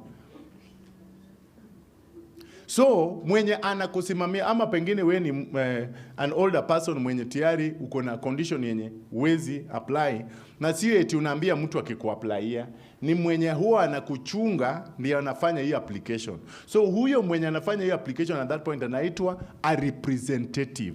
Na tutaziona kwa regulation, so don't be sad. So we are just saying you will complete an application form and address it to the national board. Whether it is a physical form or it is a digital form, as you could hear Kina Shaban tell you, the social protection registry should be able to give you an option where you click on your phone and it takes you all through up to when you submit your application. Then number 2, in that application, attach the relevant documents, things that show that indeed you are an older person or you are a Kenyan citizen. Maybe older persons that are equal, but inaonyesha kwamba you are a Kenyan citizen, or you are an orphan, or you are a child. So, because there are things, or you are a person with disability. So where requirements is for attachment, attach the relevant documents. That is application for social protection benefit.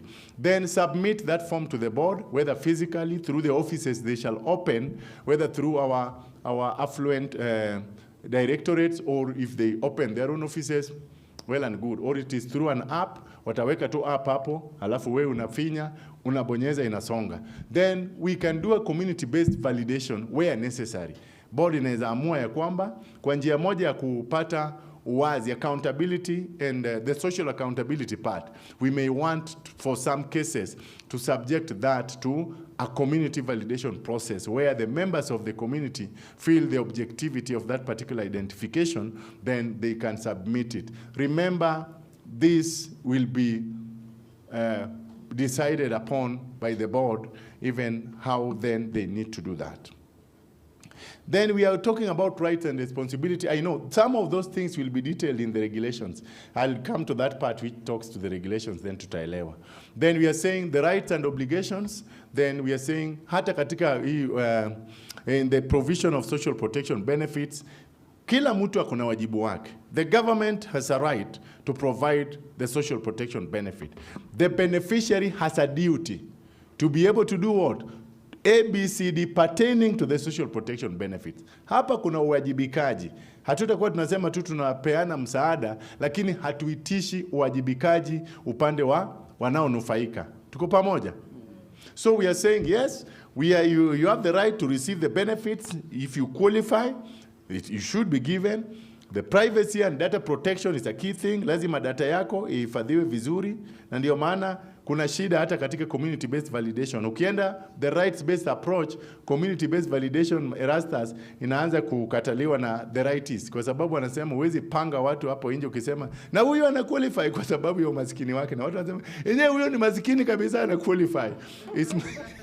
Yeah, they are already protesting, and that's why we are hesitant to use that as a, yes, it is for ownership, but the rightists wamekataa that is not dignity for those persons, that is not the rights. Then fairness in assessment, you have the right for fair process. That's why you have a provision for appeal. You can say, no, I think my form was not well handled. I think I qualify. I want to contest this, and you are able to go through the processes for appeal. Then appointment of a representative if needed. Ukisikia kwamba mimi kuna msimamizi wangu ambaye najua anaweza simamia mapato yangu, ndio uko na haki ya kuchagua mtu akusimamie, na pia uko na haki ya kumbadilisha akileta udhalimu. You are free to appoint a representative. We give opportunity. You can opt out. The Act recognizes that there is voluntary opting out. Maybe after time you feel, I don't need this benefit, I'm already supported well enough, hey, please let me come out of this. Then you opt out, and you have given, then now the regulations unpacked the conditions for voluntary opting out of a social protection benefit. Then termination of a social protection benefit, you look at the Act, it is under Article 36 from 1 going down, and these are the sub-articles that are under that. And you can see what are the conditions under which we can terminate a social protection benefit. And we are saying somebody can be absent from Kenya for a continuous period of up to 12 months, or longer without due notification. Pengine umeenda kutembelea watoto wako ng'ambo, ama umepata green card umeenda, usipotujulisha kwamba mimi naenda matibabu ng'ambo na ningelipenda ya kwamba faida zangu za uhifadhi wa jamii nitumie kwa njia hii. Usiposema na upotelee hivyo tu, Patricia, we will simply say that person does not need that benefit and will tell you. Ama wewe ni mgonjwa, tuambie ya kwamba mimi naenda matibabu ng'ambo. Tujulishe. tell the board. I know we have unpacked them in the regulations. You will see a lot of that detail. Because these are very sensitive processes that you have to put boundaries on. The regulation now puts what happens, what context should somebody be able to, and when do you apply that. Ngojea tu kidogo, I'll come to that. Then when you are no longer eligible for a social protection benefit, and there are situations where we say you are no longer eligible. Kama ilikuwa a city office, you are an orphan, and that you have gone over 20, a child, sindio? Children are defined by the Constitution of Kenya. Anybody below the age of 18, sindio? Up to the 17th birthday. Bas, ikiishia hapo, usidai, kubali tuende roho safi. Sini kweli? Hai. Amutaki kwenda roho safi. Unataka kukatalia program? Okay, sawa. Sheria iko na nyinyi. Mulikuwa mnakulia kabla ya sheria. Lakini sasa iko na musumeno.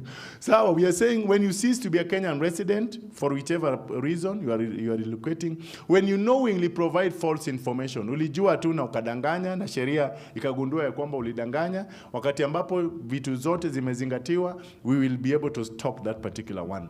Then we are saying the board determines that the beneficiary is no longer in need. They have done the means testing. They have done what we call recertification. Wamekuja wamekuangalia tena, wamepata at the point when we administered the income threshold, you are falling below 4360 for rural areas or 8,000. When we came, after we administered for 2 years or 3 years, sasa tumepata we income threshold yako hata kama unakaa mashinani ni 20,000. Therefore, the board will determine and say you no longer qualify by virtue of your income threshold. Then G, we are saying any other circumstance that the cabinet secretary may prescribe in the regulations. It gives the cabinet secretary the powers in consultation with the board to be able to give any other condition where we think that you can fail to qualify. I'm not giving chance for questions, so ngoja tu. Alpeana. Your time is up. So we are gone. So the registry, I'm finishing. So usikonde, I'm finishing. Sawa. And you know pastors finish how many times? Wachungaji wanamalizanga mara tatu. That is the practice. That is the pulpit practice. Anasema ufunuo inakuja. So the board establishes a social protection registry, and then these are the functions of the registry, that it is used to maintain inventory, facilitate selection. That is why Shaban could hear saying, now, by the virtue of this law, hakuna vile utaenda mahali, you will have to get your data from the social protection registry, Rastas.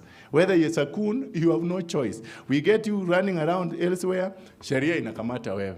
Social protection registry shall become the single source of data for all social protection programs in the country. So whether it is identification, whether it is provision of social, whether it is linkages and referral, basi inakuishia hapo. Then part 4 is on offenses. So good, yes. Just to let the group know that the data is already being used by several counties.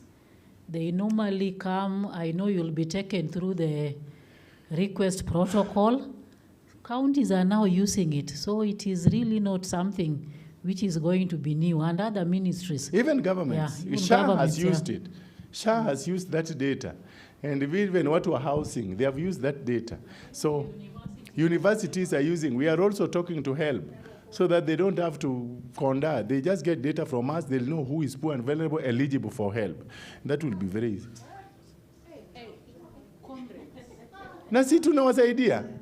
No. Okay, usifungue mjadala. We tulia tu, ukitulia utasema ukweli, Richard, we need this like yesterday. Because who is help supposed to support? Are they not poor and vulnerable? But are there not many instances where help is supporting those who are not poor? And they get full loan. Wale na yule mwenye ametoka kabisa hana chochote, getting a quarter. What have you done? You have killed the future of that person. Hey, thou shalt be sad, but for a moment. So anyway, concludingly, that is the last part, we have obstruction, the offenses. You can obstruct the way things are done, or you give false information, or unlawful disclosure of information. Hiyo ni officers. Amepewa data ya watu, anaenda anashiriki kwa njia isiyo stahili, ama fraud, ukora tu, ama misappropriation of funds by the caregiver or the representative, they are called representative, or even by the beneficiary themselves. If you find that you are not using the funds for the intended social protection objective, tunakungoa. Then the last part is on miscellaneous provisions, where we are saying the cabinet shall establish a social protection fund, and that should be established according to PFMA. And then the other provisions are simply 48, which is the most important, which we'll get at our next session, because that is where you have specification on which areas of the act will the cabinet secretary develop regulations on. And if you remember how sensitive some of those areas were, and how you are really engaging and inquiring what should happen, then the issues of eligibility, the forms that are going to be used for application, the issue of how do you classify the persons in needs, what are the terms and conditions under which the benefit will be granted, what are the norms and standards for the provision of those benefits, what manner of, in which register shall be maintained, and then you can talk to the protocols and methodologies for targeting beneficiaries, and then the methodologies for graduation. By the way, for that H, because I may not come back to it, this is the one the parliamentary committee, when we went to defend the regulations, really, walitutoboa atuku Kwana defense, they said, let the regulations unpack clearly, because this is the investment case for social protection. This is where you can show the value of social protection, that people can actually come out of poverty through well-designed social protection programs. So we didn't define that in the regulations, and they said, please make sure that this is where you develop a very robust regulation to tell us how you are graduating people out of poverty. But then issues of grievance and case handling, exit criteria for social protection interventions, and the manner of appointment of representatives, hiyo ni sawa kabisa. Repeal and transition provisions, wengine wanauliza, the act was repealed, staff watakuwa transited, whether for DSA or for NSPS. Hatukuiweka vizuri, lakini Mungu atatusaidia. Obligations and liabilities, and then vested assets. Hizi ni vitu zenye zitaenda kwa board. So we were saying, kama kuna assets zilikuwa sahihi, transition ni kwamba tukienda kwa hiyo board, hizo assets zinaenda huko. Kama kuna sheria, vitu cases zilikuwa zinaendelea, board inachukua hizo cases. Kama kuna directions and orders zilipeanwa, ifanywe, wata inherit, wataruka hizo. So itaenda na hizo liabilities na assets zote. That is what we are saying. And then finally we just say thank you. What else? Tusimame tafadhali, naomba. Please, let us be upstanding. Okay, tusugue. Because of that, hiyo ni kwa sababu between us there is ranch also. Because of that, thank you. We have a session in the afternoon, very important, and we have a very important presentation from the team again from the Secretariat. So we won't allow questions because of time. You know, we are already at almost 1:30. So we are requesting for that understanding, and I want to request Arnold just for 1 minute to explain something about the photos, and then another volunteer to say the prayer for food. We go for lunch because also the hotel guys are waiting for us. Thank you. All right, so I hope you've enjoyed the session so far. I'd like to request the QR code for the photos to be projected. So, colleagues, the photos that we've taken today can be accessed using the QR code that you can see on the screen. So you can scan it at your convenience, so you can access them. Again, I'd like to request you to do a small exercise by approaching someone whom you've not spoken to in the room, and then you can take a selfie with them. Do you know the reason why I'm telling you that? Because that person is a VIP and you don't know. Very important person. So please walk to someone and then take a selfie. Even for the memories, for your memories, for the conversations.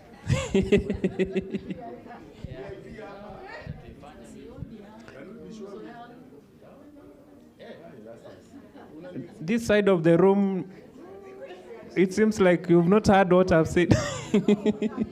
Okay. VIP. VIP is here. Someone is saying very responsible person. No, VIP, I mean very important person. It can be more than 2 people. Don't worry.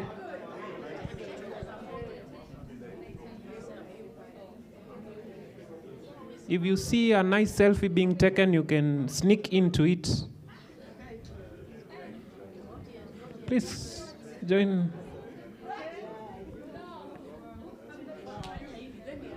Have we taken a good selfie? Just check if it is looking good. If not, retake.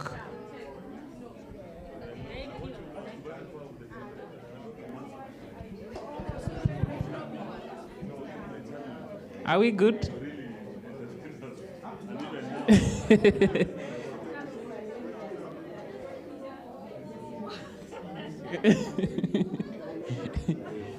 Okay.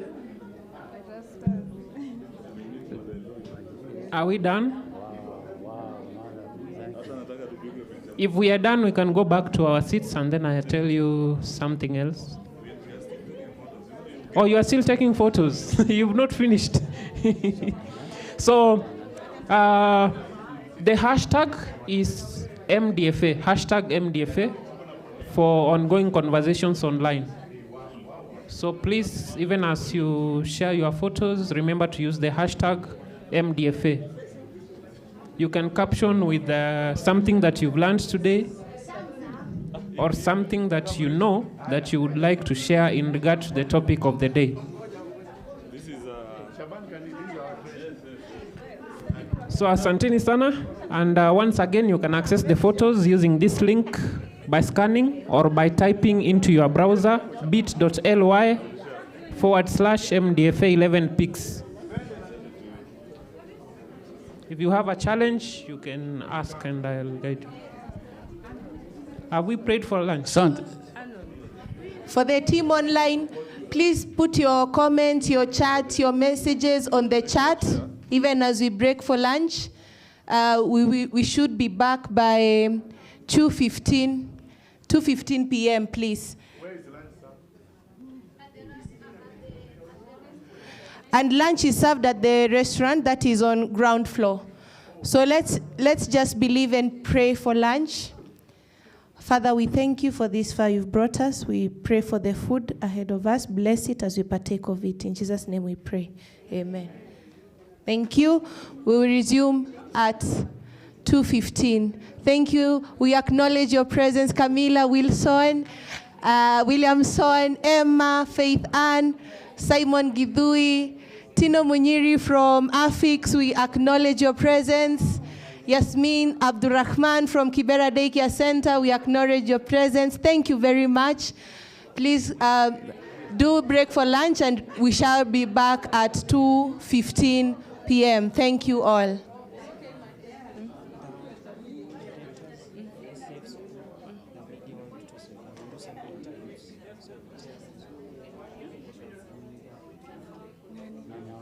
Okay.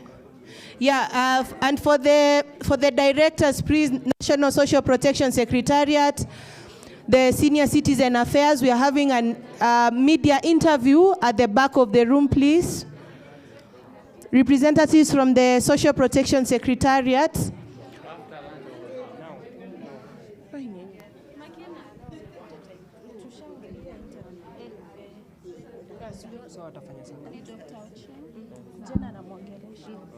Then Madam Jacinta.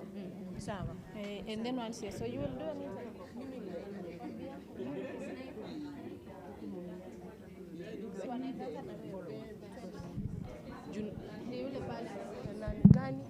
Nipatie nini?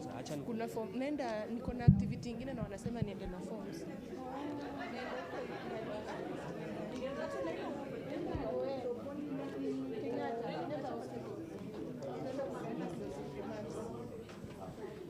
So, hi. This is the lady. She's my Makena from Sukun. Okay. So she will speak on behalf of CSOs and also the secretariats, when you're the host of today. Okay. Yeah, but she wants to.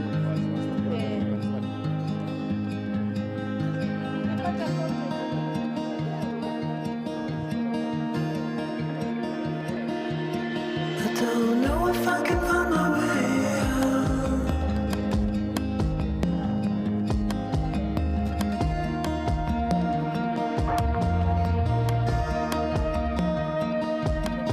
I'm stuck in a prison of doubt. In this torsion, and everything is growing up past the room to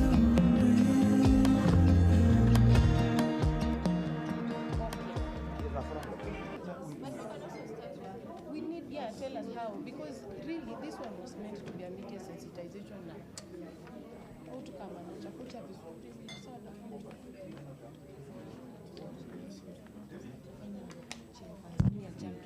Okay. But don't disappear. Usiende before coming. Dr. Chen, you're going first? Oh, tunasema uende pale. Tufanyie kwa hizo bana. And they are affected.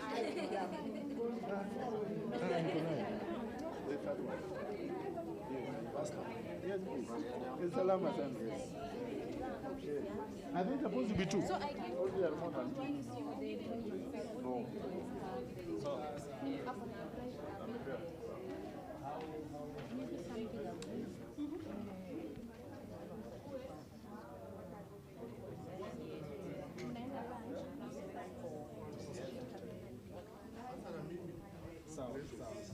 Just two steps back. 3 steps, some are 2. Where do you start the steps? From here. Yeah. One step this way.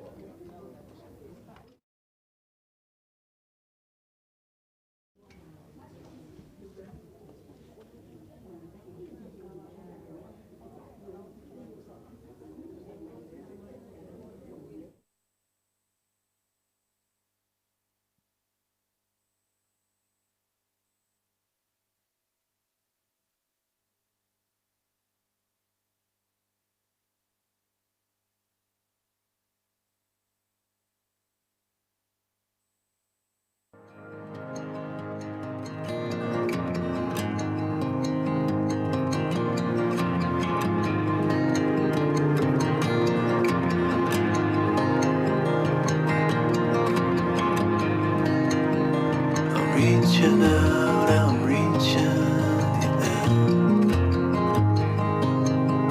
The water is rising over me. The water is rising.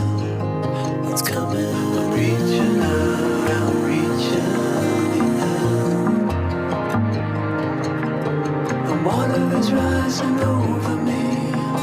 The water is rising. I'm reaching. It's coming. I'm reaching.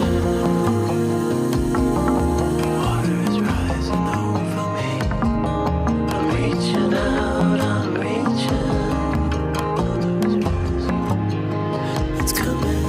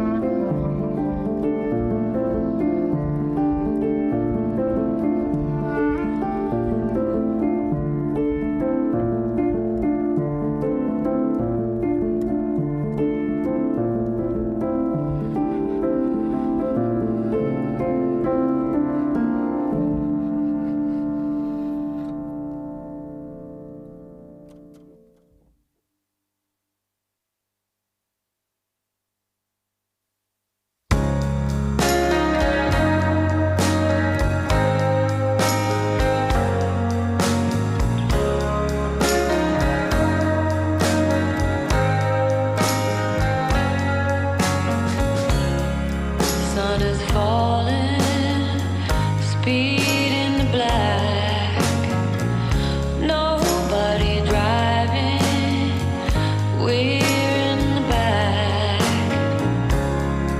to the end of the world.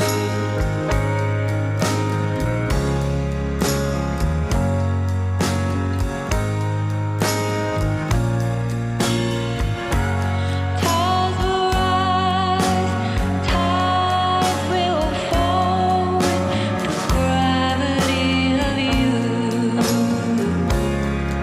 to the end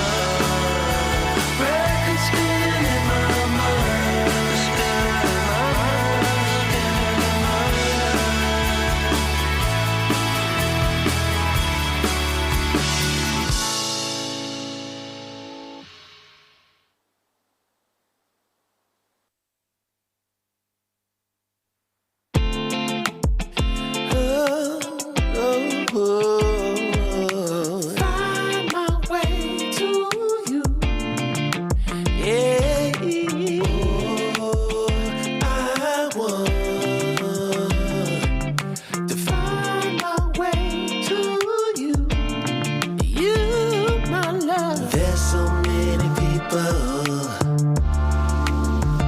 who say that they won't when they will. I could use some motivation,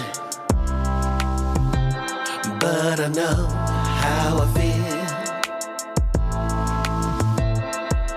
Faster than you like, it's over and that's the end.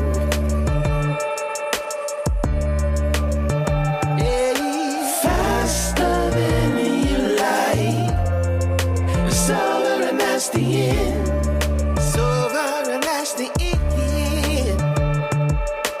Oh, I want to find my way to you. Yeah, baby. Oh, I want to find my way to you. Gotta find my way, baby. I don't need a reason to say what I want when it's real. If I see you acting patient, you never know your last meal. Faster than you like, it's over and that's the end.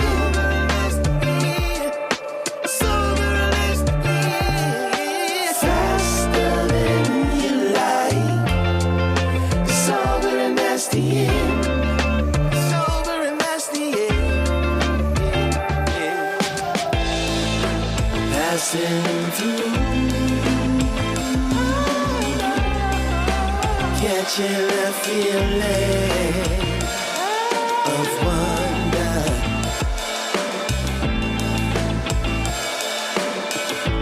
Can't stop till I feel that way again. Oh, no. Find my way to you. Gotta find my way. Find my way to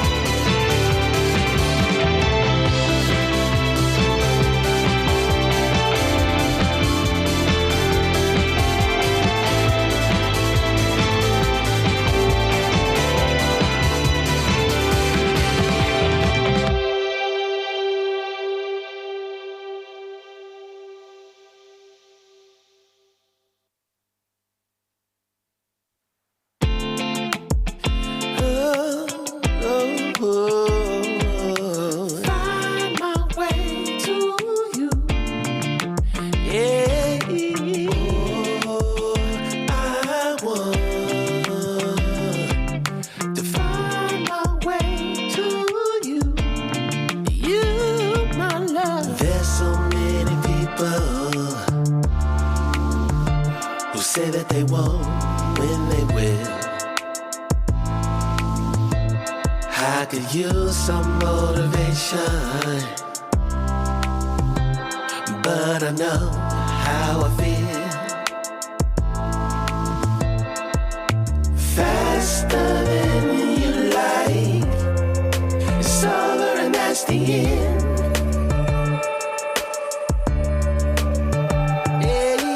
Faster than you like, it's over and that's the end. It's over and that's the end. Oh, I want to find my way to you, yeah, baby. Oh, I want to find my way to you. Gotta find my way, baby. I don't need a reason to say what I want when it's real.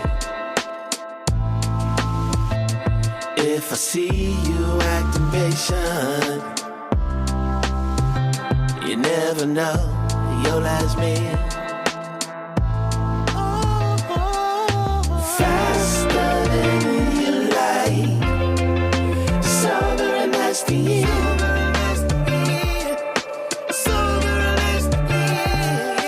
Faster than you like, it's over and that's the end. It's over and that's the end. Passing through, catching that feeling of wonder.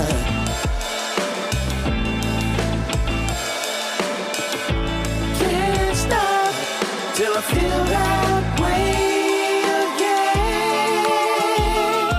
Oh, no. Find my way to you. Gotta find my way. Find my way to you. Gotta find.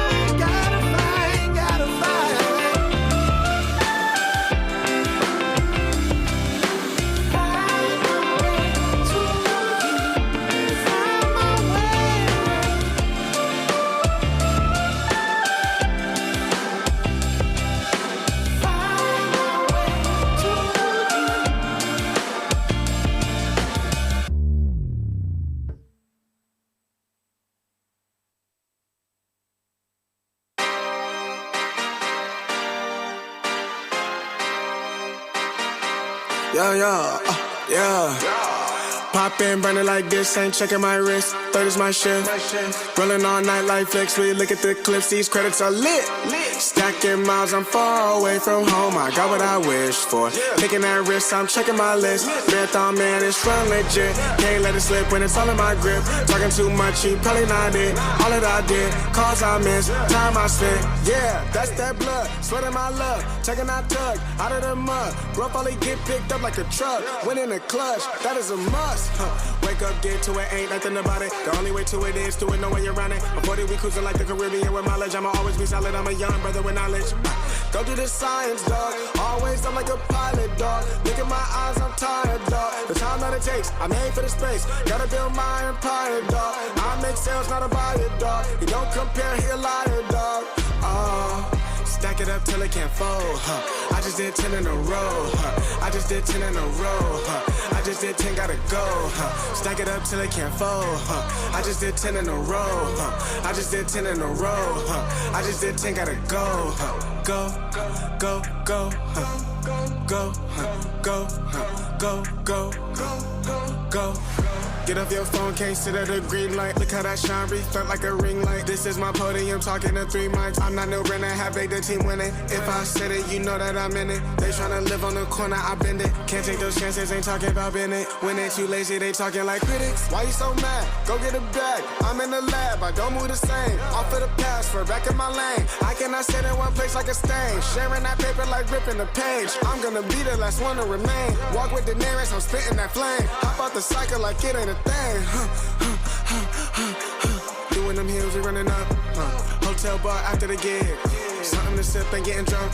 With a queso, baby, we gonna dip. Was not bad in my apartment. Started hitting the target. Started flooding the market. Started moving smarter until we rose about the garden. Stack it up till it can't fold. I just did 10 in a row. I just did 10 in a row. I just did 10, gotta go. Stack it up till it can't fold. I just did 10 in a row. I just did 10 in a row. I just did 10, gotta go. Go, go, go, go, go, go, go, go.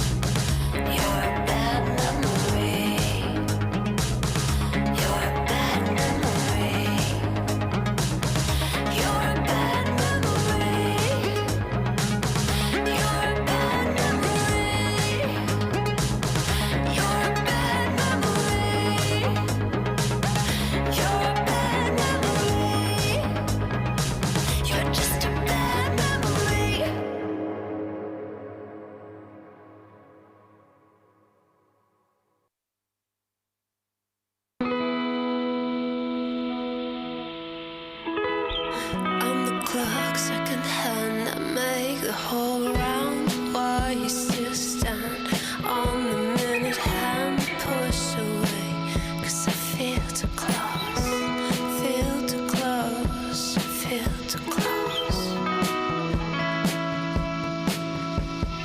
Used to put love on scale, hope for the other side to fail. When the night was enough to talk away the haze of the day.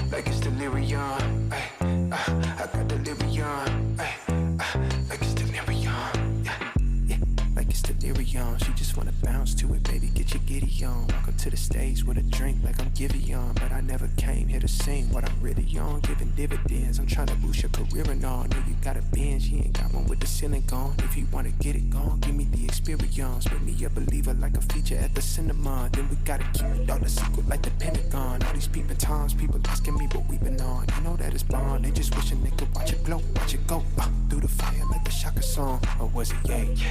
Either way, she gon' play the PlayStation, I'll play the Xbox, good gracious. I'm so grateful, it made me say thank you, yeah. I swear she drives me crazy, think my brain is gone. Man, I just can't shake it like delirium. When I get this faded, your body, I just can't shake it. And I just want you to run up on me all night long.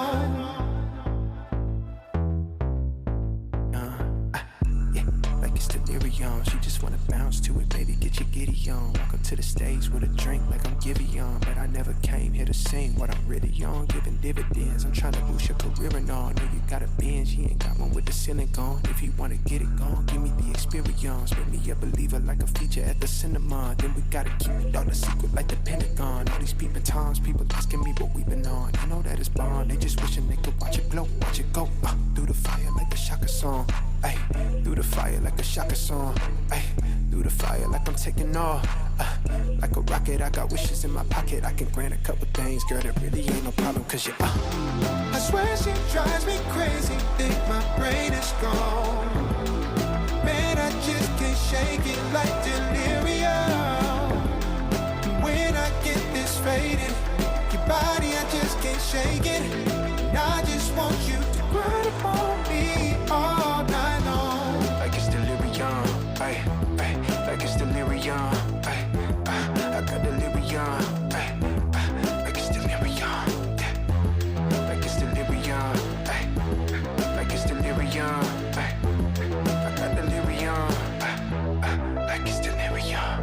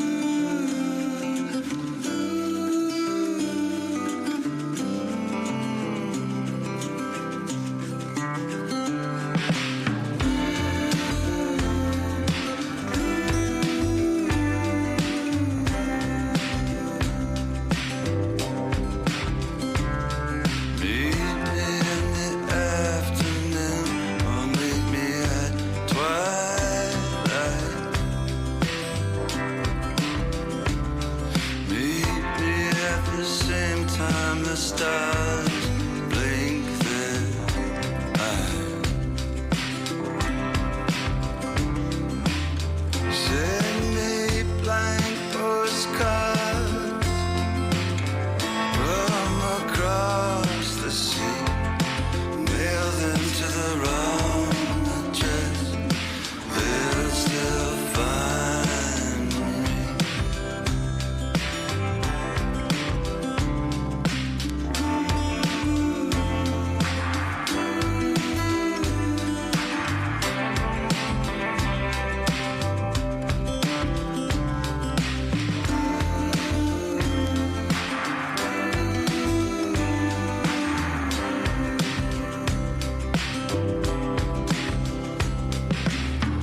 I was on my way, I was almost there.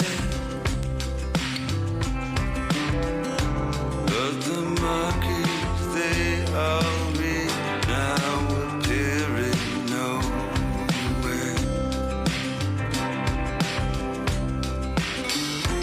Let's go to the carnival. You can cut me in half. I'll do anything for a laugh.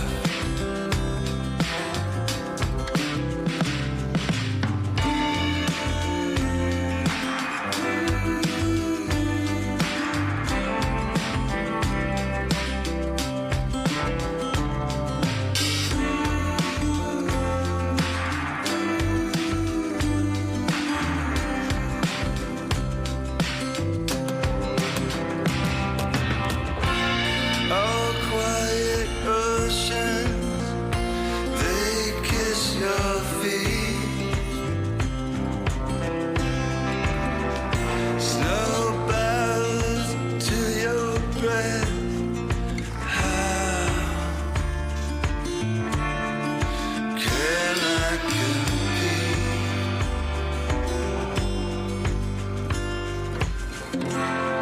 The mirrors are slanted,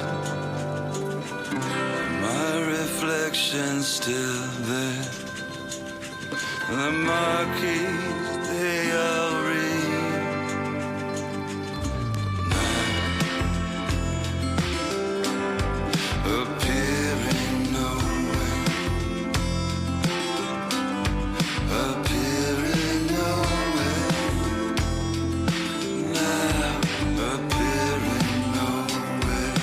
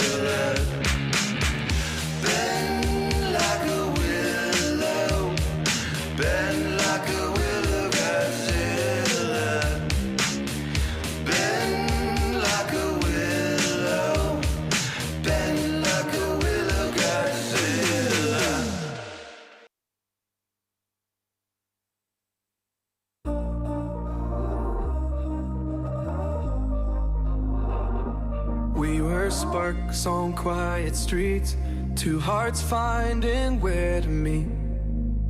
But life pulled us apart, left me talking to the dark. If I called you tonight, would it feel the same? Or have we both moved on to different names? Take me back to the start, before the quiet and the scars. When the world felt small and your hands felt warm. Take me back to the start, if only for a moment. I've been up since 3, scrolling back where we used to be. Half truths in this late night chat, both of us knowing what a lie that. Funny how we talk like we're fine, but your name still lives in my rhyme. Take me back to the start, before the quiet and the scars. Take me back to the start, before the quiet and the scars. When the world felt small and your hands felt warm. Take me back to the start, if only for a moment. If only for a moment. If only for a moment. Take me back to the start, before the quiet and the scars. When the world felt small and your hands felt warm. Take me back to the start, if only for a moment.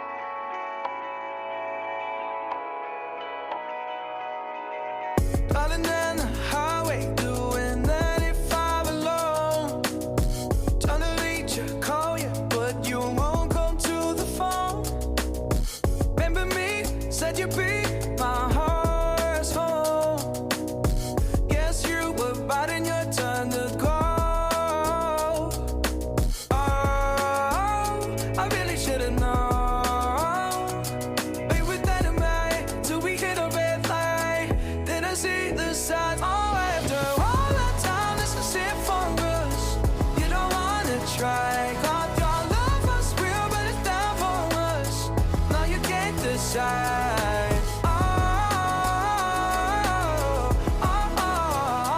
After all this time, this was it for us. Change your energy, yeah, you switch things up. Now you seem brand new to me. But was that even for? Was you playing your games? Was you really bored? No. I really should've known.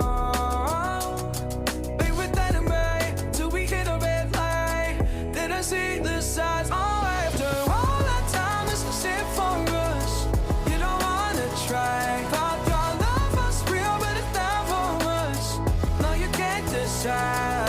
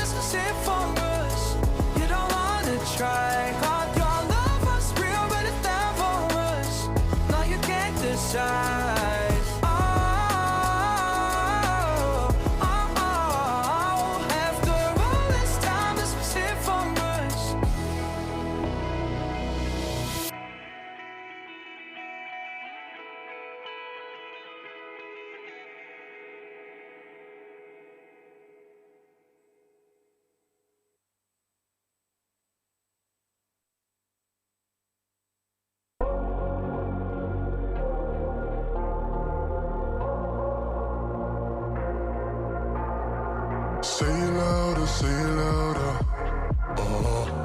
Feel the moment, feel the power. Bring the animal back to life. Bring the energy one more time. If you feel like letting go, you can take control. You can turn this all to something beautiful where you feel life gets you down, down, down, gets you down, down, down. Say it louder, say it louder. Feel the moment, feel the power. Bring the animal back to life. Bring the energy one more time.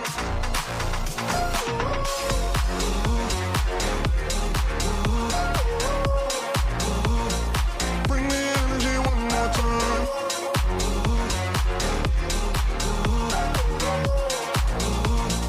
Bring the energy one more time. Say it louder, say it louder. You're the question, you're the answer. Bring the animal back to life. Bring the energy one more time. If you feel like letting go, you can take control. You can turn this all to something beautiful where you feel life gets you down, down, down, gets you down, down, down. Say it louder, say it louder. Feel the moment, feel the power. Bring the animal back to life. Bring the energy one more time.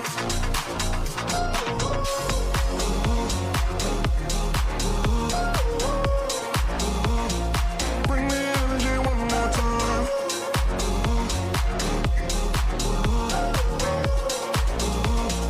Bring the energy one more time.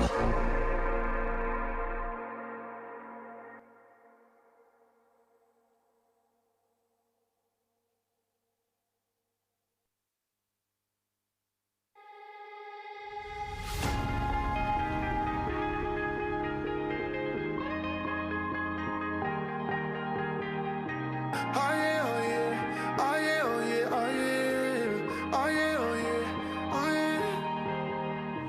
Hey there, what you drinking?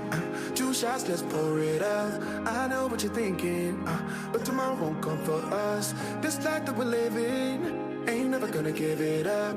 Double shot for the gifted, one more for us. There you go, drink it up. All this love in a cup. Yeah, we go slow, we go fast. Yeah, we can't get enough. We stay all day, all night, living in paradise. Remember, you don't get it twice. The time of your life.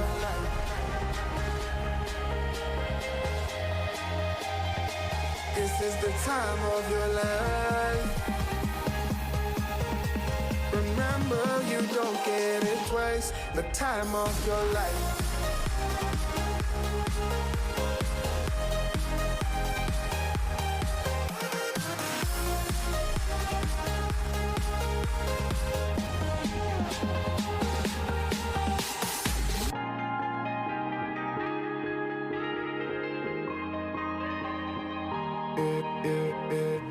Don't look at the past, no, we're not going that way. Oh, now make it last, make it last to the break of day. No matter what people say, live life in a fast lane. Double shot for the gifted, triple shot for the pain. There you go, drink it up, all this love in a cup. Yeah, we go slow, we go fast. Yeah, we can't get enough. We stay all day, all night, living in paradise. Remember, you don't get it twice. The time of your life.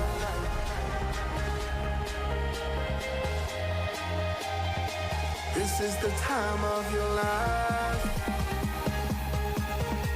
Remember, you don't get it twice. The time of your life.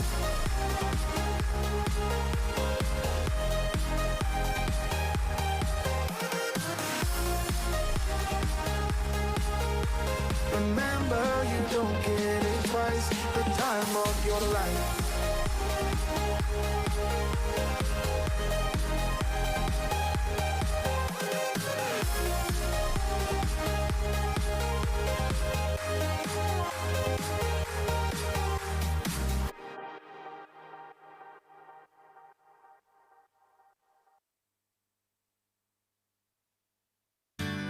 Spending the night in Dixon,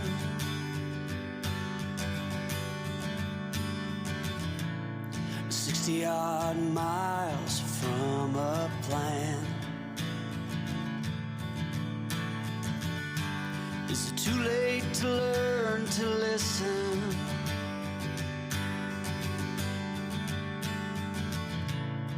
Too late to be less a man? How many yesterdays are between us now?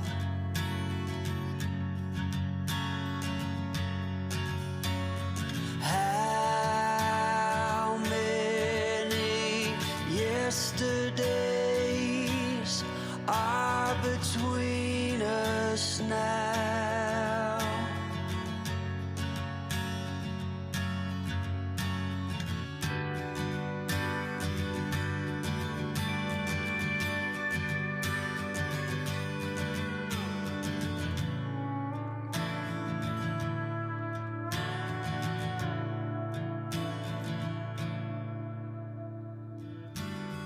Carried it on,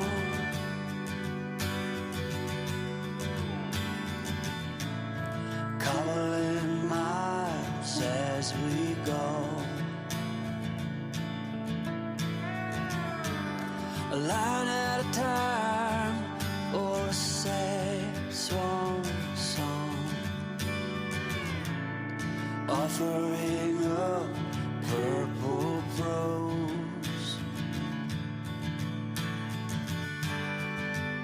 And I'd find you if I could, invite you to the final act. But I think it's understood,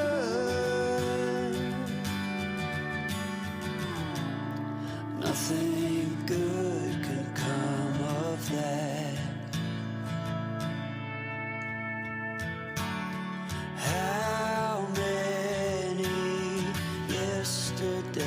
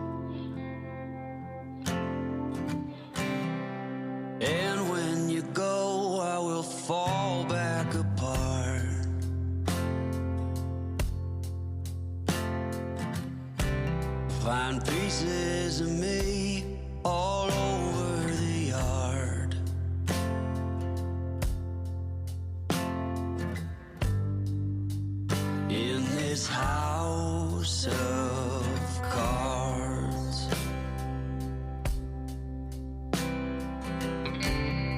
She says, hey man, there were just too many days.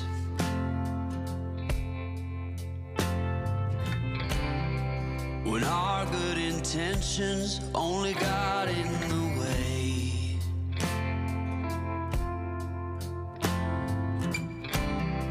And I almost never know what I should say.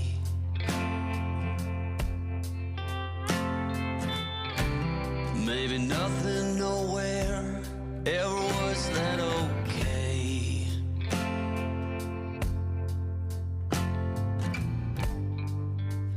In this house of cards,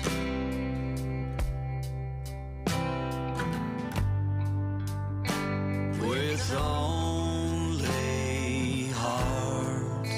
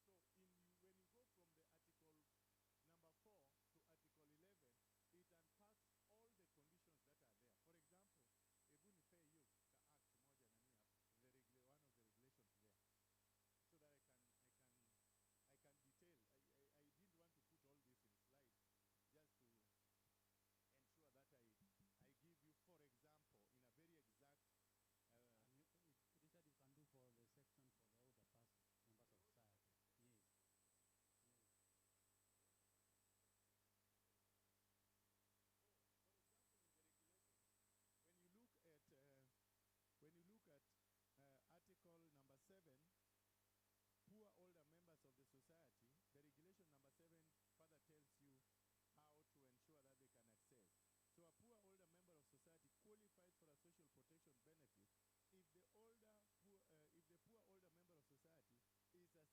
society is a citizen of Kenya who already unaona amechukua ile overall eligibility ya act ile ya citizenship. Na anasema who, number 1 or A, living below the income threshold provided for under subregulation 14. And we will come to 14 and see the income threshold, how it is calculated and how it goes back, the 4,000 for rural and the 8,000 for urban. Has a chronic progressive condition. Because you may say, this person, yes, meets this particular condition, but together with that, you also find that huyo mtu pia akona an underlying condition, what we call a progressive, chronic progressive condition, according to the council. And then can also have a disability, that is number C. They don't have to apply collectively, niseme hivyo. So you don't have to say, eti lazima awe na A, B, and C. No. You can be having any of those conditions in addition to what has been defined. Or persons, or vulnerable children. Number 6 says, a vulnerable child qualifies for a social protection benefit if the vulnerable child, A, the parents are citizens of Kenya. Number 2 is poor, has a chronic progressive condition, has a disability, has a parent or caregiver who has a chronic progressive condition or disability, living below an income threshold provided for in Regulation 14, and is a child-headed poor household. You see, there are different conditions. Sasa unajaribu kunayo tie the end of that person. Kuliko kuyacha tu a vulnerable child. Somebody would be wondering, sasa vulnerable child, ni nani ana qualify? So the regulation comes to unpack that part and tells you that these are the conditions that somebody, a vulnerable child, needs to meet for them to be able to qualify for a social protection benefit. I have not put all those in a slide because of time, but there are things that you can access and be able to read. For example, unpaid, deficient and unsupported caregiver, unpaid, deficient, regulation number 12, and unsupported caregiver qualifies for a social protection benefit if the caregiver is a Kenyan citizen who, living below the income threshold provided for under Regulation 14, is an unpaid primary caregiver of a person in need, has no alternative support from another caregiver or reliable income, or is a primary provider of regular full-time and unpaid care. Mambo iko hapo maswala kadhaa, but already you can begin to understand that now the regulations give you a more refined and last mile detail on who is able to benefit from a social protection benefit. Up ni juu, kupiga ni nani? Yes, yeah, tusaidie microphone pale.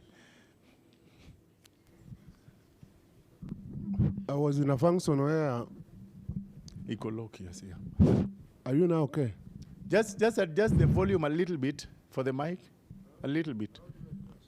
Yeah, it's okay. It's okay now. Yeah. I was in a function where somebody asked me why you have to wait until, in the Bible, you are given up to 70 years. After that, you are supposed to go.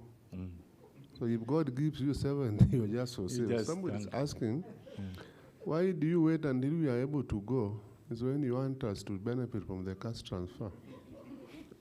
Yeah, thank you. Then another question. Yes. Somebody who is not 70 years of age. Yes. Is he able to, nowadays the people have access to the court and the rest. Can he take you to court why you have not taken him on board when he feels to be on board? Yes, thank you for those two questions. Number one, the Act now cures that by speaking to the age of older persons, 60. So the moment you are 60 plus 1 hour, you are now qualified to apply. When this thing comes to effect, ideally the program 70 plus ceases to exist because now it acknowledges poor older members of the society. It will begin from 60, now and apply hivyo. Number two, is any person who may not be 60, may not be an orphan, or is not a person with disability, 55 and poor, 40-something and poor, that person has the right to apply for a social protection benefit by virtue of this clause here. If that person feels that he is in poverty, extreme poverty, which irrespective of the age and the category, that person can apply and be considered. If they don't provide for you, you have appeal mechanism. Lakini sio kama sahi, in the current program before the act, you realize that those people did not have a place because kama sio eti kuwe taken care of by CTOVC program, awe caregiver wa CTOVC ama PWSD, him as a person or her as a person could not benefit because you are not yet 70, you're 60-something, and you are not taking care of an orphan, or you are not taking care of a person with disability. That was a problem. But right now, with this act in place, those people, they can easily fall under persons in extreme poverty, and they will be covered.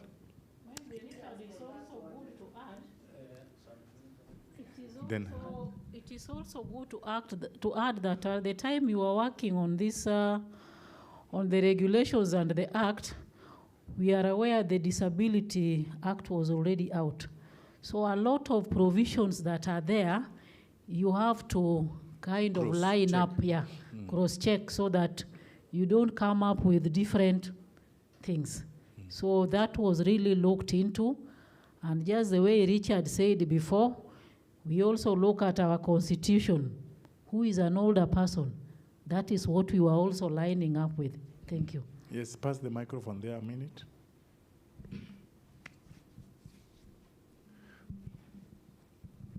Okay, I'm thinking about that crowd of the provision of persons in extreme poverty. Yes. And you have said now, irrespective of the age, if one can prove is an adult but in extreme poverty. Yes. How will it go? And I'm thinking even the youthful people who are not employed can prove that they are not able to get that 4360 in a month.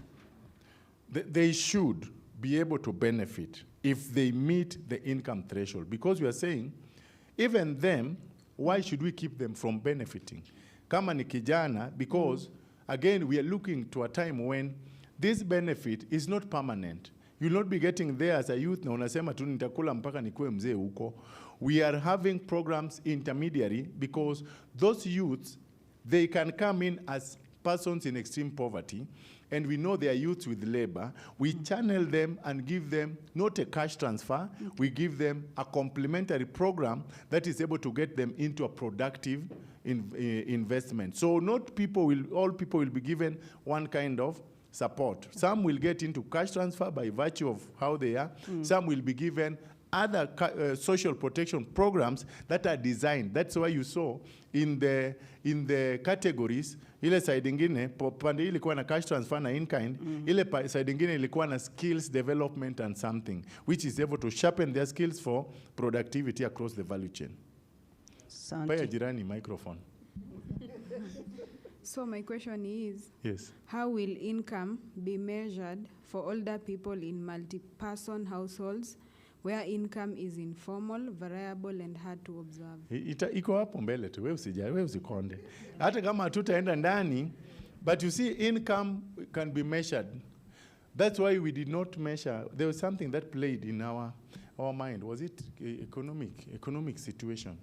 And we used income threshold because you can use either proxy means or you can use combined. You can use a PMT to be able to calculate a household's income so that you know their welfare. You can use that's why the tool is there.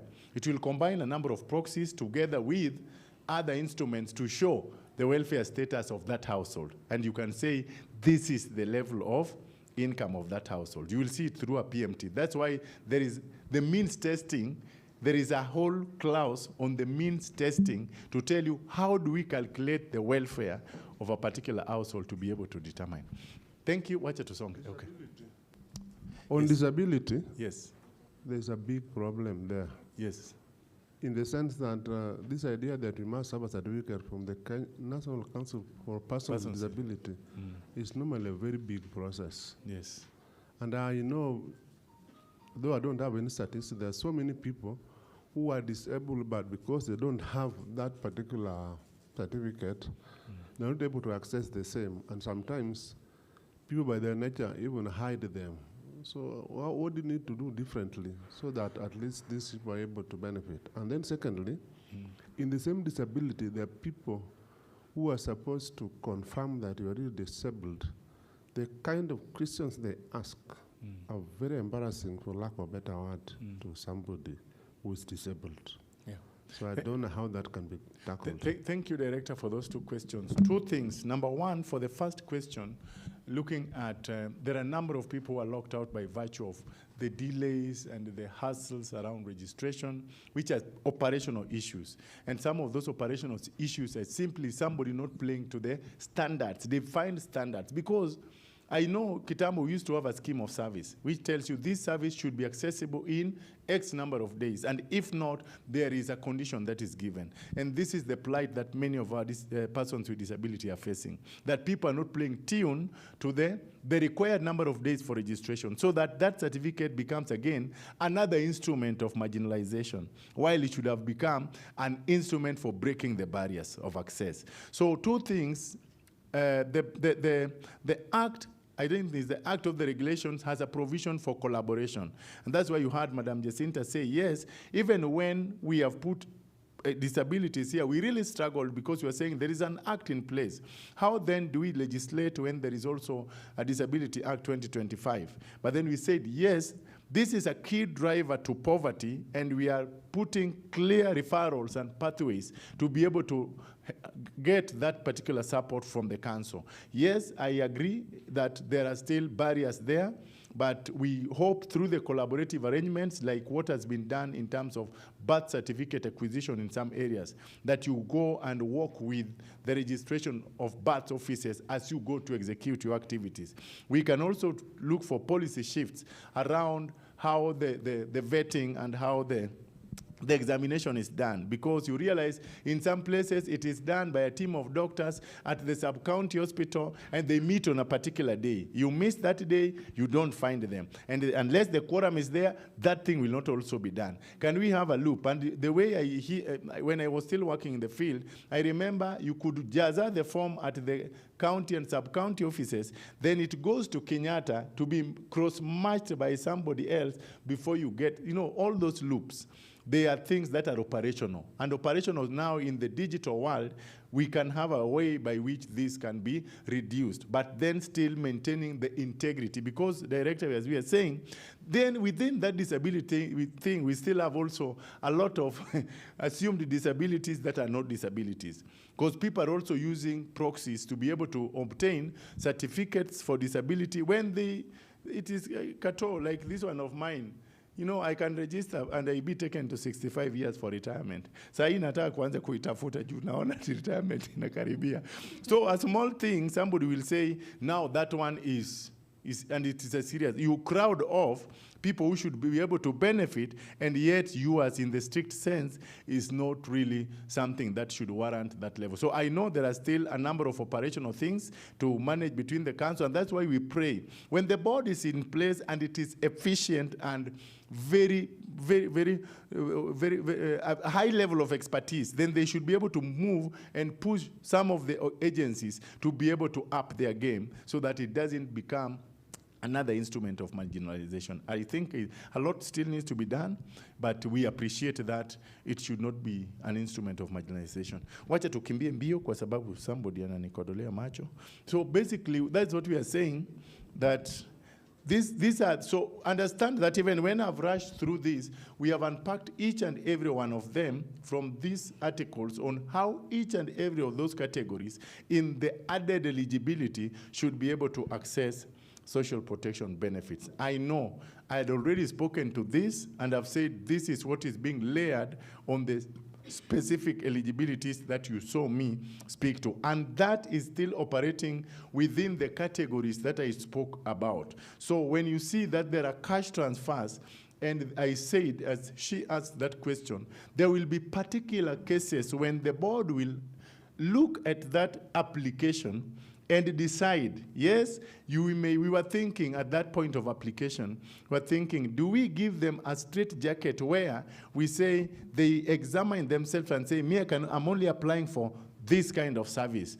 Or do we say we give them and then give a leeway where somebody can be able to now, based on your objective examination, utasema huyu wacha tumweke kwa hii mradi kuliko hii. Those are things that will be sort of fine-tuned, but then that's why I was answering, mtu anaweza apply. Kwa sababu, you know, applications will come from every quarter. Ikikaa kivyao, and you know, people can misapply. Mtu anaweza sema ana apply kama disability, lakini ukiangalia hiyo case kwa undani, unapata kumbe ni case ingeenda kwa an orphan or kwa sababu alikuwa orphan yenye akona disability, but ukiangalia mahali anaweza faidikia vizuri ni kwa disability program. So those are some of the small rooms you are leaving for the board to be able to make some of the decisions even when the applications have come. So that I say, this one I give in kind, this one I give an in kind of 3 months, so that after that, ametoka kwa hiyo danger. For example, it was persons in extreme, in a shock situation. You just give that support for the duration of the shock, and then after that, you transfer or refer to another service for resilience building or for recovery. Or I give this one a cash, or this one will require a respite care, and I need to do a referral to somebody from the health section. Kwa sababu najua kwangu, I don't provide that service. That service is being provided for by the medical practitioners. So I will be able to do effective referral for some of the specific things that we may require to administer. Tuko pamoja mpaka hapo? Is somebody happy? Hey. Ni sawa tu, tawavumilia tu. Part 3 is further administration on that. And that is where I know it might require a lot of time, which I may not really engage in, the application process. And I just highlighted for the older persons, because that is the convening we are looking at here. And when you look at registration in the regulation number 12, part 4, if you had accessed the regulations, na uangalie 12.4, inakwambia how now the older persons, I hope I've not lost somebody, nimeanzia mbali kwa act, na nimesema act imetambua ya kwamba kuna person in need anaitwa a poor older member of society. Na nimekuja nikasema kuna eligibility ambayo inakwambia na huyu older member of society in, I think, number 7, how should he qualify? Hiyo nikakava in number 7. I think that should be number 7. Yes, number 7 nikakwambia who as an older member of society is able to qualify. See, hiyo tumepita. Then we are saying, sasa nimeona nime-qualify. How do I apply as an older member of the society? So the regulations in regulation number 12.4, sub-article 4, now unpacks to you the process an older person can use to be able to apply for a social protection benefit. Ambia mwenzako tuko pamoja mpaka hapo. Unless kama watu wa nyuma tuko pamoja. Nilisema nyinyi ndio mita yetu, mkikwama klasi imezama. So we are saying number 4. Let me read verbatim. Where an application under sub-regulation 1 is made on behalf of a poor older member of society, the applicant shall attach a copy of the following documents. Now we are zeroing in on how then tuko kwa safari ya kuingia kwa system. Tulidefiniwa huko nyuma kwa act, tukakuja tukaangaliliwa kwa kichungi cha eligibility. Sasa tunataka kuweka mguu kwa ndani ya jinsi ya kunufaika. Tuko pamoja? And you are saying now, this is what they'll do. Number 1, and that's why you saw the 3 major eligibilities. One of them is registration. So they will attach the following document: an identity card of the older member of society to prove that indeed this person is 60 years and above. That is proven by the identity card. Kama akona passport pia lete, hatukatai. Bora akona. But walisema the official document for identification is the national ID card. Where the identity card of the older member of society is not valid under paragraph A, a valid passport issued to the older member of society under the Kenyan Citizenship and Immigration Act. Tumesikia the second document. Haya.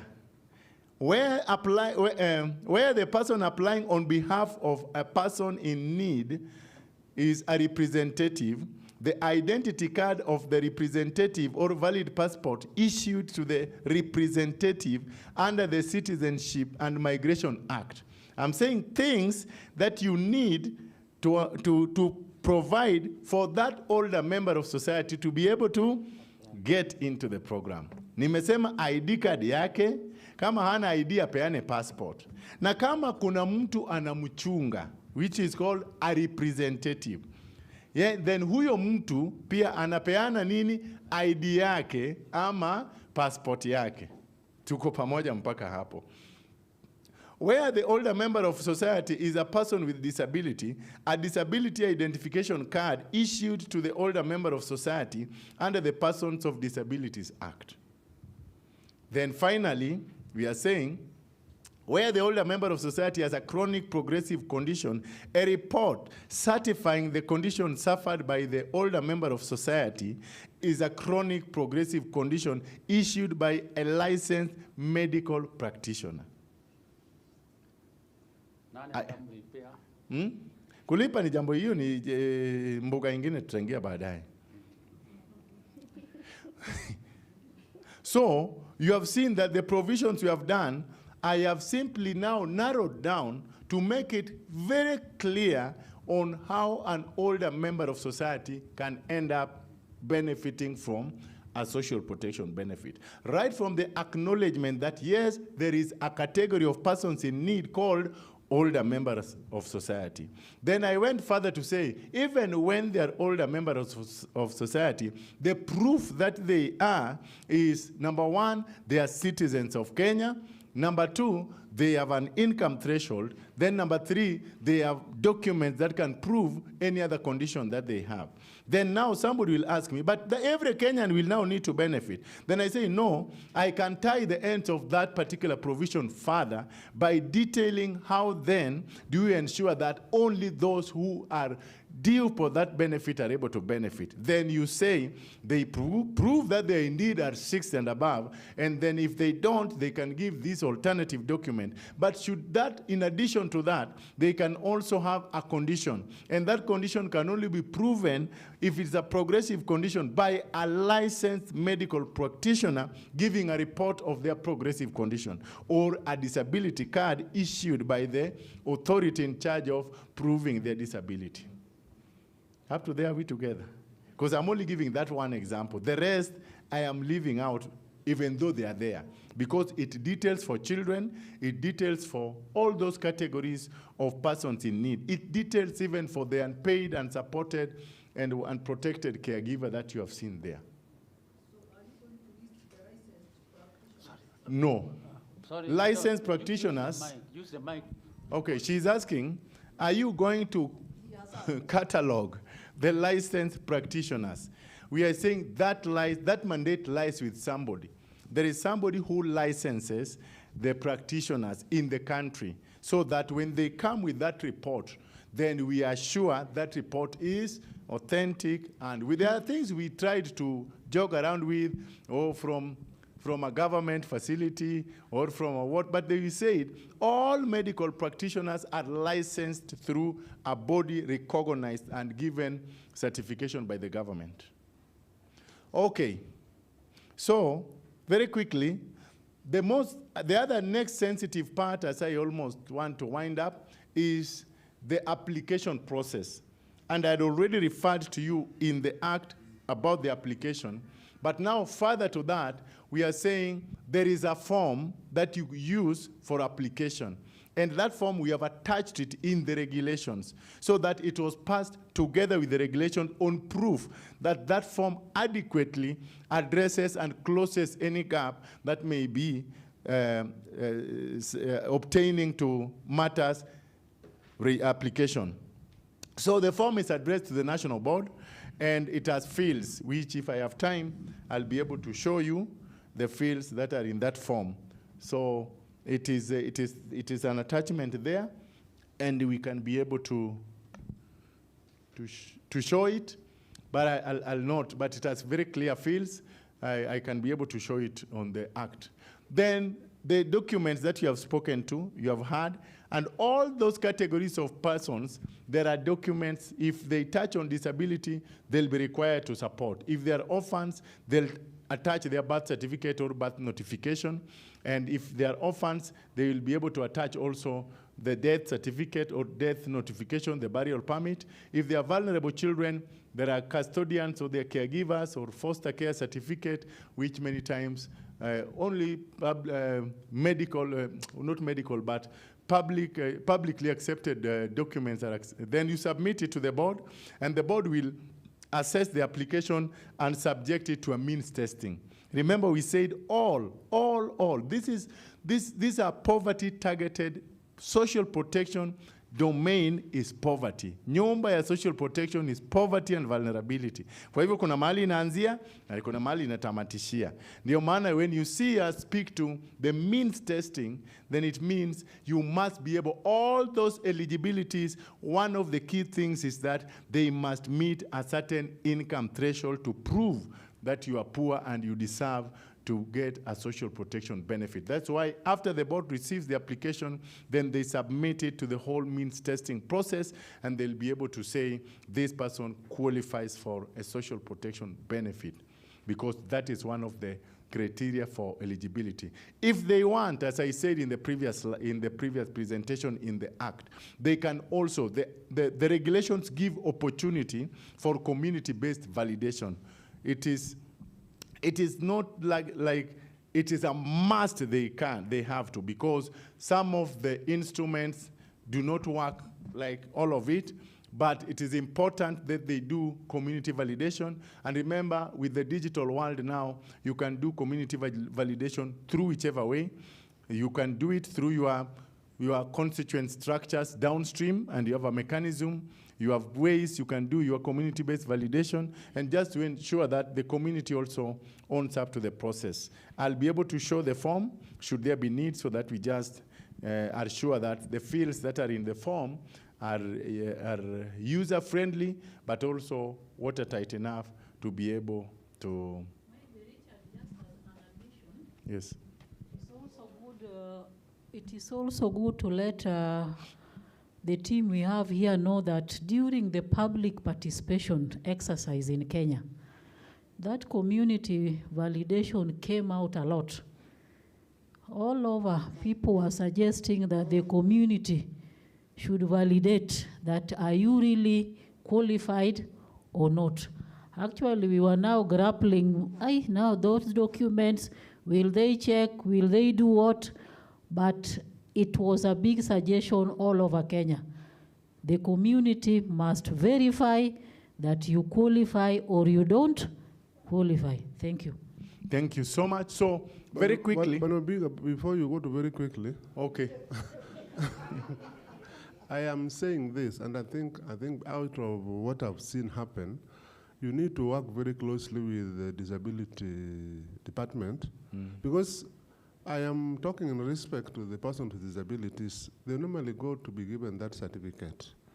Then after 5 years, they're supposed to again to go through the process, and it's normally a very rigorous process. And common sense tells you that if I've lost this limb today, and I'm on a wheelchair, why must I continue to be dragged going for this thing to check whether my limb has surfaced again, and it went?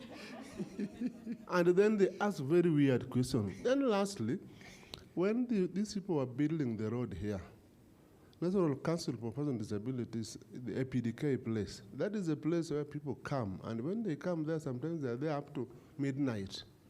Somebody who does not have means has to travel, has to try his means from Safaricom or flyover, or that roundabout. I don't know what happened with our ministry then. That flyover should have been put to connect to this. To connect to the So facility. somebody must have slept on the job. So me, I'm of the opinion that this idea that somebody has a disability, you lost even a limb, then after every 5 years you are dragged to go and prove that is your limb there or not the there. limb is still missing. It's very unfortunate. Thank you. Thank you so much, Director, for that comment.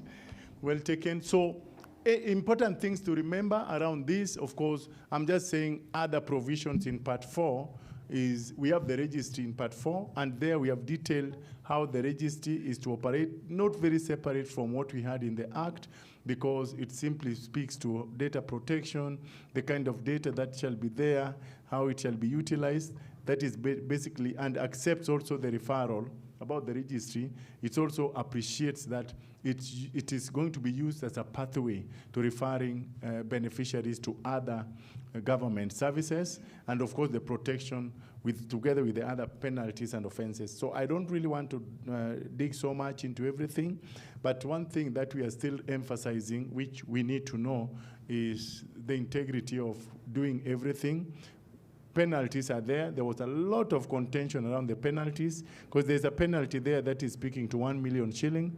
There's also the one on recovery of whatever misuse of social protection benefit. For example, you obtained through fraud and you took payment that is not yours, and they're saying that it shall be recovered from your estate or your assets. And somebody was saying, if this person is already poor and by default aliweza kukula pesa hiyo ya serikali, alafu sasa unataka kumpoverish zaidi kwa kukusanya mali yake na vitu zake zote. Ikawa mjadala mkali, lakini tunasema sheria ni ya kuzuia uhalifu. Si ni kweli?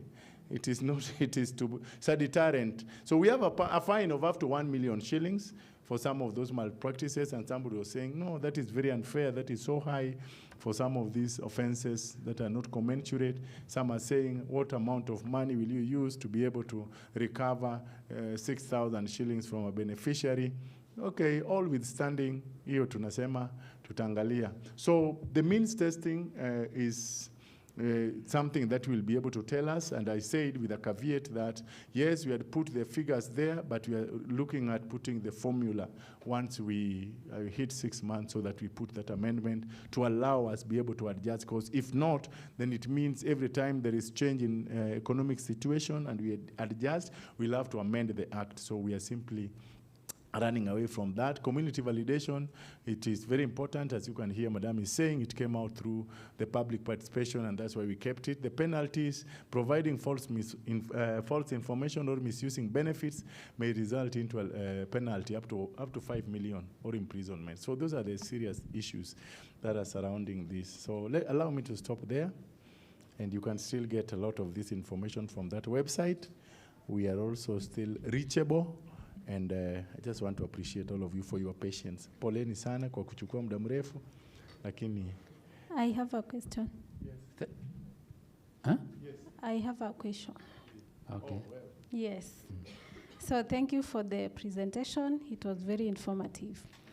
I wanted to ask, we said after application and the other person or the beneficiary thinks that they still qualified, but they got rejected, they can submit an appeal.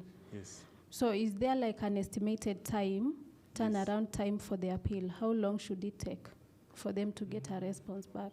I know there are places we provided duration for, but the appeal, I think we didn't, because the appeal, some of them have, you see, like you appeal to the Office of the Ombudsman, or you appeal through the High Court. We don't have control over that, because for the ones that come to the board, that is where we have a duration of time. I'll double check, let me not say, where the board is bound to give. By the way, in between those regulations, even applications, and they all have timelines.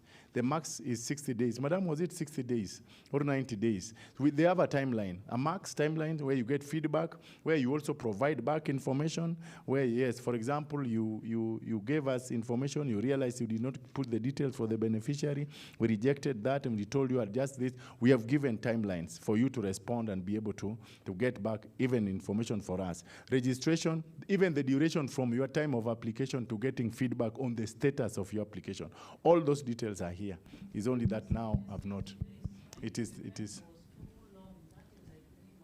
Yeah. Yeah, so a lot of details are in the regulations which we could not simply put to the table because of the time we had. But I invite us to read through, and we'll get a lot of information. There is a hand there and another one there.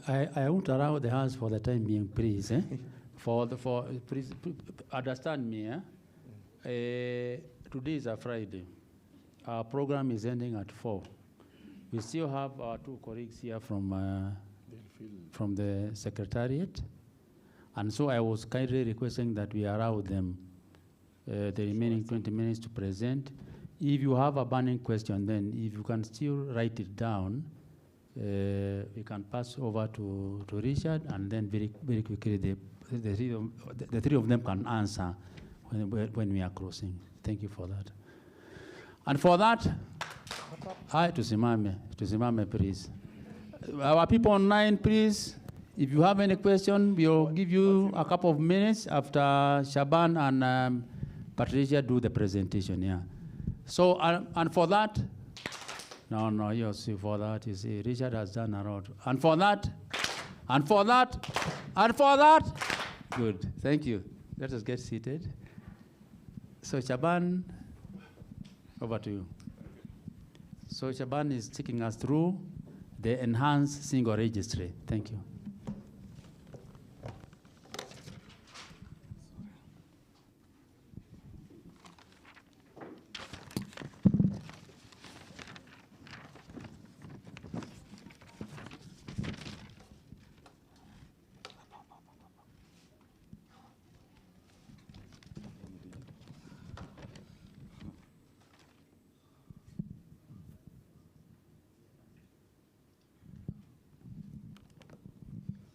Good afternoon, everyone.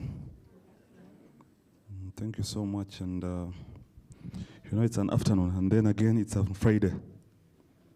So this will be the technical part, I believe so, because we are going into the, you know, understanding the system, you know, how we will be able to collect the data and rank, you know, all these data.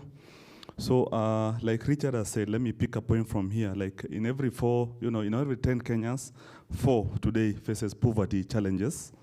And therefore, I believe, you know, programs like enhancing a registry actually ensures that no vulnerable household is left invisible. So that's why we collect this data in readiness or preparation for you to use.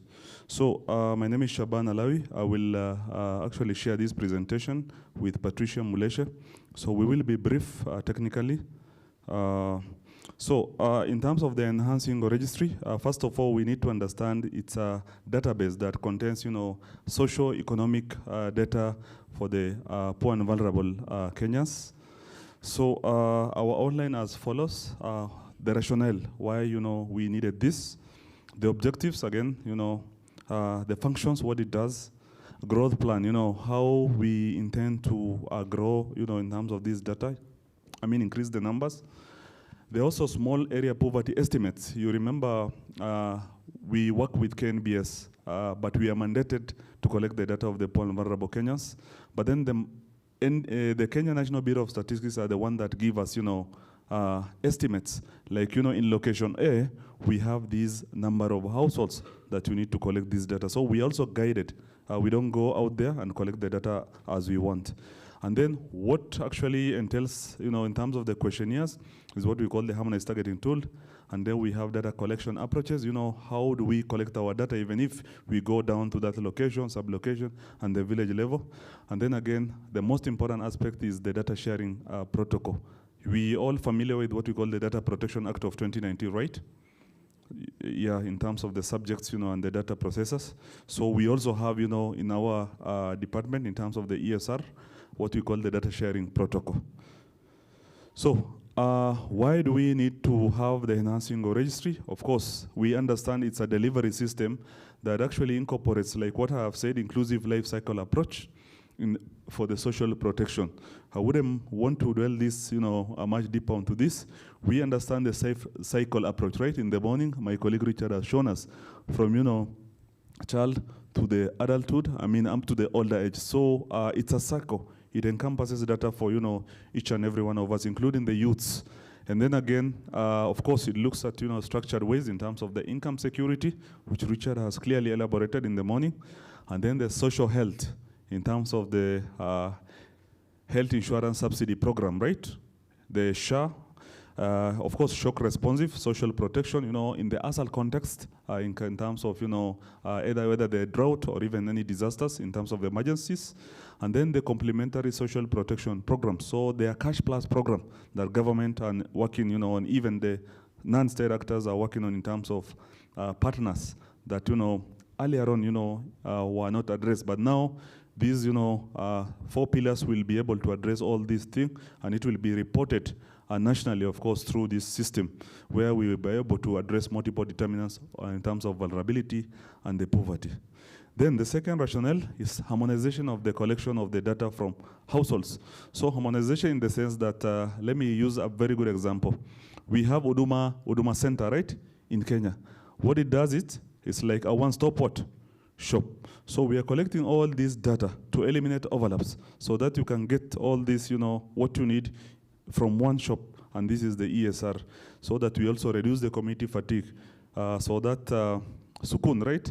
When Suku wants probably, maybe for example, want to collect data somewhere, let me use in Samburu, they'll not often, go back there, or even other organization go back there, because it creates fatigue to the community. Like every other organization asking, the question, why are you actually, coming here today? There was another one. You create fatigue to the community and even affect their livelihood. But then for the purpose of this, to be used in terms of efficient resource, again, so data was harmonized for you to allow for this to be actually at one stop, which is the ESR data. So it also links policies. You have seen, what it does, and of course, so that it will have to cover different social protection interventions. So it also aligned the social protection sector 2010 constitutional realities. I want to be very clear, because we are here because of older persons, right? The senior citizens. And then the good thing the director alluded to, the articles, right? He started with Article 50? 57. So remember now, we are within this, context in terms of the 2010 constitutional realities. And of course, there is also Article 20, 21. 21 talks on? Yeah? Tuko pamoja. 21 talks on? Vulnerable what? Groups. Within that, older persons, there are people who are vulnerable. And of course, the existing government policies, which has been mentioned here in the morning in terms of the legal framework, and then, the development government agenda for the day, what we call the better, right? So it also transformed the NSMP, NSMP, those are national safety net programs, into a more responsive program, effectively, efficiently, which will be able to meet the needs of vulnerable Kenyans, in terms of harmonizing and targeting of the beneficiary in terms of the household. So you don't need to go and, target. We have done this for you. Yours is to utilize. So we have really, in terms of you spending your resource, time, we have, reduced that time so that you can be able to go, collect this, take this data and be able to go and do that interventions. We also develop and implement standardized tools and procedures for targeting beneficiaries. This one I've mentioned right now again. I don't want to repeat. So objectives of the Enhancing Registry is to promote social protection policies or program that links individual to different protection. Again, this is along the life cycles. You have had, all these programs. There are very many programs for the orphans and vulnerable children, older persons, hunger safety net for arid and semi-arid, and there are persons with disability. So all these, are in the data, and it links to various policies. So it also enables program rollout specific responses. For example, was it last week? Yeah, last week, but one. We were in Tana River, and some of my colleagues were in Garissa, where we supported, a team, a consortium called ACTED, and SND that are working in ASAL counties that are actually doing what we call emergency and drought response. So it was a short time, because, when the drought comes in, you don't need, it's a sudden thing. You need to, respond very fast.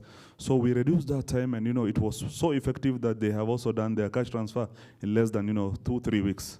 So that is what we call, emergency or shock situation, in specific counties, geographical locations. We were able to, help, in terms of boosting resiliency, expand beneficiary face, and then there were also no duplication in this manner, because these are data that actually in the registry. So it also collects data for potential beneficiaries, but I would say that we said potential beneficiaries are person in need. So remember that we have two types of data in the enhancing registry. So there's what we call the integrated beneficiary registry. So the integrated beneficiary registry hold the data for the NSMP, the National Safety Net Program beneficiaries. Those are Inua Jamis, including, the Hunger Safety Net Program. There is what we call also the social registry, where we have the data for the person in need that were not targeted. They are not in the government program. So these are pool of data. The people who are needy, but then again, because of the resource again, in terms of the needy, they are poor, they are extreme poor, they are very poor, and they are also good, right? So these are not extreme poor, but they are poor. So whenever, any actors comes in, they could be able to find, or rather request the data in terms of, vulnerability, we're able to give them. Remember we said ours is to identify, but the program will come with the eligibility criteria. So we also collect data which facilitate linkages to complementary services, of course, in programs like social and economic inclusions. So like I've said, there are programs that are cash plus, where we are able to, help the beneficiaries so that they'll be able to graduate from one level to another in terms of, coming out of the poverty. So there are also that are nutritional sensitive, in terms of, nutrition counseling, of course, which comes with some cash transfers that we're able to help them. So these are the programs, not only for the government, but they're also for non-state actors, which we are able to, of course, probably report in the case of this. Because, previously, as you can see, if you are familiar with the 2011 Kenya Social Protection Policy, you'll be able to see there are differences. By this one now, the 2023 has really taken care of these complementary services in terms of facilitating these linkages on how we will tap on this potential report to what is happening in terms of the non-state actors, the intervention that they're doing on the ground. So the objective is also help programs select and provide services. Of course, you understand that the data that we collect, of course, in terms of the eligibility criteria that you guys, in case of a request of the data or any organization they give, we are able to give them standardized and quality data that undergone what we call the third-party quality assurance, so that, the right people are timely and well-targeted. So what are the functions of the enhancing registry? So I'll be too technical. I'll be explaining a little bit, but you'll be able to understand it's a system. So the best thing, Richard has already explained, most of the things. So I'm assuming you also are familiar with so many things here. So the function itself is to serve as an integral part of the delivery social protection that actually will broadly boost social policy for poor and vulnerable Kenyans. So this system actually integrates with so many systems for the government, what we call the National Registration Bureau. There is also vital statistics in terms of the deaths and the births. There are also other what we call the consolidated cash transfer management information systems. Several systems, that deals with the cash transfers, and they're also open to any system from the government that will be linked. We are also thinking of, help being linked here through what we call the application program interface, so that, once they'll be able to give us the eligibility criteria, they will tap this data directly from our, server, and they'll be able to, do the intervention upon the request. So it also built on what we call the single registry reporting. Single registry, was a registry that was used zamani. It's only for National Safety Net Program, what I call the integrated beneficiary registry. Iko na data ya Inua Jamii pekee, sawa sawa. So zamani ilikuwa ina, but then again we build on this, where we came up with the enhancing registry. This time now, this one has a reporting module in terms of monitoring. You can also query function, function in the querying the function. If you search something in your phone, right? Kama WhatsApp tuelewane, unaweza query na upate namba ya mtu, si ndio majina la mtu in your contact. So this one, once we query with your ID, we'll be able to get so many details, in terms of that household. So this actually enhances reporting across the social protection sector. The system also supports the data sharing, of course, through ESR synchronization of different sources. So that one, my colleague will delve deeper into that. She'll be able to explain. And then in terms of the matching criteria and attributes, I've just mentioned. It also enables data matching, like I've said, with other databases, kama hiyo ya National Registration Bureau, for the purpose of interoperability. So we are actually working with the Social Health Authority. Like, we used to have that interoperability with former NHIF, but now since, the body is new, we are working towards to achieve this in terms of SHA. So that is the discussion and the work in progress, including the HELP and others that I have not mentioned. So, the growth plan. So, in terms of, this registry, how do we intend this registry to grow? In the morning, I've said that, each and everyone, in terms of if you are a Kenyan, you can be able to apply regardless of your status. Now, first of all, there are programs that we have worked with where we call the immediate client program needs at county and the national level to register, or rather sometimes to also help us to recertify the beneficiaries. Recertification means, when beneficiary actually is deceased, sometimes we might not be able to go down there. So when the programs goes down there, they'll be able to, use our system to update, and then it will reflect from. Remember I said, some of these programs work through the APIs. No wonder when you use your mobile phone to transact through the Pesa link, account in a reduce. So such a thing. So immediate client program needs basically is where we use programs, not only state programs, there are also non-state programs and partners.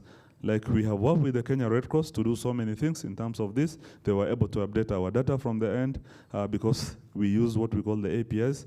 And then again, there are also programs that we have worked, they give us the feedback, we are able to update from us as long as they have what we call the management information system. So the program will be tied to, we'll talk to each other. What is done on the ground will also be updated up here.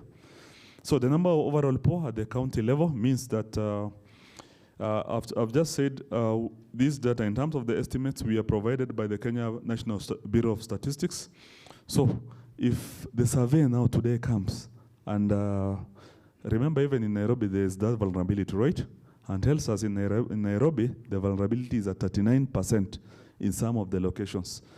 We are getting this report from Kenya National Bureau of Statistics. Our question is to ask ourselves, how do we go up there to update our data? Remember, in the Act, we have said the data is real time. So that is how we go about, because this we are given what we call the small area poverty estimates that actually help us to update this data in terms of going to different geographical locations, in terms of location, sub-location, and the certain villages. So we had a program called Kenya Social Economic Inclusion Program 1, which started in 2019 and ended in 2024. So we were able to yearly stagger the process in terms of populating the registry. So we are talking of year 1, where we started with the ASAL counties, where Hunger Safety Net program registration exercise started in 4 ASAL counties, which you already know. So those ones were updated in year 1. In year 2, it was rolled out, to complete the 2 non-HSMP counties, that is Makuena and Vihiga, where, this data collection happened. And then again, there were 4 other additional counties which were added for the Hunger Safety Net program. These were Garissa, Samburu, Tana River. Therefore, Samburu, Garissa, Tana River. I don't recall the last one. Yeah. So there are 4. But when I'll remember, I'll be able to say this. So in year 3, we did 17 non-HSMP. Non-HSMP means, these are the ones that, are not in Inua Jamii programs. So these are Inua Jamii actually areas. So year 4, we updated 32, and year 5, we completed 39. That makes it how many counties? 40? We have how many counties in Kenya? 47. So we have the real, updated data as at now. So we have the data for the 47 counties. By just by a click of a button, we will be able to, showcase or provide you with the data upon the request. But it takes time in terms of processing this data, because there are a lot of things that we might need to look at in terms of credibility of the organization. So KSEP 2 now comes in to the issue is we have the data in 47 counties. What next, right? So we thought of that, and KSEP 2 came in. But then again, we say it's about utilization of this data in terms of the interventions.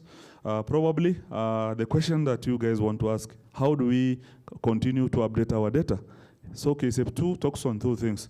How we will continuously update our data through the registry. Of course, there will be what we call the on-demand registration, which I'll show you that, people or even someone who wants to apply for this will be able to apply as the board comes in.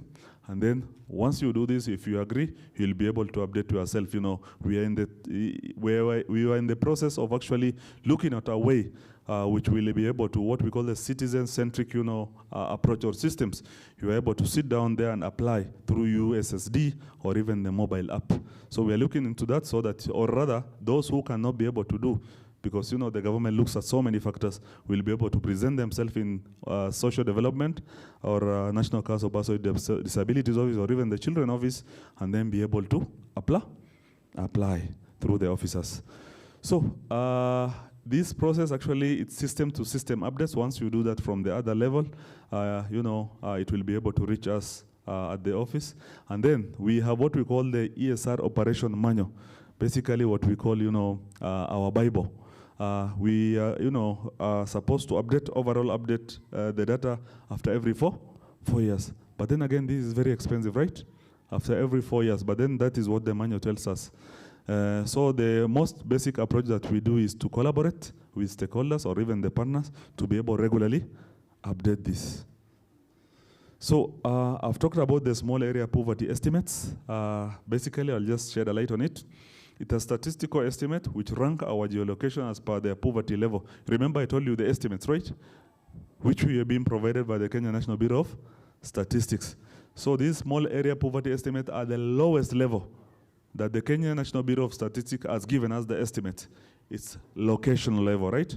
And then in the location, you know that they are sub-located. They are also villages. So meaning we are going down that level. So there is that purpose of, inclusion, right? So that we will not have exclusion. So I've talked about the source. I wouldn't talk about the estimates again. I've just summarized. So there's what we call the harmonized targeting tool. What we use in the mobile app are, we recruit the enumerators, of course, for a period of 2 weeks. They go out there, collect the data, and then there are areas, that we look at. So this is a standardized form for the purpose of identification and inclusion of poor and vulnerable households, for the purposes of, use in terms of the program intervention. Of course, in due regards of the eligibility criteria. So this data in terms of the social registry, like we have said, it is collected digitally. We don't want you guys to go out and, use the form, because we also want to eradicate people doing something wrong. So you have to do it, while you're in that household, do everything and submit, the data. It has a questionnaire with 64 parameters that actually looks at the contacts, names of the relatives, births, and it's also measure economic characteristics, of course, and specific needs in terms of the access to sewage, type of water that, supplies your home, and so forth. So we have been advocating for this over the years because it's a 64 parameter. We have been working, with many stakeholders to ensure that, inclusion of all social protection programs requirements are actually embedded in this. And of course, I'm happy to say that we are actually in the process of reviewing this harmonized targeting tool. And we will invite you also to give your input in terms of the older person for this purpose in future. So targeting, in terms of the targeting approach under the ESR. So what do we do? How do we go about our business? So there are 3 areas that, the Kenya National Bureau of Statistics or approaches provide us so that we are also guided. They are the one mandated to guide us in terms of the data in Kenya. So what the 3 criteria that we actually undertake are what we call census and mass registration, and then again on-demand registration. So as you can see here, that door, census is where we go door-to-door registration, meaning in ASAL areas, where the drought and everything is prevalent, the estimates were higher. So meaning the poverty rates were, or head count were, greater than 50%. So we are mandated to do, say, census. We sweep all the areas, right, to have each and everyone that will be on board, provided that they are voluntarily consented to collect the enumerators to collect the data. So there are mass registration. There are areas that we feel there are pockets of areas that are poor. Not we feel in terms of the poverty estimate that we are given by the KNBS. For example, here in Nairobi, where are the areas that you feel that the vulnerability is there? Sorry? Okay, let's say Kibra, right? So probably those are pockets, right? That is where we need to go and do what we call the mass registration. This basically means the poverty rate or head count is between 30 and 50%. So when the KNBS give us this data, we are able to go to do that. But how do we do this? It has also its own process. Mass registration is where we are able to, do the barazas, community barazas, sensitize the community, and from there we do what we call the listings exercise, where we are able to take the names of the household or even the nicknames, and then we will be able to upload it into our data. Then thereafter, we recruit the enumerators. Enumerators will be able to download this data and visit each and every household that were listed at the site. And then again, on-demand registration or application, this is where, you bring yourself to the office.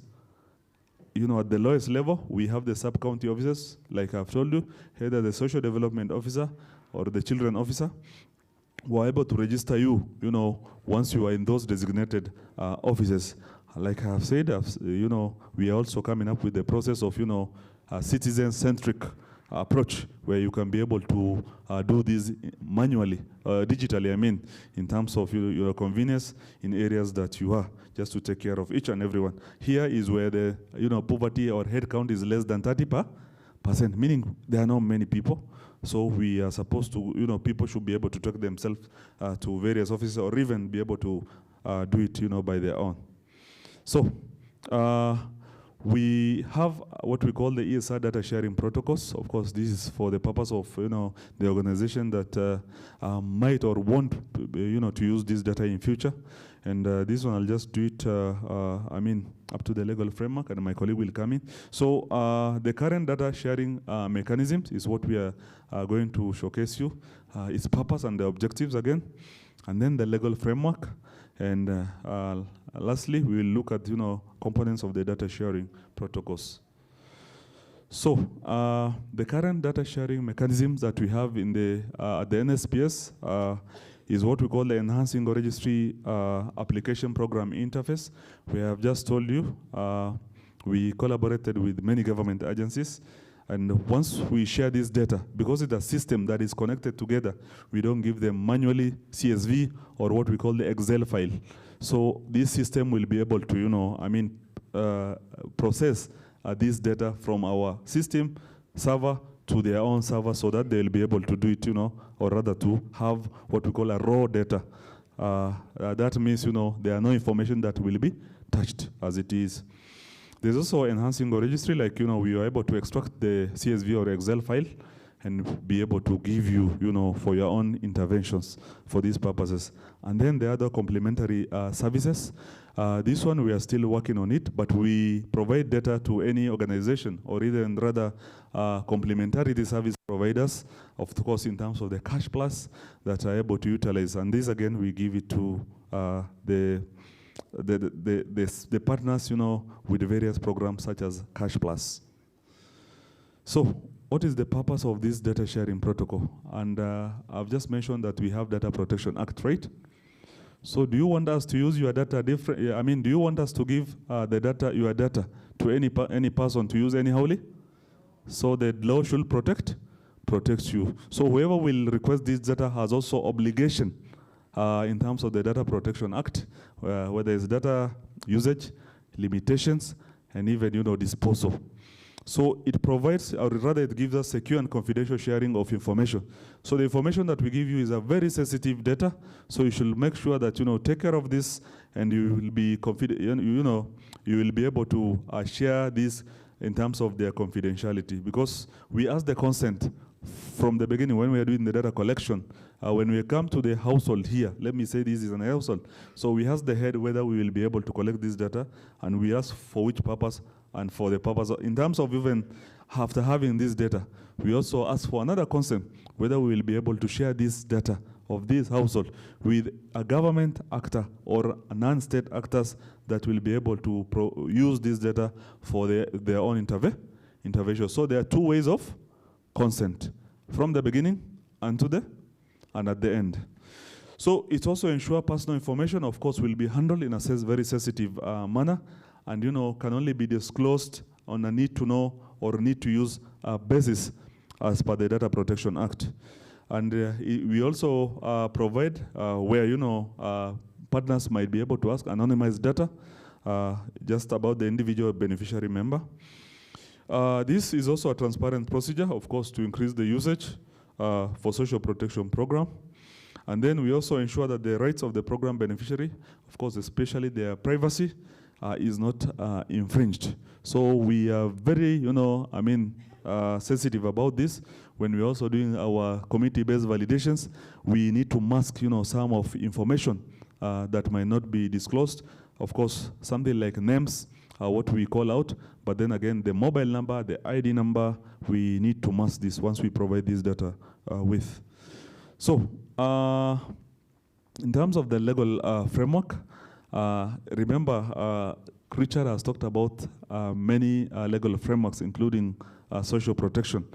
But then again, there is what we call, for the data protection, there are so many in terms of the Kenyan Constitution. Under Article 31, if you find time, look at Article 31. It will give you people right not to have information relating to their family or private affairs unnecessarily revealed. That's why I think even in the morning, when we are taking the photo, we were asked, or rather you have given consent on the form. So there's also Kenya Data Protection Act, which have, principles underneath to make sure that the data are safeguarded.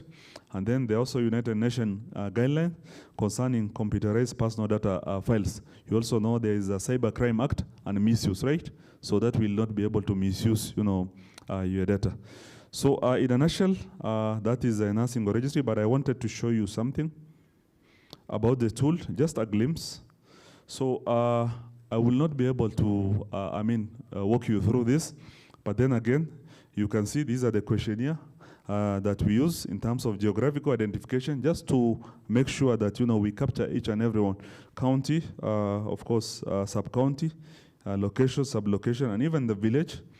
And then there's what we call the dwelling and households. So we ask so many things about your dwelling, your household, whether you have how many habitable rooms. This is actually, we are being guided by the Kenya National Bureau of Statistics.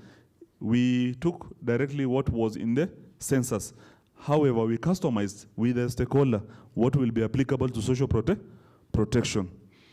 So I wouldn't, we will share this with the team. I don't want to take much time on this. And there are also household demographics, whether you have gone to school, does the household head have ID or not? Just to make sure, So like what Richard was actually telling us in terms of the proxy means test. So all these parameters are weighed, their coefficients are weighed so that it will come up with the wealth ranking.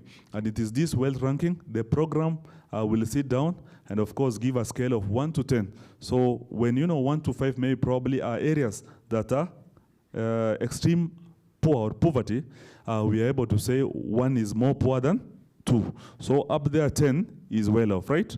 So that will be able to eliminate, and of course in terms of program eligibility, you are able to come up with your own ranking. So to finalize on this, so this is what we have in the data at the moment. This is single registry only, social registry. But then there is the IBR. So as you can see, my colleague will also talk on to this again. Just a glimpse. Average household size in Kenya at this point, or in terms of this data that we have, we assume at 3.96. So it's 4, right? That is what we think. Of course, this might change. It's dynamic. So household members, right now we have a 17,601,000. Remember, 4.4 is a household, registered household. And then if I'll tap onto the sex in terms of female and male, this will change. Just to show you that, it's up-to-date data. So as you can see, the older persons in terms of the social registry. When I say social registry, these are person in need or potential beneficiary. But then there is another one. I know it will take time I don't have time to showcase all these, but these are things that are actually in place. Just to show you. So I'm trying to see if it changes. I just, tapped on the female. So you should be able to change this number.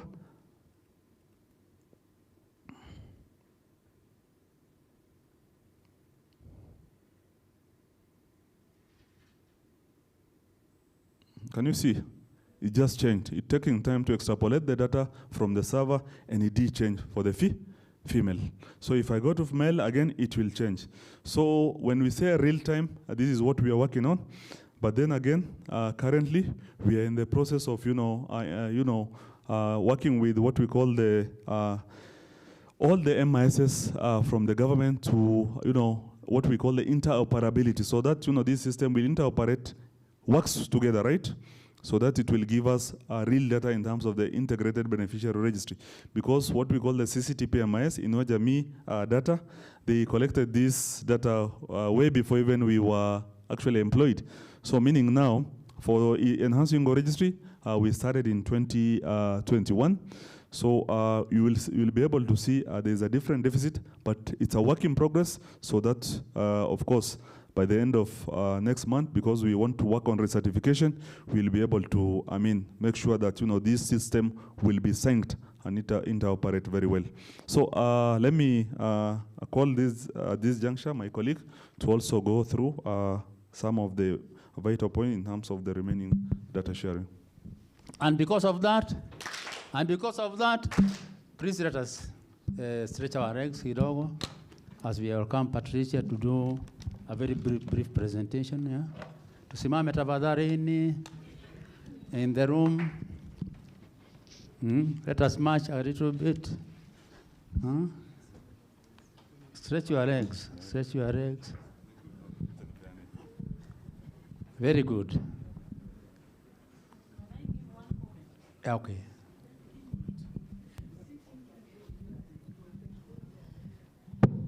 Okay, thank you so much. As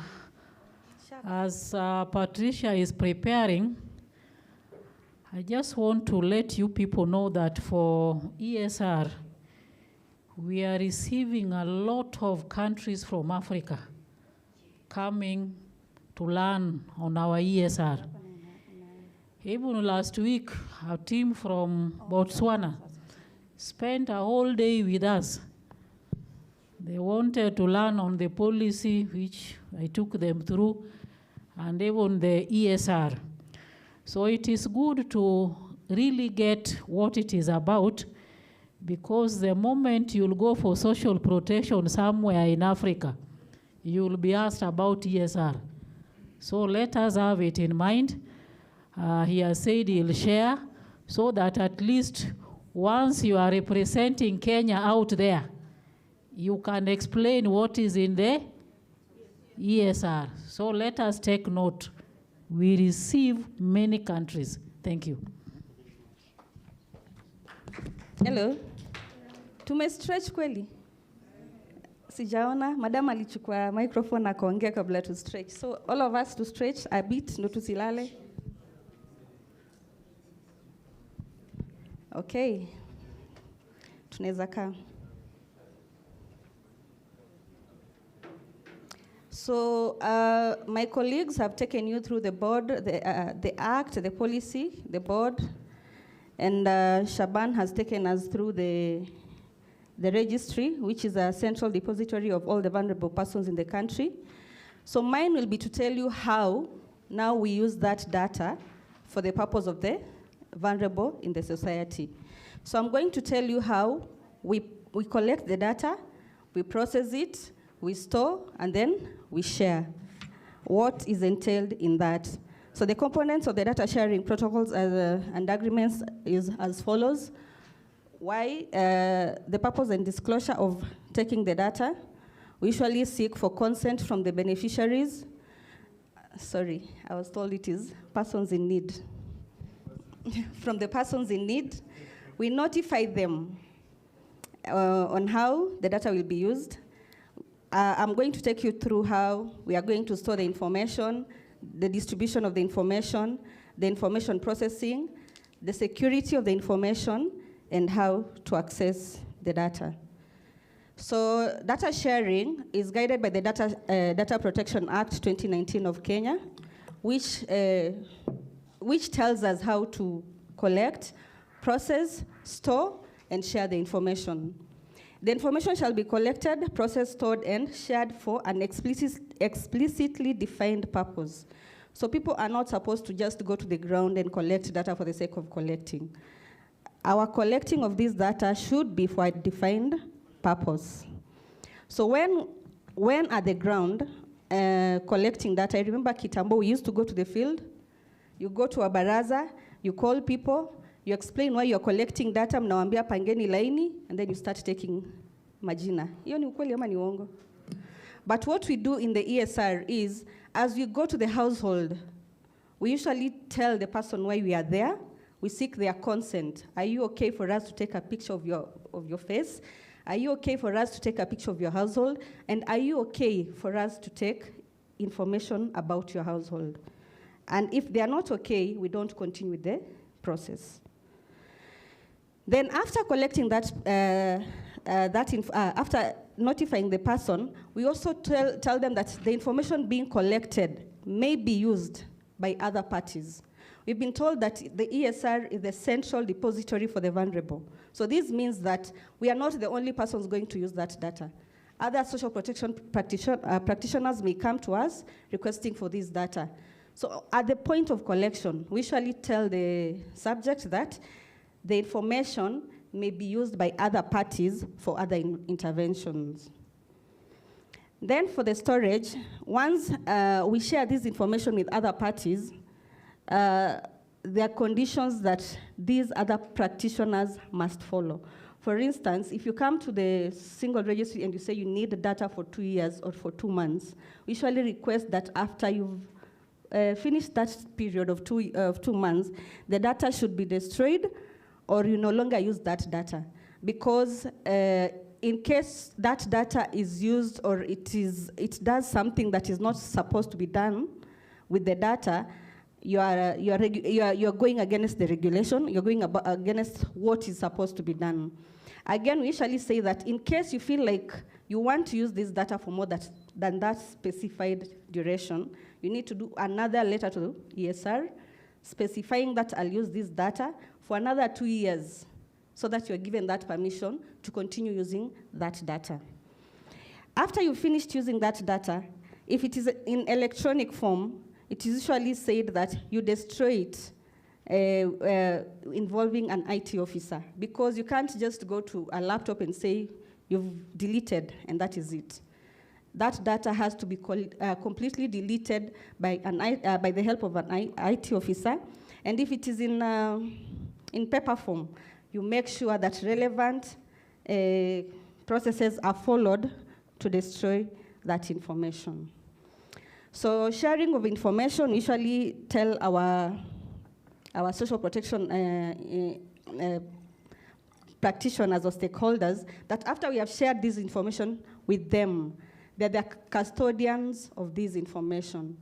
Saizi tunajua next year tunaenda kura, ukweli uongo. And the information we share sometimes has IDs and telephone numbers. Please don't use this information to share it to people that are not supposed to get this information. Let it be strictly shared, used for the purpose that it was requested for. Then the information processing, we say that reasonable steps shall be taken to ensure information process is accurate, up to date, and complete. Our data that we collect is usually accurate because we go to the ground, we go to the household. We take pictures of that household and we make sure that it is updated through different mechanisms. Shaban has shown us 3, the complementary mechanism through APIs and even the data collection itself. So we usually make sure that our data is up to date and that it is good for the use for that purpose because it is accurate. And then appropriate technical and organization measures shall be taken to safeguard the data subject against unauthorized access, modification, tampering, unlawful destruction, accidental loss, improper disclosure, or undue transfer. So we also say that once a practitioner takes this data, they make sure that it is secure, it is safeguarded, and the privacy of our subjects is protected. Then access, we usually have a process in which you can follow when you want to access the data.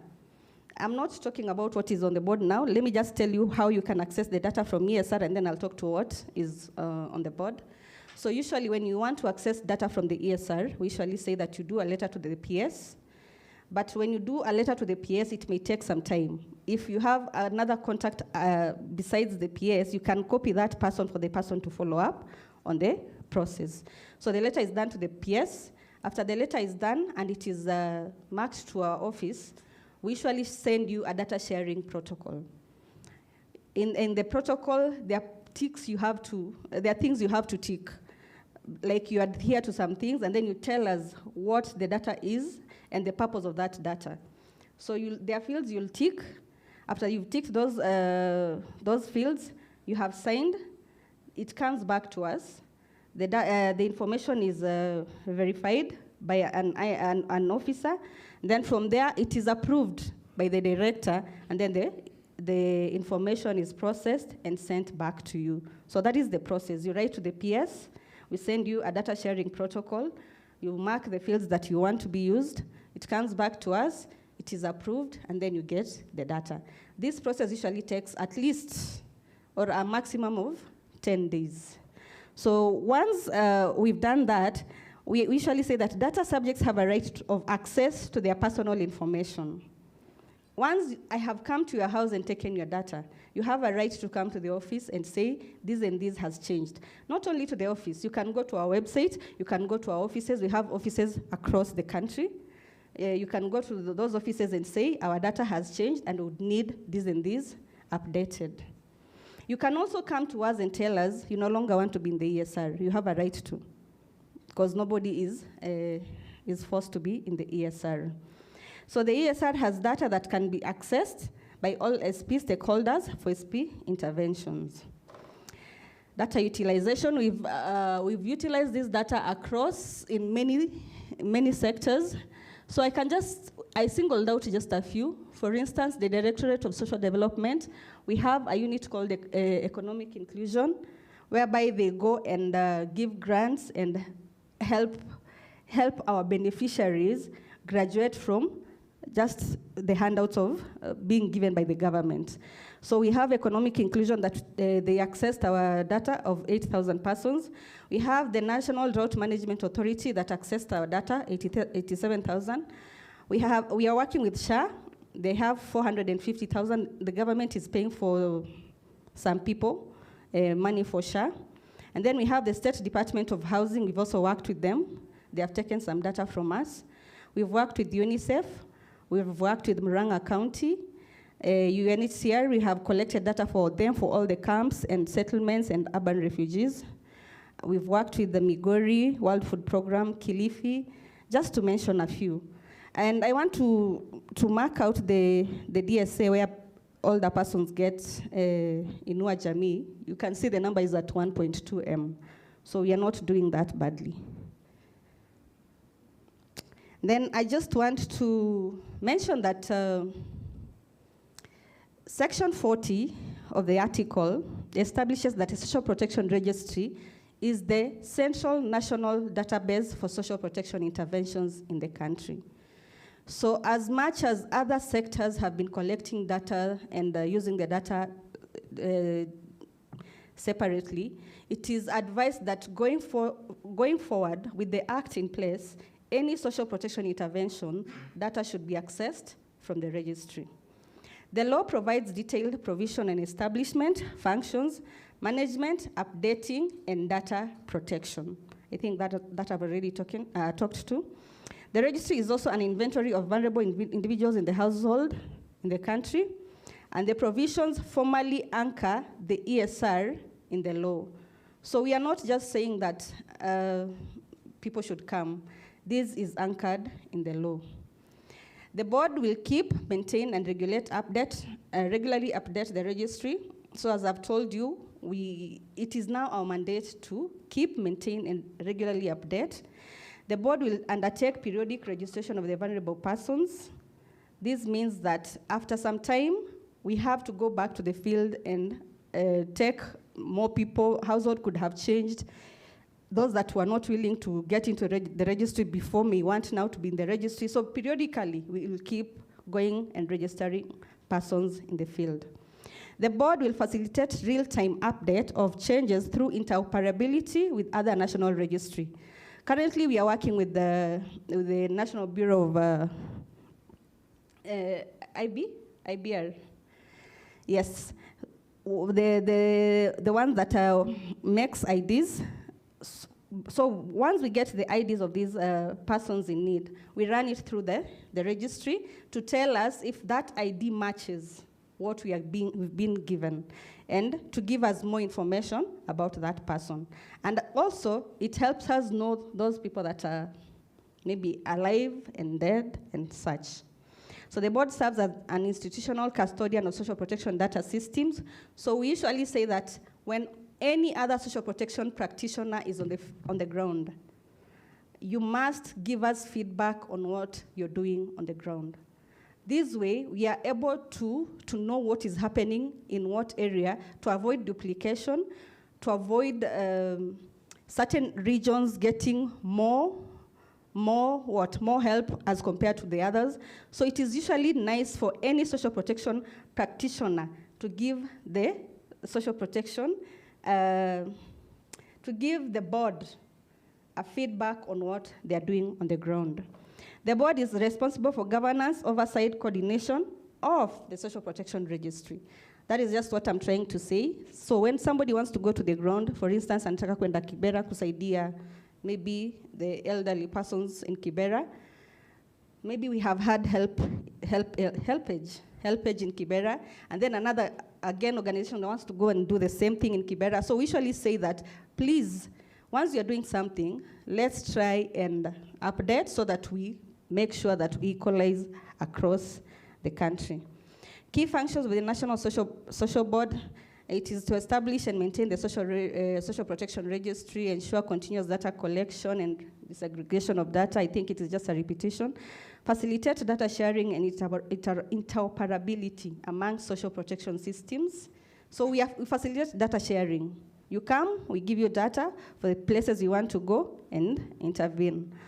Strengthen coordination and integration of social protection information systems. I think that I've already talked to. So what this implies to the stakeholders, number one, it provides a clear legal framework for social protection data management. This means that we only have one place that will manage any data for social protection. Then it enhances coordination between national and county governments. We've worked with the county governments. We have county governments that are doing social protection interventions. And we are even in the process of merging the systems between the county and the government so that we know what is happening where, in which county, and at what time. So it supports evidence-based targeting and program planning. So by this we mean that somebody doesn't just go to the ground without prior planning. If I have data from the registry and I have information about a certain region, I will know how to go to those regions. So that is evidence-based and program planning. So strengthens accountability, transparency, and interoperability. So this is just an emphasis. We usually, We usually say that this single registry will strengthen accountability across all sectors of social protection. It also strengthens transparency and also strengthens interoperability. Nani anajua interoperability? Working. What is interoperability? Yes. Nani mwingine? I may give an example that interoperability will be a situation where data from one organization or institution can be accessed by this other one, and the data from the other institution or several institutions in a group can be accessed from the different quarters and can be shared as well. They can share the data and also use the same data, working at some kind of what do we call it? Field, or rather, equal, right? Sharing data among different institutions, yes. You're very right. Okay. So it also improves preparedness and response during emergency and shocks. So the implication is, in case of any emergency or anything, you can always rest assured that you will get data for immediate response to any shock. I think that is it.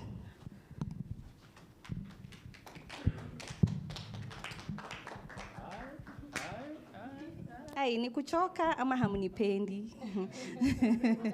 Ni kuchoka ama hamnipendi? We do it nicely, and because of that, thank you. No, the more I increase my tone, then you also raise the crowd. Because of that, because of that, because of that. Good. Thank you very much. I know we are not doing very well in terms of our time, but also bear the fact that we started late. So, how many minutes can we allow for questions? Let us have some consensus. So we work with time, not questions. Can we stretch up to what time? Okay. We are at 16:37. We stretch up to 5 sharp. Is that okay? 5, huh? So thank you very much. And I request that we give priority to our colleagues online. If they are they there? Online? Do you have something from?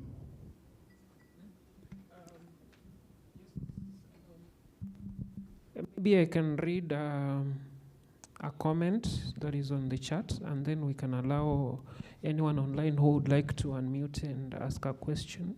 Okay. So the first one, Camilla Williamson asks, what about age? How is it collected, reported, and used? And then further, I have to, would be great to know more about the disaggregation of the data in terms of sex, age, and disability. So that is the comment from Camilla Williamson. Additionally, if you have a question online, please raise your virtual hand and then you can be able to ask the question. Meanwhile, we can have Thank you, questions. and we are welcoming Richard and Richard, Patricia, and Shaban here to be roasted.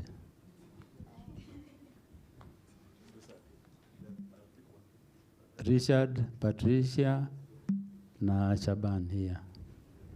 Yes, the three of you. You are the experts, you know. Yeah. So, did you take the questions? Okay, good. So.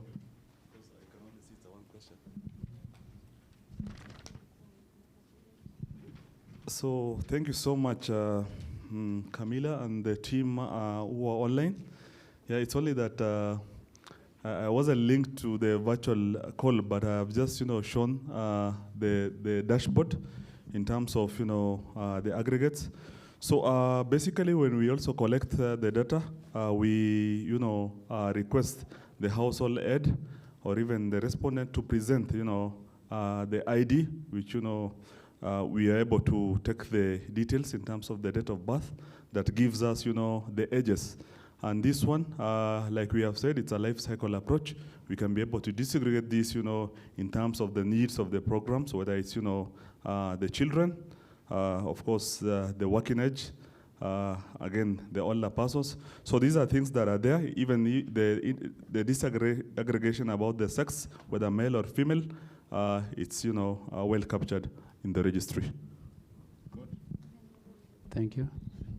Patricia. I think he's covered everything, even level of education. The data has captured majority of the social and the economic framework of the household. Thank you. Thank you. Do we have any other from our online colleagues? Any other question?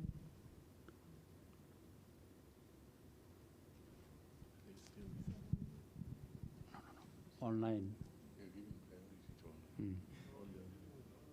Yes. Before we come back to the room, Yasmin, are you okay? Tino, Charity, William? Good. Seems there are no other questions from the online team. Can we allow the questions from the room then?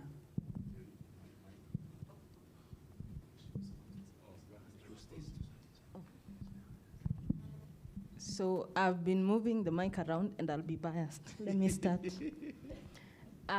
Again, my name is Naomi Kemanti, a youth champion with the Champions for SDG.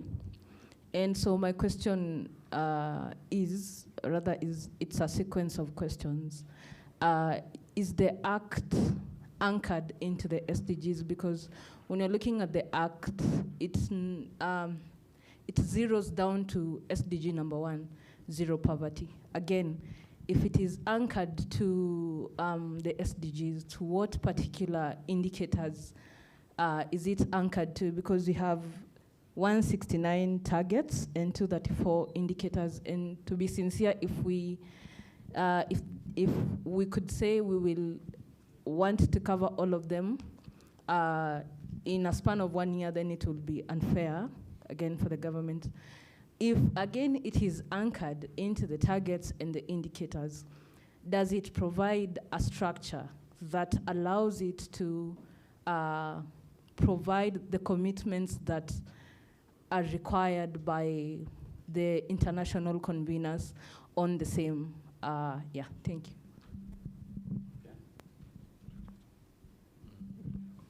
Mine is a very simple question. You said that the data is quite good and you are sure that it's quite up to date. To what extent do you update your data? How often, how frequent do you update the data so that we say it is, and what authenticity do you have that the data collected is so authentic? Is it subject to manipulation or not? Thank you.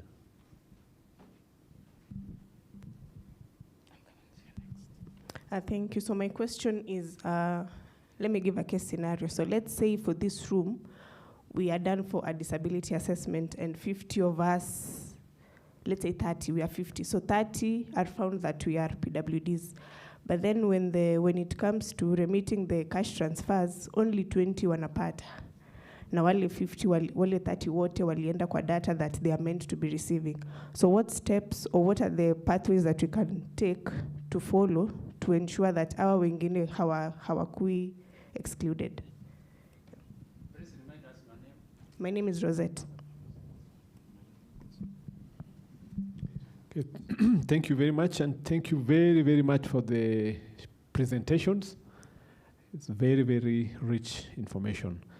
So the question I wanted to ask is, can I access, as an individual, can I access the system to check what is contained there?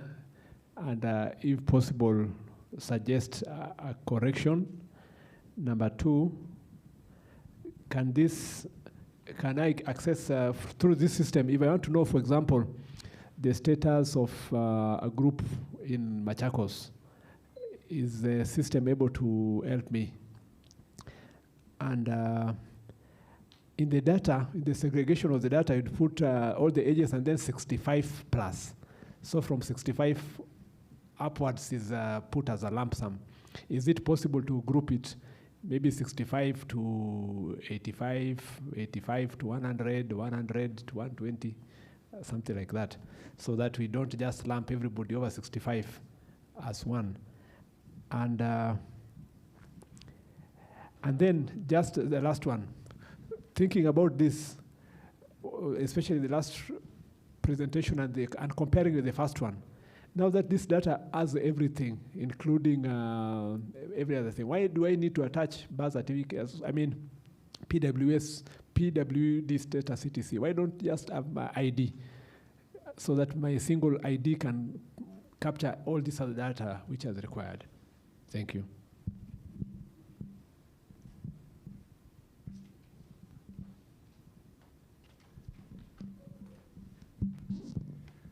Mine is more of a comment than a question. And it comes from the history of government of being very mean with data. And I'm not sure if you are born again now and you will start sharing data with us. When we listen, like I've been listening to the presentation, and some of the things coming at this early stage is that restrictive kind of application for the data. You are asking us to apply through the PS who will never respond to the letters. That is just one way of telling us that you are not prepared to give us data. The other thing is about keeping the data and asking people to come and apply. People in Nairobi may not have a big issue doing that. But what about people in far-flung areas who may not even have enough resources to go through all that process, or they want to use the data? Are you only targeting the elite to use your data, or you are targeting the public? Because if you are targeting the public, you are off course. Majority of the public cannot access data through the pathway that you have set. So the last one connects to what Maurice asked there, how the data can be accessed. Can someone just go to the platform and access that? What you can do is to block maybe details of ID and things that you may not want people to access, but the data should be public. It should be available that somebody can go to the system and find data. This is, if I want to know how many of older persons are in Kibera sub-county or Kibra sub-county, I can just see there that this is what is happening. But if you want to hide the data, then you want me to come to your office to apply, Bwana. Actually.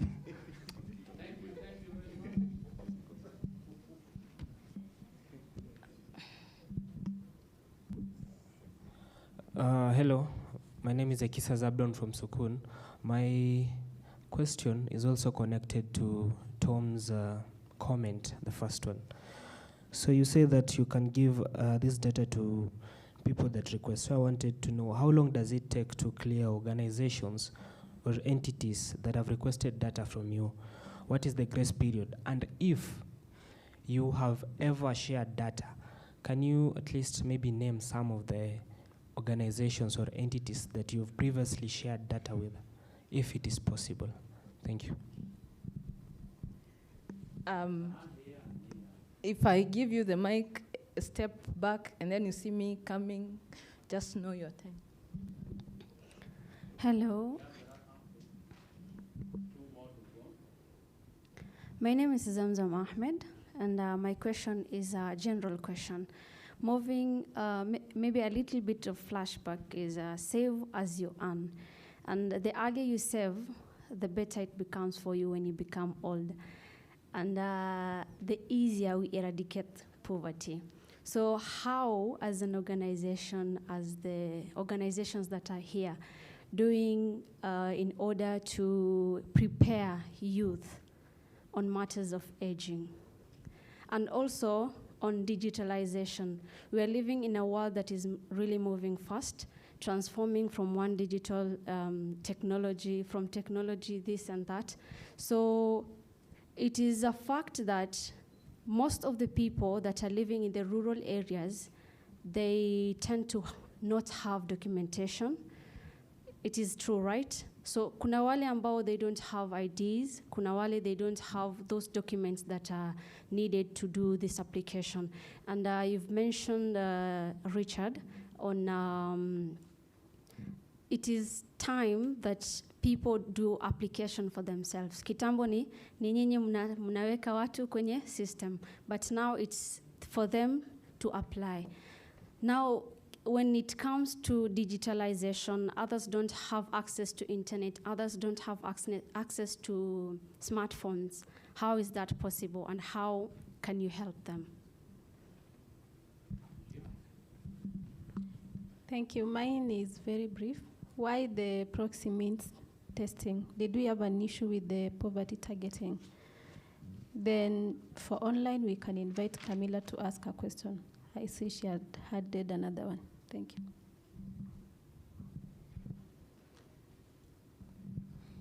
Good afternoon. My name is Pamela from HomeNet, Kenya. My question goes to the data protection that you have just talked about. I was just thinking loud as you were presenting, and I was asking myself, when my organization wants to get this data from you,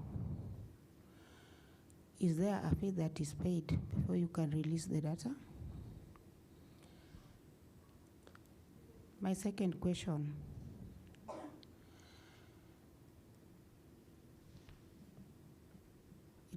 actually, it is not even a question. I want to commend you on the good work that you have done by coming up with this act. And on the same,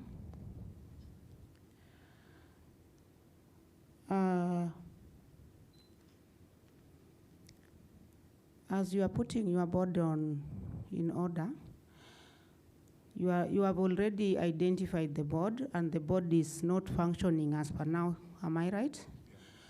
Yeah, once it starts functioning, does it mean that all the beneficiaries will re-register again, afresh, or the ones that are currently ongoing will continue as you recruit new ones? I had a third one.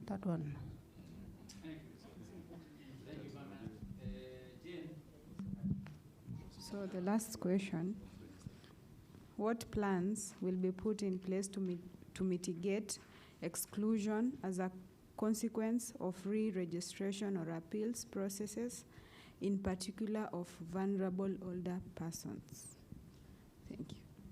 Just repeat that because you are fast. What plans will be put in place to? What plans will be put in place to mitigate exclusion as a consequence of re-registrations or appeal processes, in particular for vulnerable older people?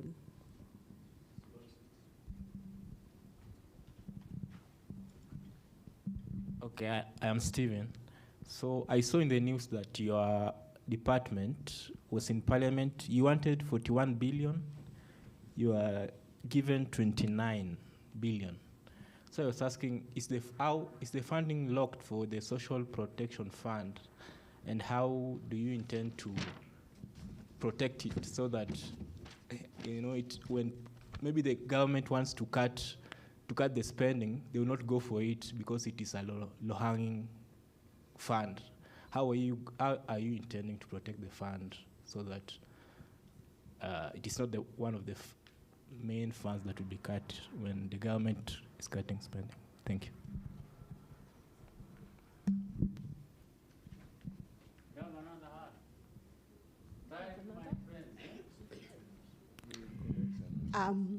I have a question about the board. I was just wondering because somebody said in 1960 something we were better than China, and now China is better than us. Now we are making the beneficiaries better economically and everything. will they ever be on the board? Because I think here we need to reduce vulnerability so that we make households much better economically than dependents to social protection. So I am wondering, will a beneficiary ever, or is a beneficiary in the board?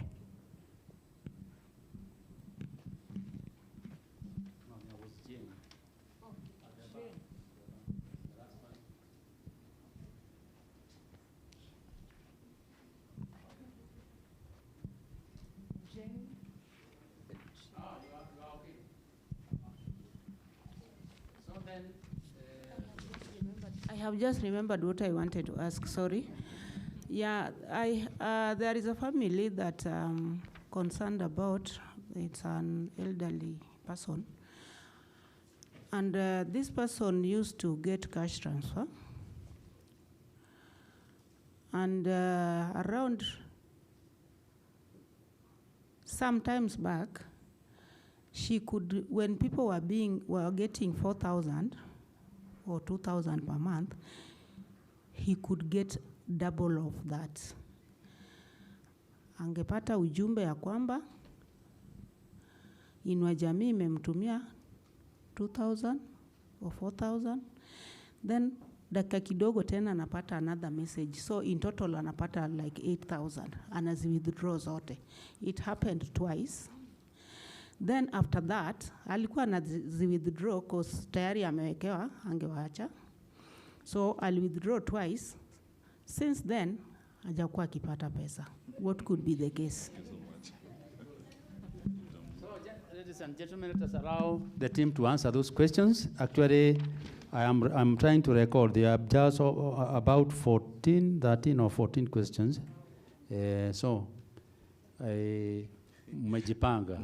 Quite a host of questions. I don't know how to respond. So, the one on SDGs and the Act you're asking, is the Act anchored in the SDGs and the indicators and also the structure? And I say yes, as you could see, the Act is very alive to the SDG right from the core of social protection, because social protection, by even as you begin, is clearly aligned to the SDGs. All the SDGs, but even if you want to pick SDG number 1, number 2, SDG number 3, number 5, with very clear targets, SDG number 8, number 10, 10.4, with very clear targets on social protection. So right from that point, there are even 17, because today we are here courtesy of partnership. So actually for us in the Secretariat, we thrive with partnership. So social protection, really, the Act is alive. And if I were to go through the processes, you could see the life cycle approach, and you could see the categories of persons in need, and that kind of provision you could see. There are, when I was showing the policy and how the Act is coming into place, you could see the complementary services which are geared towards taking people out of poverty, essentially. But you look at the kinds of social protection services that are provided, the types of benefits. And one of them are the skills and the trainings and the support. So by and large, I would want to say that the Act is so much aligned to the Sustainable Development Goals. You look at the whole principle, even if you're saying it is only 1 point, it is target goal number 1, target 1.3, and you're saying how the country is now, through the social protection flows, are ensuring that there is a minimum below which no one is able to. But you look at the end result, because the end game is we take people out of poverty. And that is the design of even our current social protection programs. When we go to programming, because the Act is just telling you the overall environment and the things that you need to take care of, you could hear a question that was asked here on the floor. How do you ensure that even that person that is not that is in extreme poverty. How does he benefit or she benefit? And I said there are programs that are now tailored within that to ensure whether it is through skills development, through financial inclusion.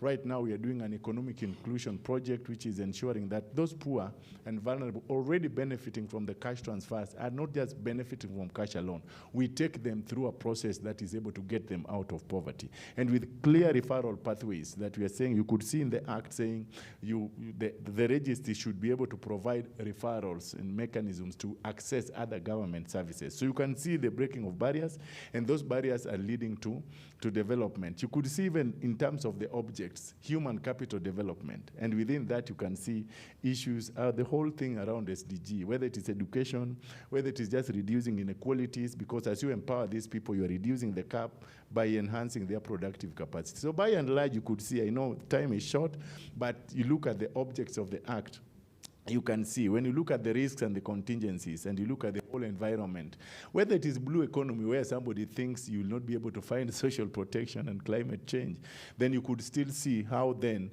the issue of the whole thing around green economy, and now we are having the carbon credits, which are we are looking to how do we tap into that fund to be able to provide services to the poor and vulnerable, just to be able to take them. So if we had time, you could see the whole nexus and just unpack further how the specific goals, the SDG goals, are touching very clearly on social protection. But I said, you look at number 3, the one on education, and you can see the whole concept of human capital development and the whole issue of demographic dividends. You look at the inequalities, SDG number 10, target 10.4, and you could see that. The issue of decent work and you know, 8 target 8 point something, how these are supporting. So I know, and the inequality, because unless through the redistributive effect, you look at social health protection, which you have articulated, and you are seeing how then do we refer these people to be able to get these services so that you mitigate against the health risks, and that would be able to support them. So I know if there is time, we can be able to detail and drill further to this. And of course, those indicators are aligned now to our very specific program interventions, because within those programs tailored within those provisions of the Act, then you see how then are we able to measure on the impact and how we reduce on poverty. I know there is still, there is a whole secretariat that is reporting on SDGs, which we also align, because overall, again, as we see the development framework, we are also contributing to the medium term, the plans which are aligned to the SDGs. Very quickly, I would want to say there are questions before I give it to, there were questions that were tying to the system. The issue of why IDs and why not just use, why do you need to produce another document? Why don't you just produce your ID? And then all is there. We are still on that journey, because I appreciate that now the third generation sort of ID should be able to capture all your details, so that with one document, you can get all my characteristics. But we are not yet there, because we still have a number of, so much percent of Kenyans who have not gotten that.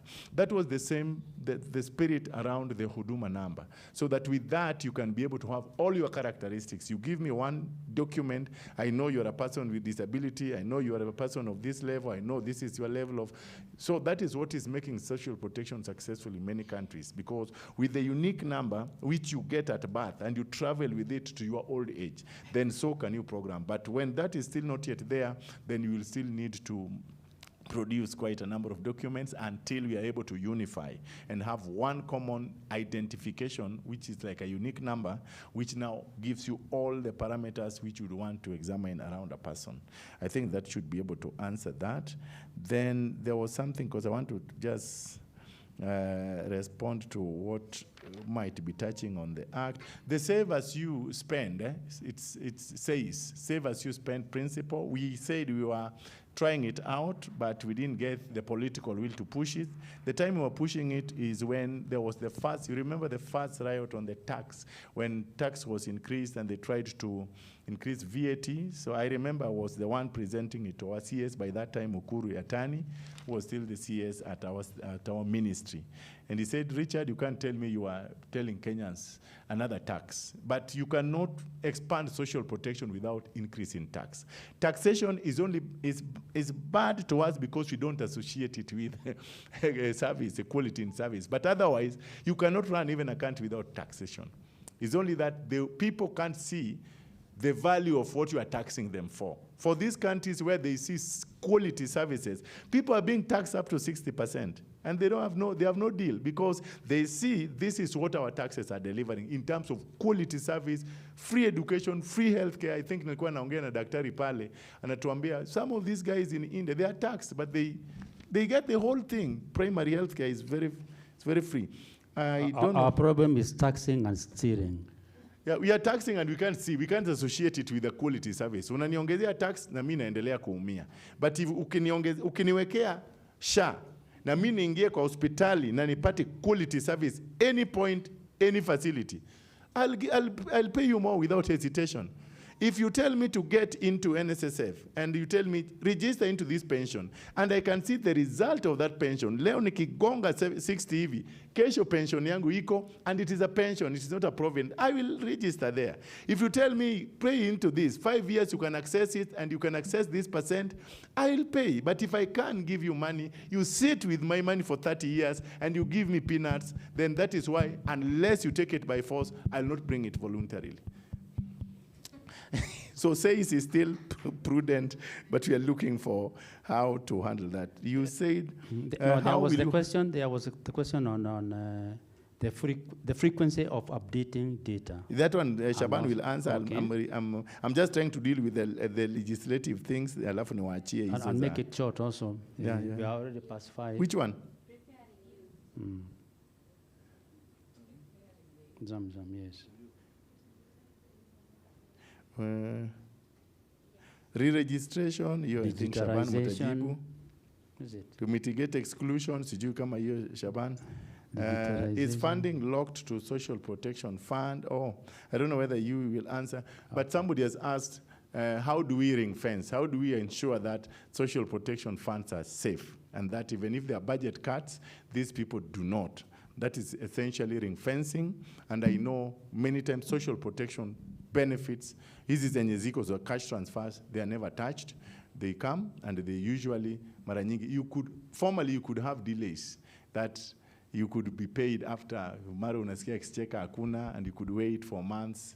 But now, since the last 2 years, I think, yes, nowadays we are paying monthly. Before the payment of the civil servants, the payment for the Inua Jamii beneficiaries are paid duly and without. Can beneficiaries be represented in the board? Maybe through the older persons. That could be the best answer. But the best thing is to have the best board so that the plight of the administration of social protection, whether beneficiaries are represented or not, if the board operates efficiently, then mambo itaenda sawa. But even if all of them were there and we still have issues with governors, bado utakuta, bado wanakulana wenyewe. But I'm actually supporting Pauline. Without the older people, anything without us is against us. Yeah. Is there a free? Does it mean all beneficiaries will re-register?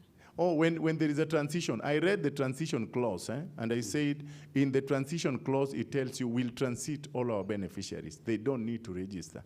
When these regulations come into effect, wenye wako wataendelea kuwa.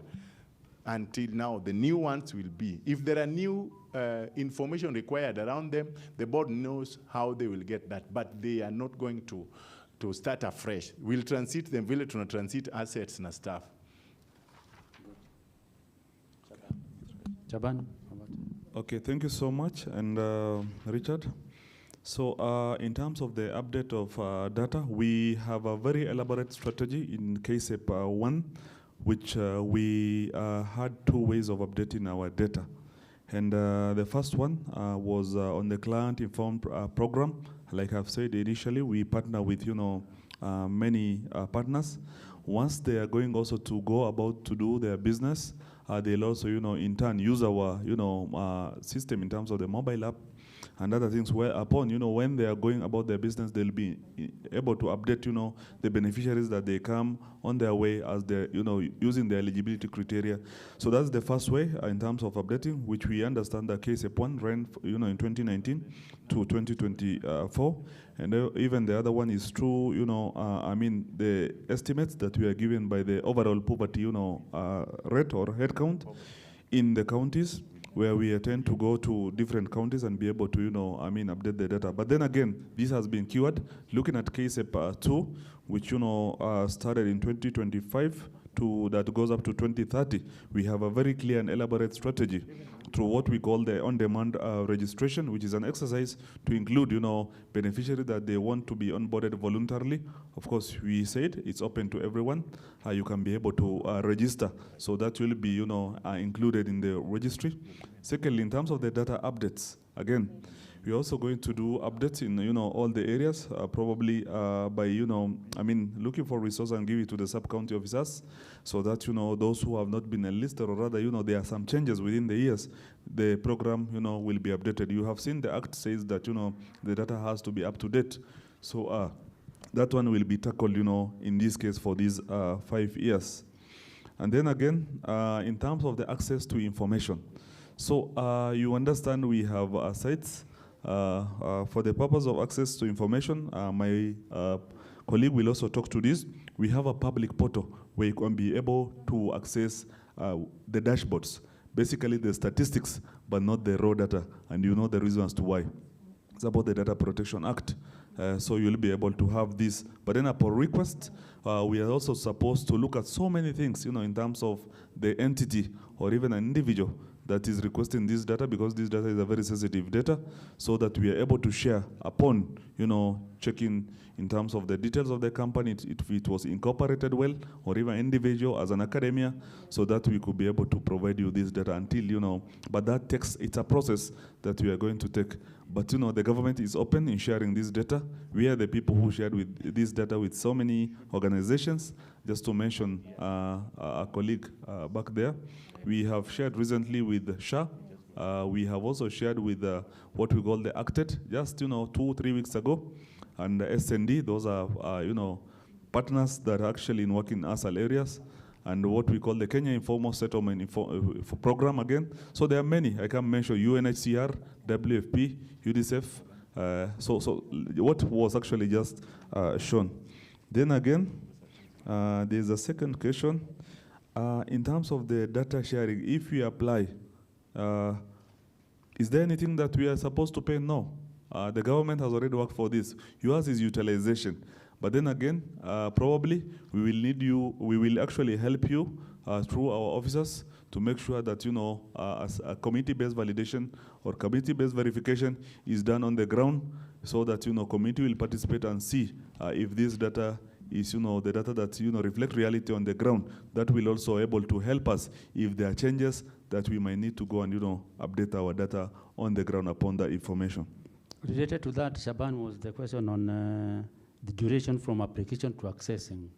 Yes, I was going to that, actually. So in terms of the timelines, like my colleague has mentioned in her presentation, she said 10 days. But that 10 days is, maximum 10 days. That depends on, I said there is a process. Once you request through the PO's office, of course, the letterhead should be addressed to the PS, right? And then again, of course, once you request, you will be able to also give us, to copy the Social Protection Secretariat, so that the team will be able to follow up, as you guys will converse tentatively for this purpose, for us to do facilitation of this data to reach you. So basically within 1 week, as long as the compliancy kicks in, because we also obligated or subjected to the Data Protection Act in terms of data limitation and other things, so that once you'll be able to comply with this, we are able to share with you this data in that manner within that. Yeah, there's also another one in terms Shaban, of... let me add on that. Somebody also, somebody questioned if we've shared the data with other stakeholders. I think I projected here.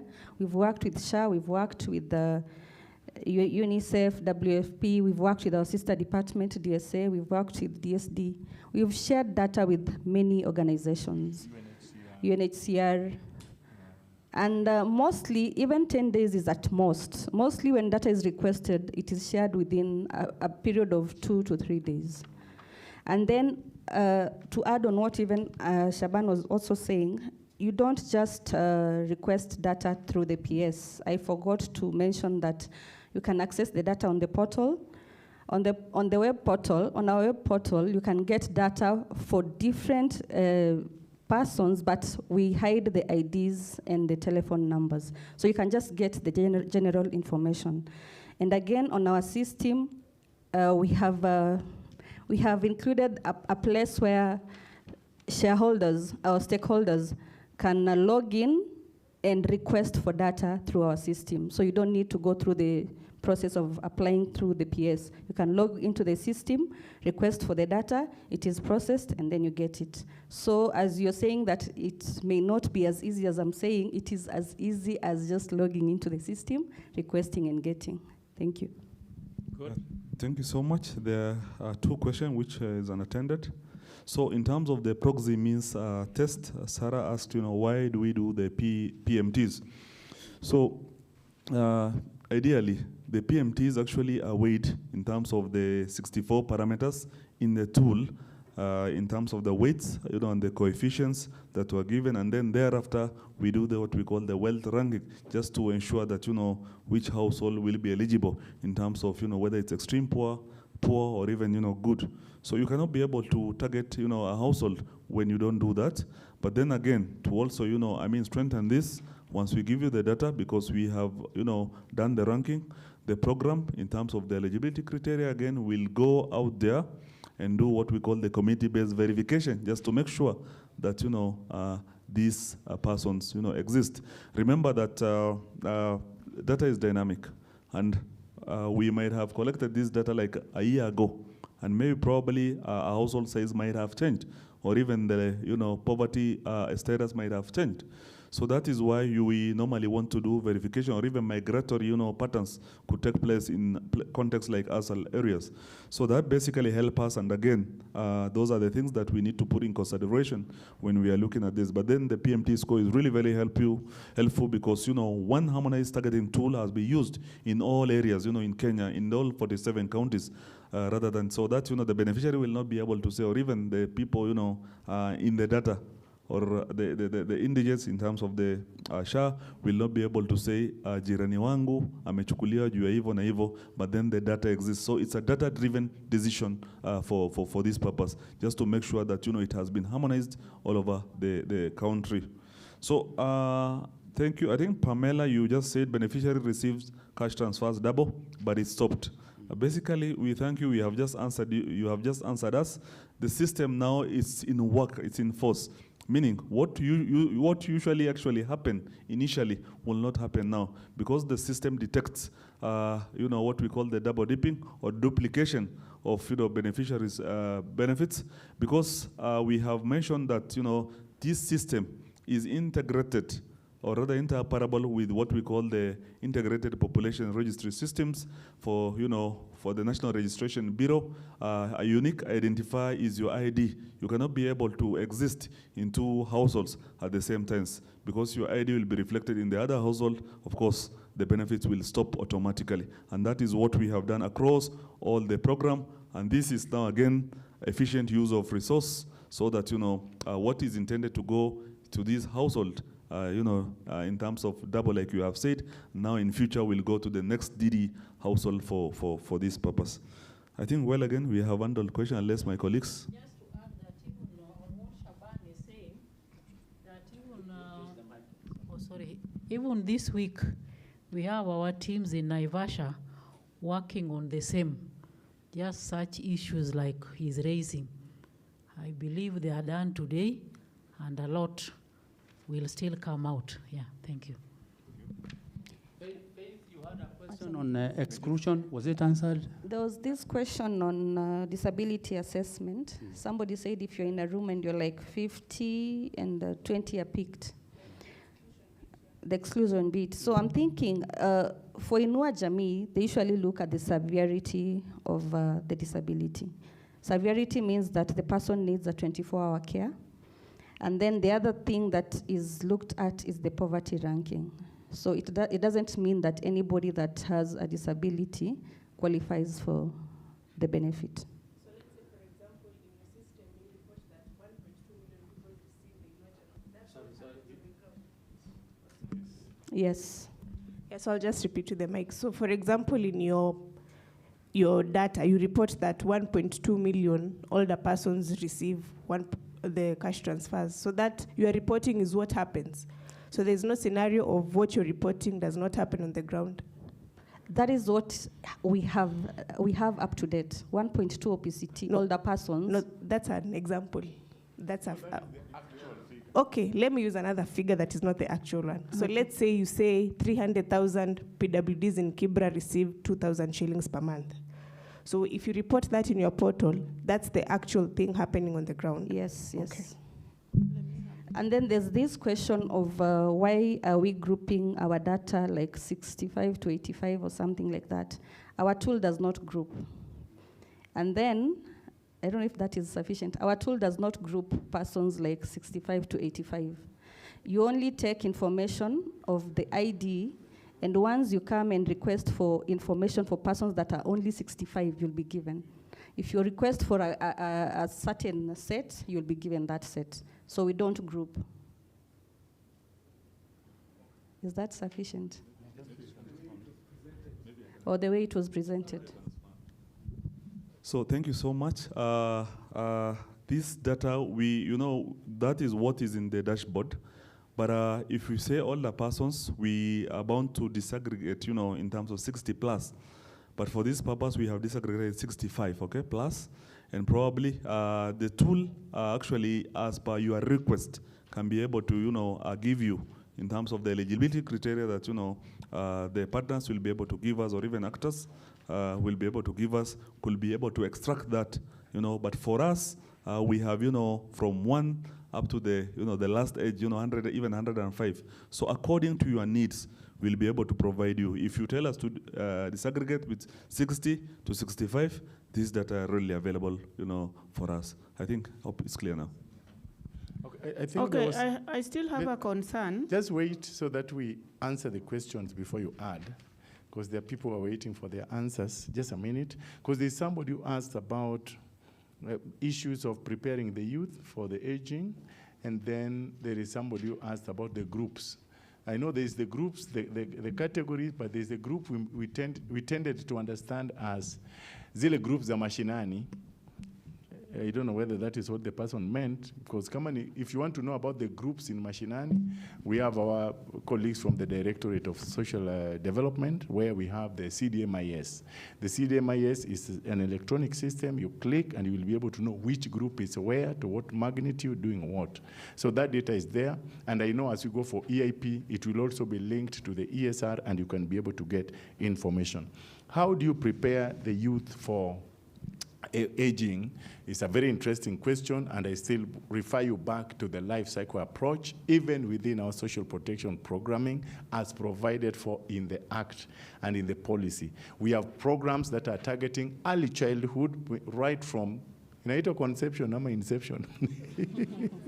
Right from conception up to. And I said here when I was presenting that when we put our weight from 0 to 3 years, we shall cure a lot of things. We are sure to have a productive workforce, a youth that will be able to match because of the cognitive capital, reducing on issues of malnutrition, stunting, and wasting, which happens at those early. Najua tuko na daktari pale, na najua how important those investments are necessary. And that is why we have already a program we have started called Niche, Nutrition Improvement Through Health and Cash.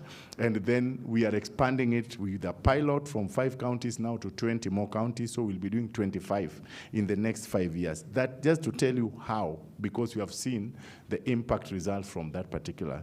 The EIP is a game changer also, because we are seeing how then can we enhance the productive capacities of these categories of people. So for me, what I'm saying is early investment, then work together with other sectors like education, health, and agriculture to ensure that you open up in terms of the value chain, how the productive value chain, and youths will have the opportunity. Then very quickly, we have something on the issue of why PMT, why proxy means testing. Shaban has tried to answer to that, and we are saying for us, even in the Act, the only way you can tell poverty is through a process to tell you the income thresholds. And one of the processes, you can use a number of processes, but for us, the best process that we could use, which is fairly accurate, I know there are researchers here, is the PMT combined with the CBT, the community-based targeting. So the PMT now, because there are people ukiwauliza unapata pesa ngapi kwa mwezi, hata kuambia, and yet you want to establish kiwango chake cha umasikini ni gani, what will you do? Utaangalia anaishi namna gani. So you'll use observable characteristics and combine and use a formula to be able to do what? To get and say the welfare of this person is at this level. So that is why we are using PMT, because there are scenarios, especially the social things are difficult to measure. And that's why the PMT suffices better. But I know we have researchers here, Daktari yako hapa anaweza ongezea sauti hapo, and that's why you can still see the Act acknowledges the PMT as a more robust measure for welfare to be able to give us why we need to support them.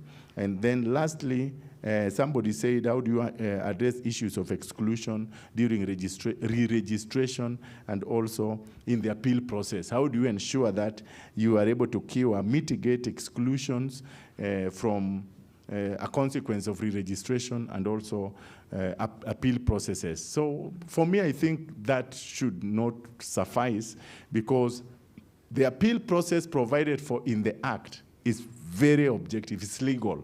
It's through the legal procedure. So unless somebody compromises the law, which has its own pathways, then it will not. For the board, when it is internal, the board has also oversight processes that will ensure that when appeal comes and it is the board sitting, then there is an independent committee that examines that. When the person is not satisfied, you can go to the ombudsman or you can go to through the court system and you will get your justice, and therefore you'll ensure that somebody does not become stereotyped simply because of maybe lodging a complaint.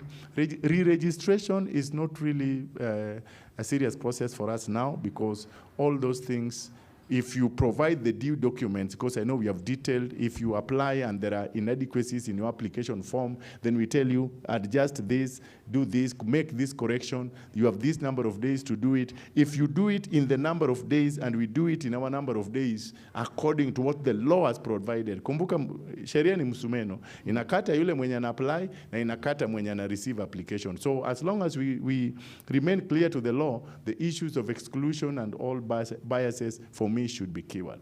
Thank you.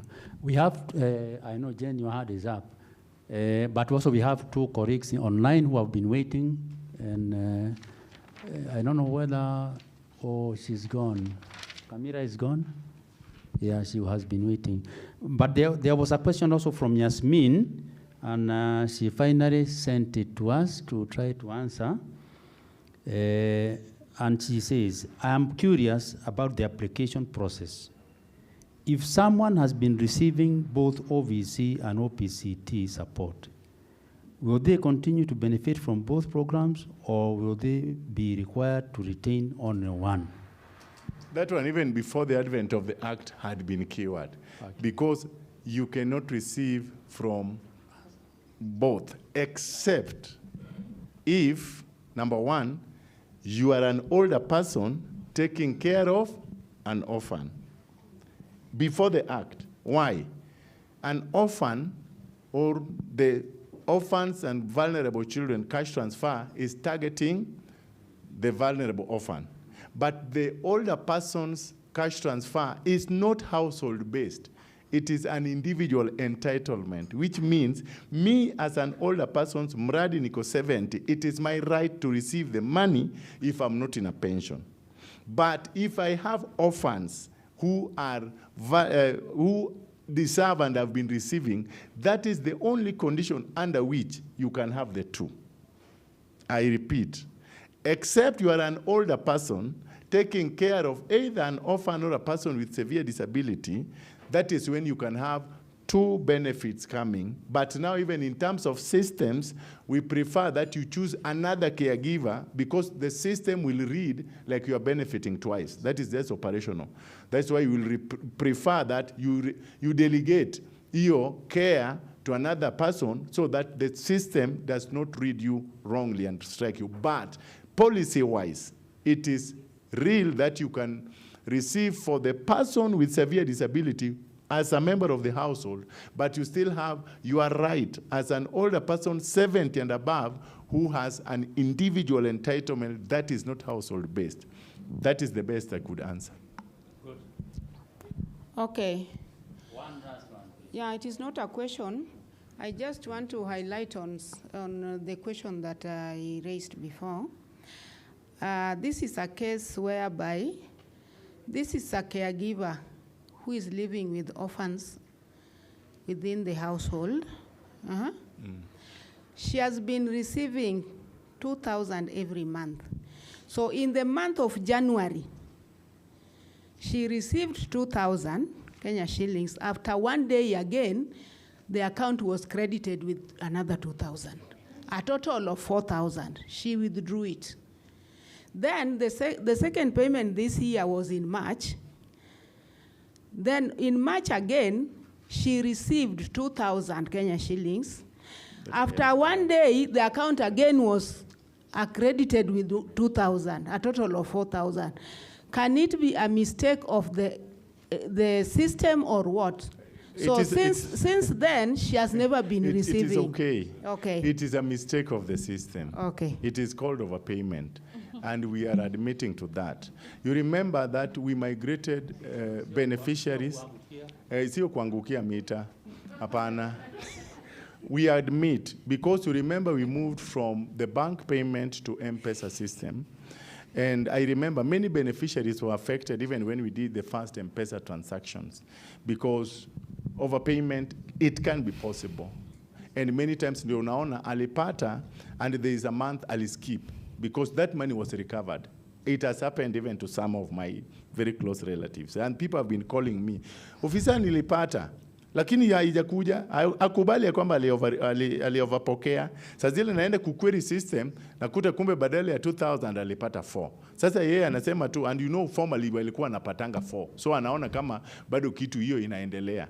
So one thing is to say it was an overpayment, and Madam has told you, even now our officers in Naivasha, we are refining some of these systems because it was just a recent migration.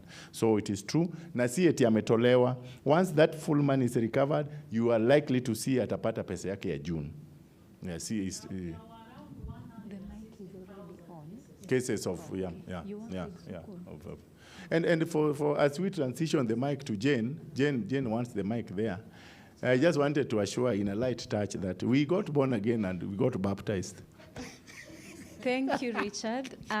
Before I go ahead to give my comments very briefly, is just to appreciate Madam Jacinta and your team.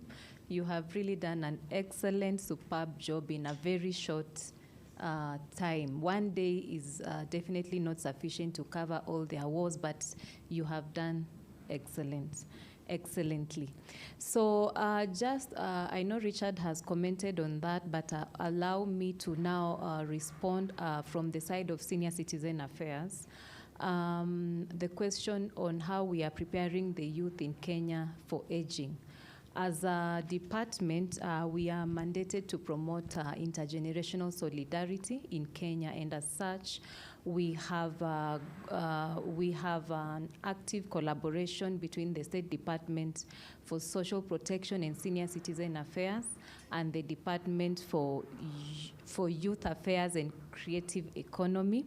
We are in the process of developing a joint work plan to ensure that the two generations are working positively and actively so that we can take advantage of both demographic dividends. And so this will help to promote mutual respect and understanding, and it will also help to ensure that we are preventing elder abuse. That's just what I wanted to say in terms of what we are doing to prepare the youth towards aging. because in some areas or most of the time you find that majority of the perpetrators to elder abuse are the youth. And so it's important for these two generations to work together so that we can appreciate each of their strengths and be able to utilize them positively. And so I have one question to the team in regards to the act that is now in place. Once the regulations are operationalized, is it, could you please clarify, because before we had the PWSD, but now once operationalized, are we going to have all the persons with disabilities accessing the funds? Or please provide some clarification, because I was in another forum where there was an indication that now it will be accessible for all persons with disabilities. Thank you. Thank you so much, Jane. I know that is a very, very delicate question. As you were doing the regulations, it kept on coming, and it was fairly tricky, and also looking at the PWSD Act, because we had to cross-check with the PWSD Act. And many times there's been the cry that the way we have defined severe disability is internationally, or it's not acceptable, because it's exclusionary and doesn't include many people into the program. Yes, while we have put provisions for us in the Act, the provisions on the means testing as now what will now tell me which person with disability will be able to benefit, I think from the Act side, it will be more tied to the income threshold than severity of disability. Yes, we admit that severe disability becomes a category, because we have already admitted it is a category. But now, for you to get, we capped it to now the income threshold in the regulations because of the difficulty, and that's why even in the preliminaries we sort of removed the issue of severe, because it is not internationally accepted, and even by constitution and the provisions that are there, it's not easy to defend, and most of the persons with disability are not at peace with that.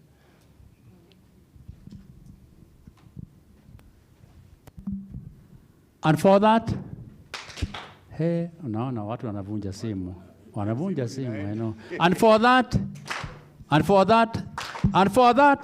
thank you very much. I want to hand over, because there's somebody to say thank you on behalf of our team.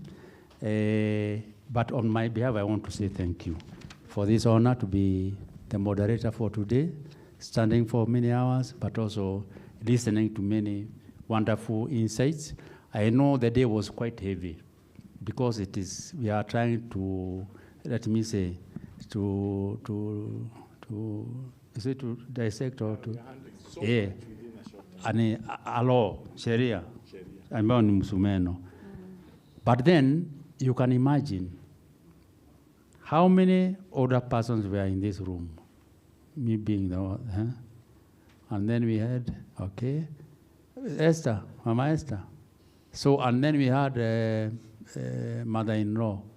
So we are 5 of us here today. What do I want to say? I don't know how they are feeling, but if us who are here today, what about the older person in Samburu, ambaye hajui Kiingereza, ambaye hajui nini? I am throwing a challenge, because for me, on behalf of the older people, the problem has been information, communication, and education for the older people, because they are the end users for the act, for everything, all those things. How one day they will be able to understand what is happening. Because you see, let me finish, Richard. Wanasiasa wamekuwa kama wahubiri. And our older people believe in the wanasiasa. When they told them the first cash transfer, wakawaambia nini?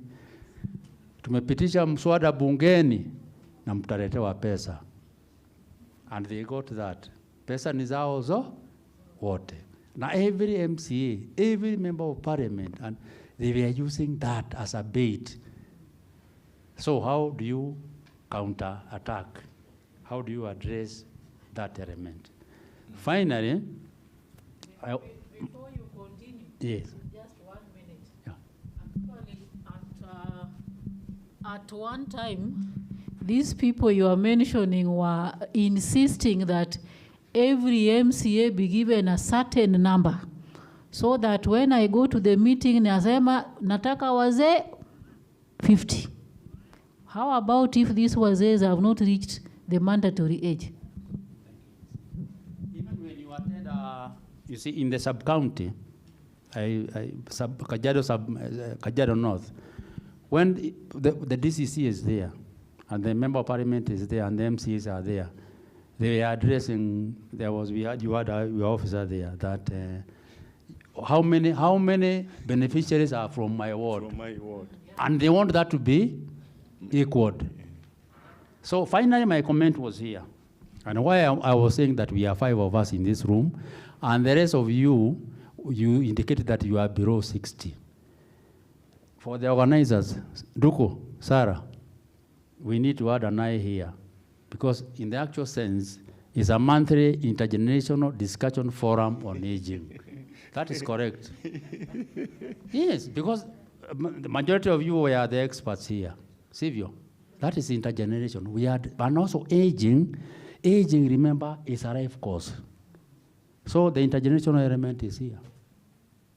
So thank you very much. Richard, I want to... Just a minute, Erastus, because I forgot something. I have the mic. Okay. And I'm just giving it as a takeaway to our colleagues, because it's a question that came and we missed it.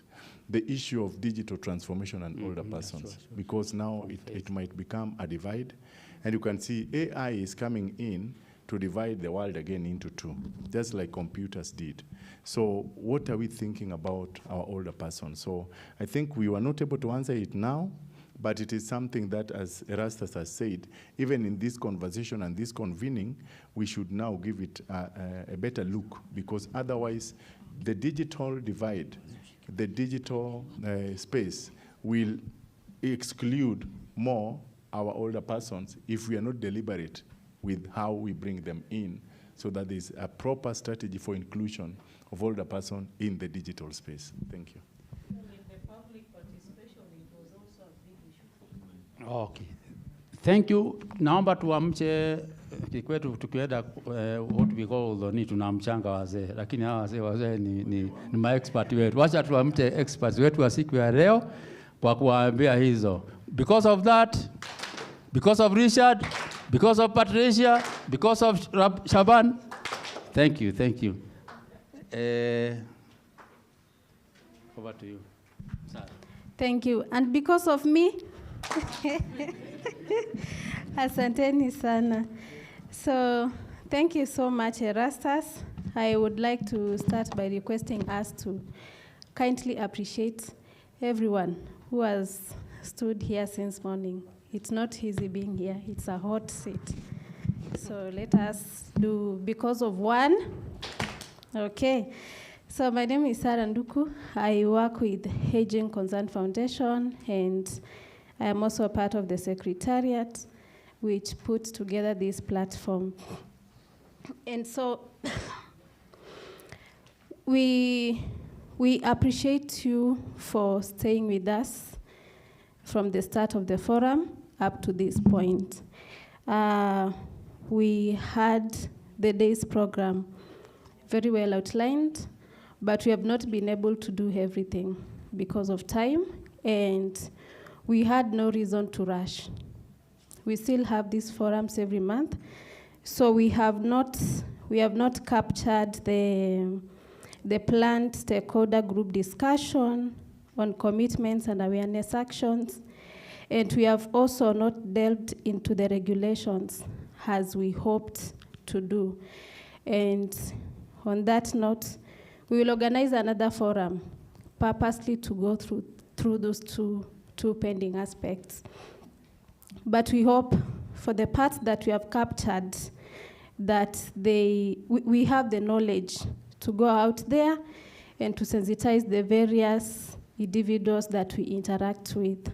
To our media partners who are still with us, I can spot one. So I believe the rest have left. We trust you with this information, that you are going to give the right information using the correct language to the public. We hope that we will not see a negative tagline running around. So we trust after this forum, we are empowered with the correct information, and we will use it to disseminate to the public.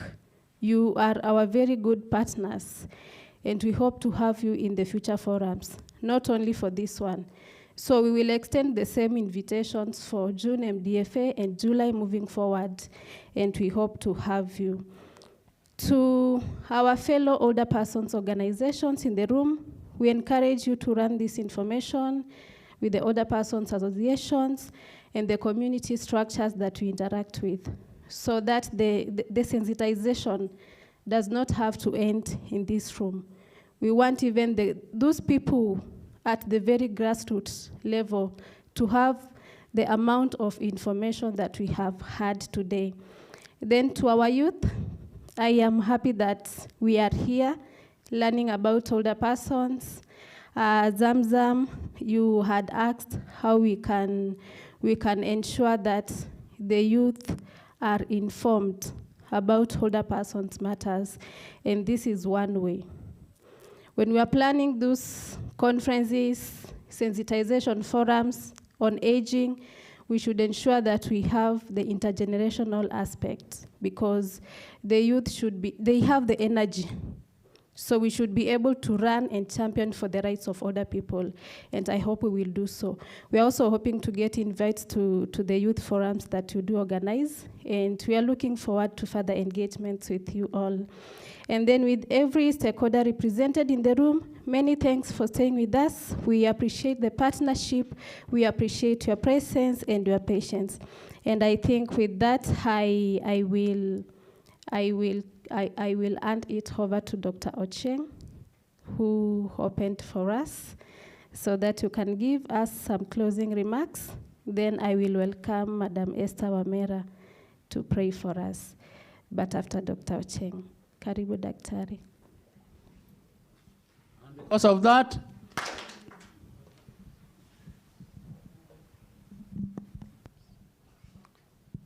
when I came, this room was full, but for God knows what reasons, they have left. When the person who is supposed to give the closing ceremony is seated, that is bad manners. They are supposed to be all of them. I want to take this opportunity to thank everybody for attending, to thank everybody for being patient, and to thank Sukun and to our Aging Concern Foundation, Peter Zabuoro, and yourself, and McKenna, who is not here for reasons best known to her, and the team of Sukun, including the media that you called. You said that the media is not supposed to report negatively. You know, media picks on something small and makes it very big. That is when it sells. But for our case, because we are government, we want you to report exactly what has been said here. You know, there's a accounting officer in the government, is called the PS. So when you say something contrary, then you will be asked, at what capacity do you say this? So please just report what was said without amplifying or putting something that we did not say. I want to say that us and social protection, what is the full name, Monty? We are supposed to act like, it's called Siamese ama conjoined twins, because we are talking a lot in common. So going forward, there should be a way in which we engage with you in everything that we do, so that we bring the synergy needed for us to succeed. Because as you rightly see here, all the person issues are seriously addressed in this act. and because you have a department dealing with the same, it does not break a bone, so that whatever you do, we are also tagged into that we do it together. This forum that has been there, we have been sending our representatives here to come almost every month. This time around, we chose to come with my deputy. And I am asking the Aging Concern Foundation and Sukun that when you want to talk about the elderly, then according to you, the one who was the master of ceremony, you're only 5. Where does that take you? Because in my view, there are several older persons who have also gone to school well, who could have been here to help us articulate issues. But you chose to invite only 5. A reason you'll tell us later. But next time, please try to invite them as many as possible, because they become ambassadors of the other persons. Because when you invite only Rastas, then you invite Esther, then you ask, then it is not very nice. But next time, learning is a continuous process. We have learned from this. Next time, involve as many of them as possible, so that eventually it is an all-inclusive process. What we are doing with the Ministry of Youth, as Jane has said, is going to be instrumental to bridge the gap between the elderly and the youth, so that the youth get to know that there's a wisdom that is there with old age, and that even them, they eventually become old, but they also, when you talk about technology, like now the cash transfer you are talking about, we know very well that the youths are very good in technology. And now because you transfer money using the mobile phones, they are supposed to help these people to understand the use of these particular gadgets so that they utilize them well. That is going to be done when we have several forums put together, so that when the activity for the youth and for the elder person, all of them are being brought on board. Like we are going to hold an activity in Kisi. We are going to ensure that the youth are involved, the elder persons are involved, so that they do joint activities, joint programs, so that we appreciate what the older person can offer and what the youth can offer, because we need one another in all these things.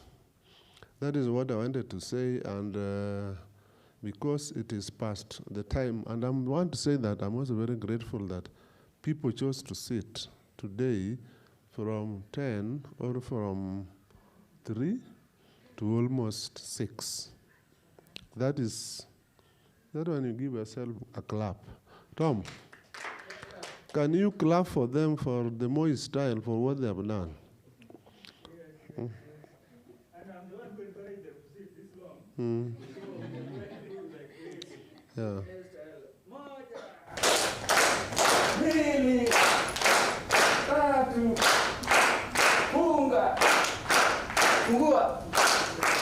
So we have thanked you quite a lot for what you have done and just done it. Please, next time when we call you, come the way you've come, and let's always do whatever we're able to do. So what is most important is service delivery to the citizens of this country, whether they are old or young. The most important thing is service delivery. So whether it is public, private partnership, whether it is whatever way, so long as we can achieve what is called symbiotic environment, where we both benefit from one another, that is the way to go. Is that okay? Now, can you all stand up now? Who was supposed to pray? Before you come in front, but before you pray, there's something I want them to do. If you have the wrong attire, utakuwa shida yako. But if you have the right attire, there's no problem. You can still sit or you can also stand if you have. So if you have the right attire, no problem. If you have the wrong attire, you can just stop what you are going to do. So I want you to warm up before you go. Put your hands here. Up space. Don't hit the mouth of somebody. Let them go up. Call like this. Where I'm calling. Hands down. Hands are supposed to look common sense. Look at me. Hands are down. This is just demo. Hands are up. Call. Hands are like this, facing up. Call. Hands are here. Don't bend. Call. Call. Call. Hold your head.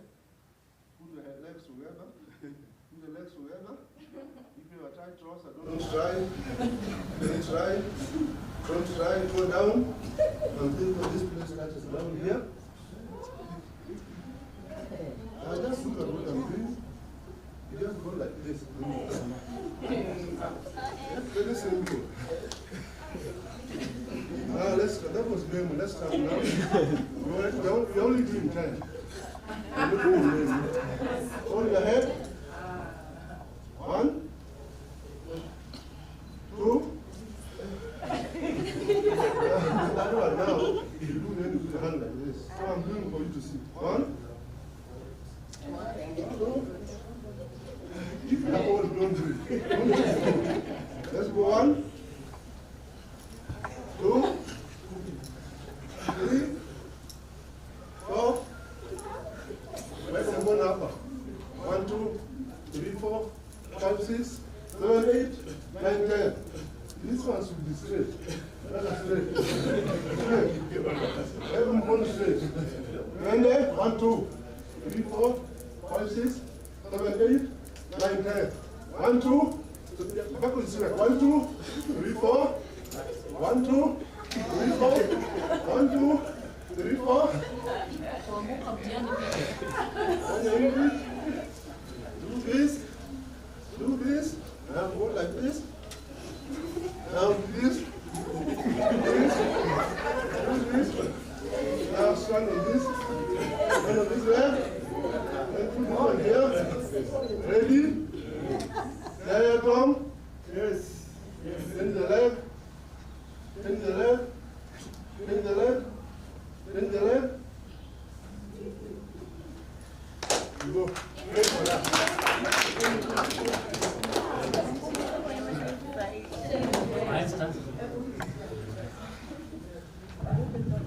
Shall we pray?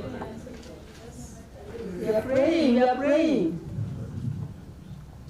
Our God and our Father in heaven, Almighty and ever-living God, we come before you again this afternoon, Lord, with thanksgiving. You have been our God and guides throughout the day, Lord Almighty. We thank you. We don't take it for granted, because without you, we would have not made it. But through you, Lord Almighty, you have been with us, you have guided us, and whatever we have learned here, King of Kings, we pray that you make us use them into the community where we come from. Now, as we go, Jehovah God, we commit ourselves into your able hands, that you be the driver of the vehicles and the means of every man using going home to their destinations. You will be the driver. Keep us safe until we meet again next time. This will be our prayer in the name of the Father, the Son, and the Holy Spirit. Amen. Thank you. Thank you. Thank you, Charity, for being online. Thank you, Yasmin. We hope to see you in the next one. We have tea served outside at the far right. Please don't leave it. Tea and some snacks. Enjoy. And see you next time.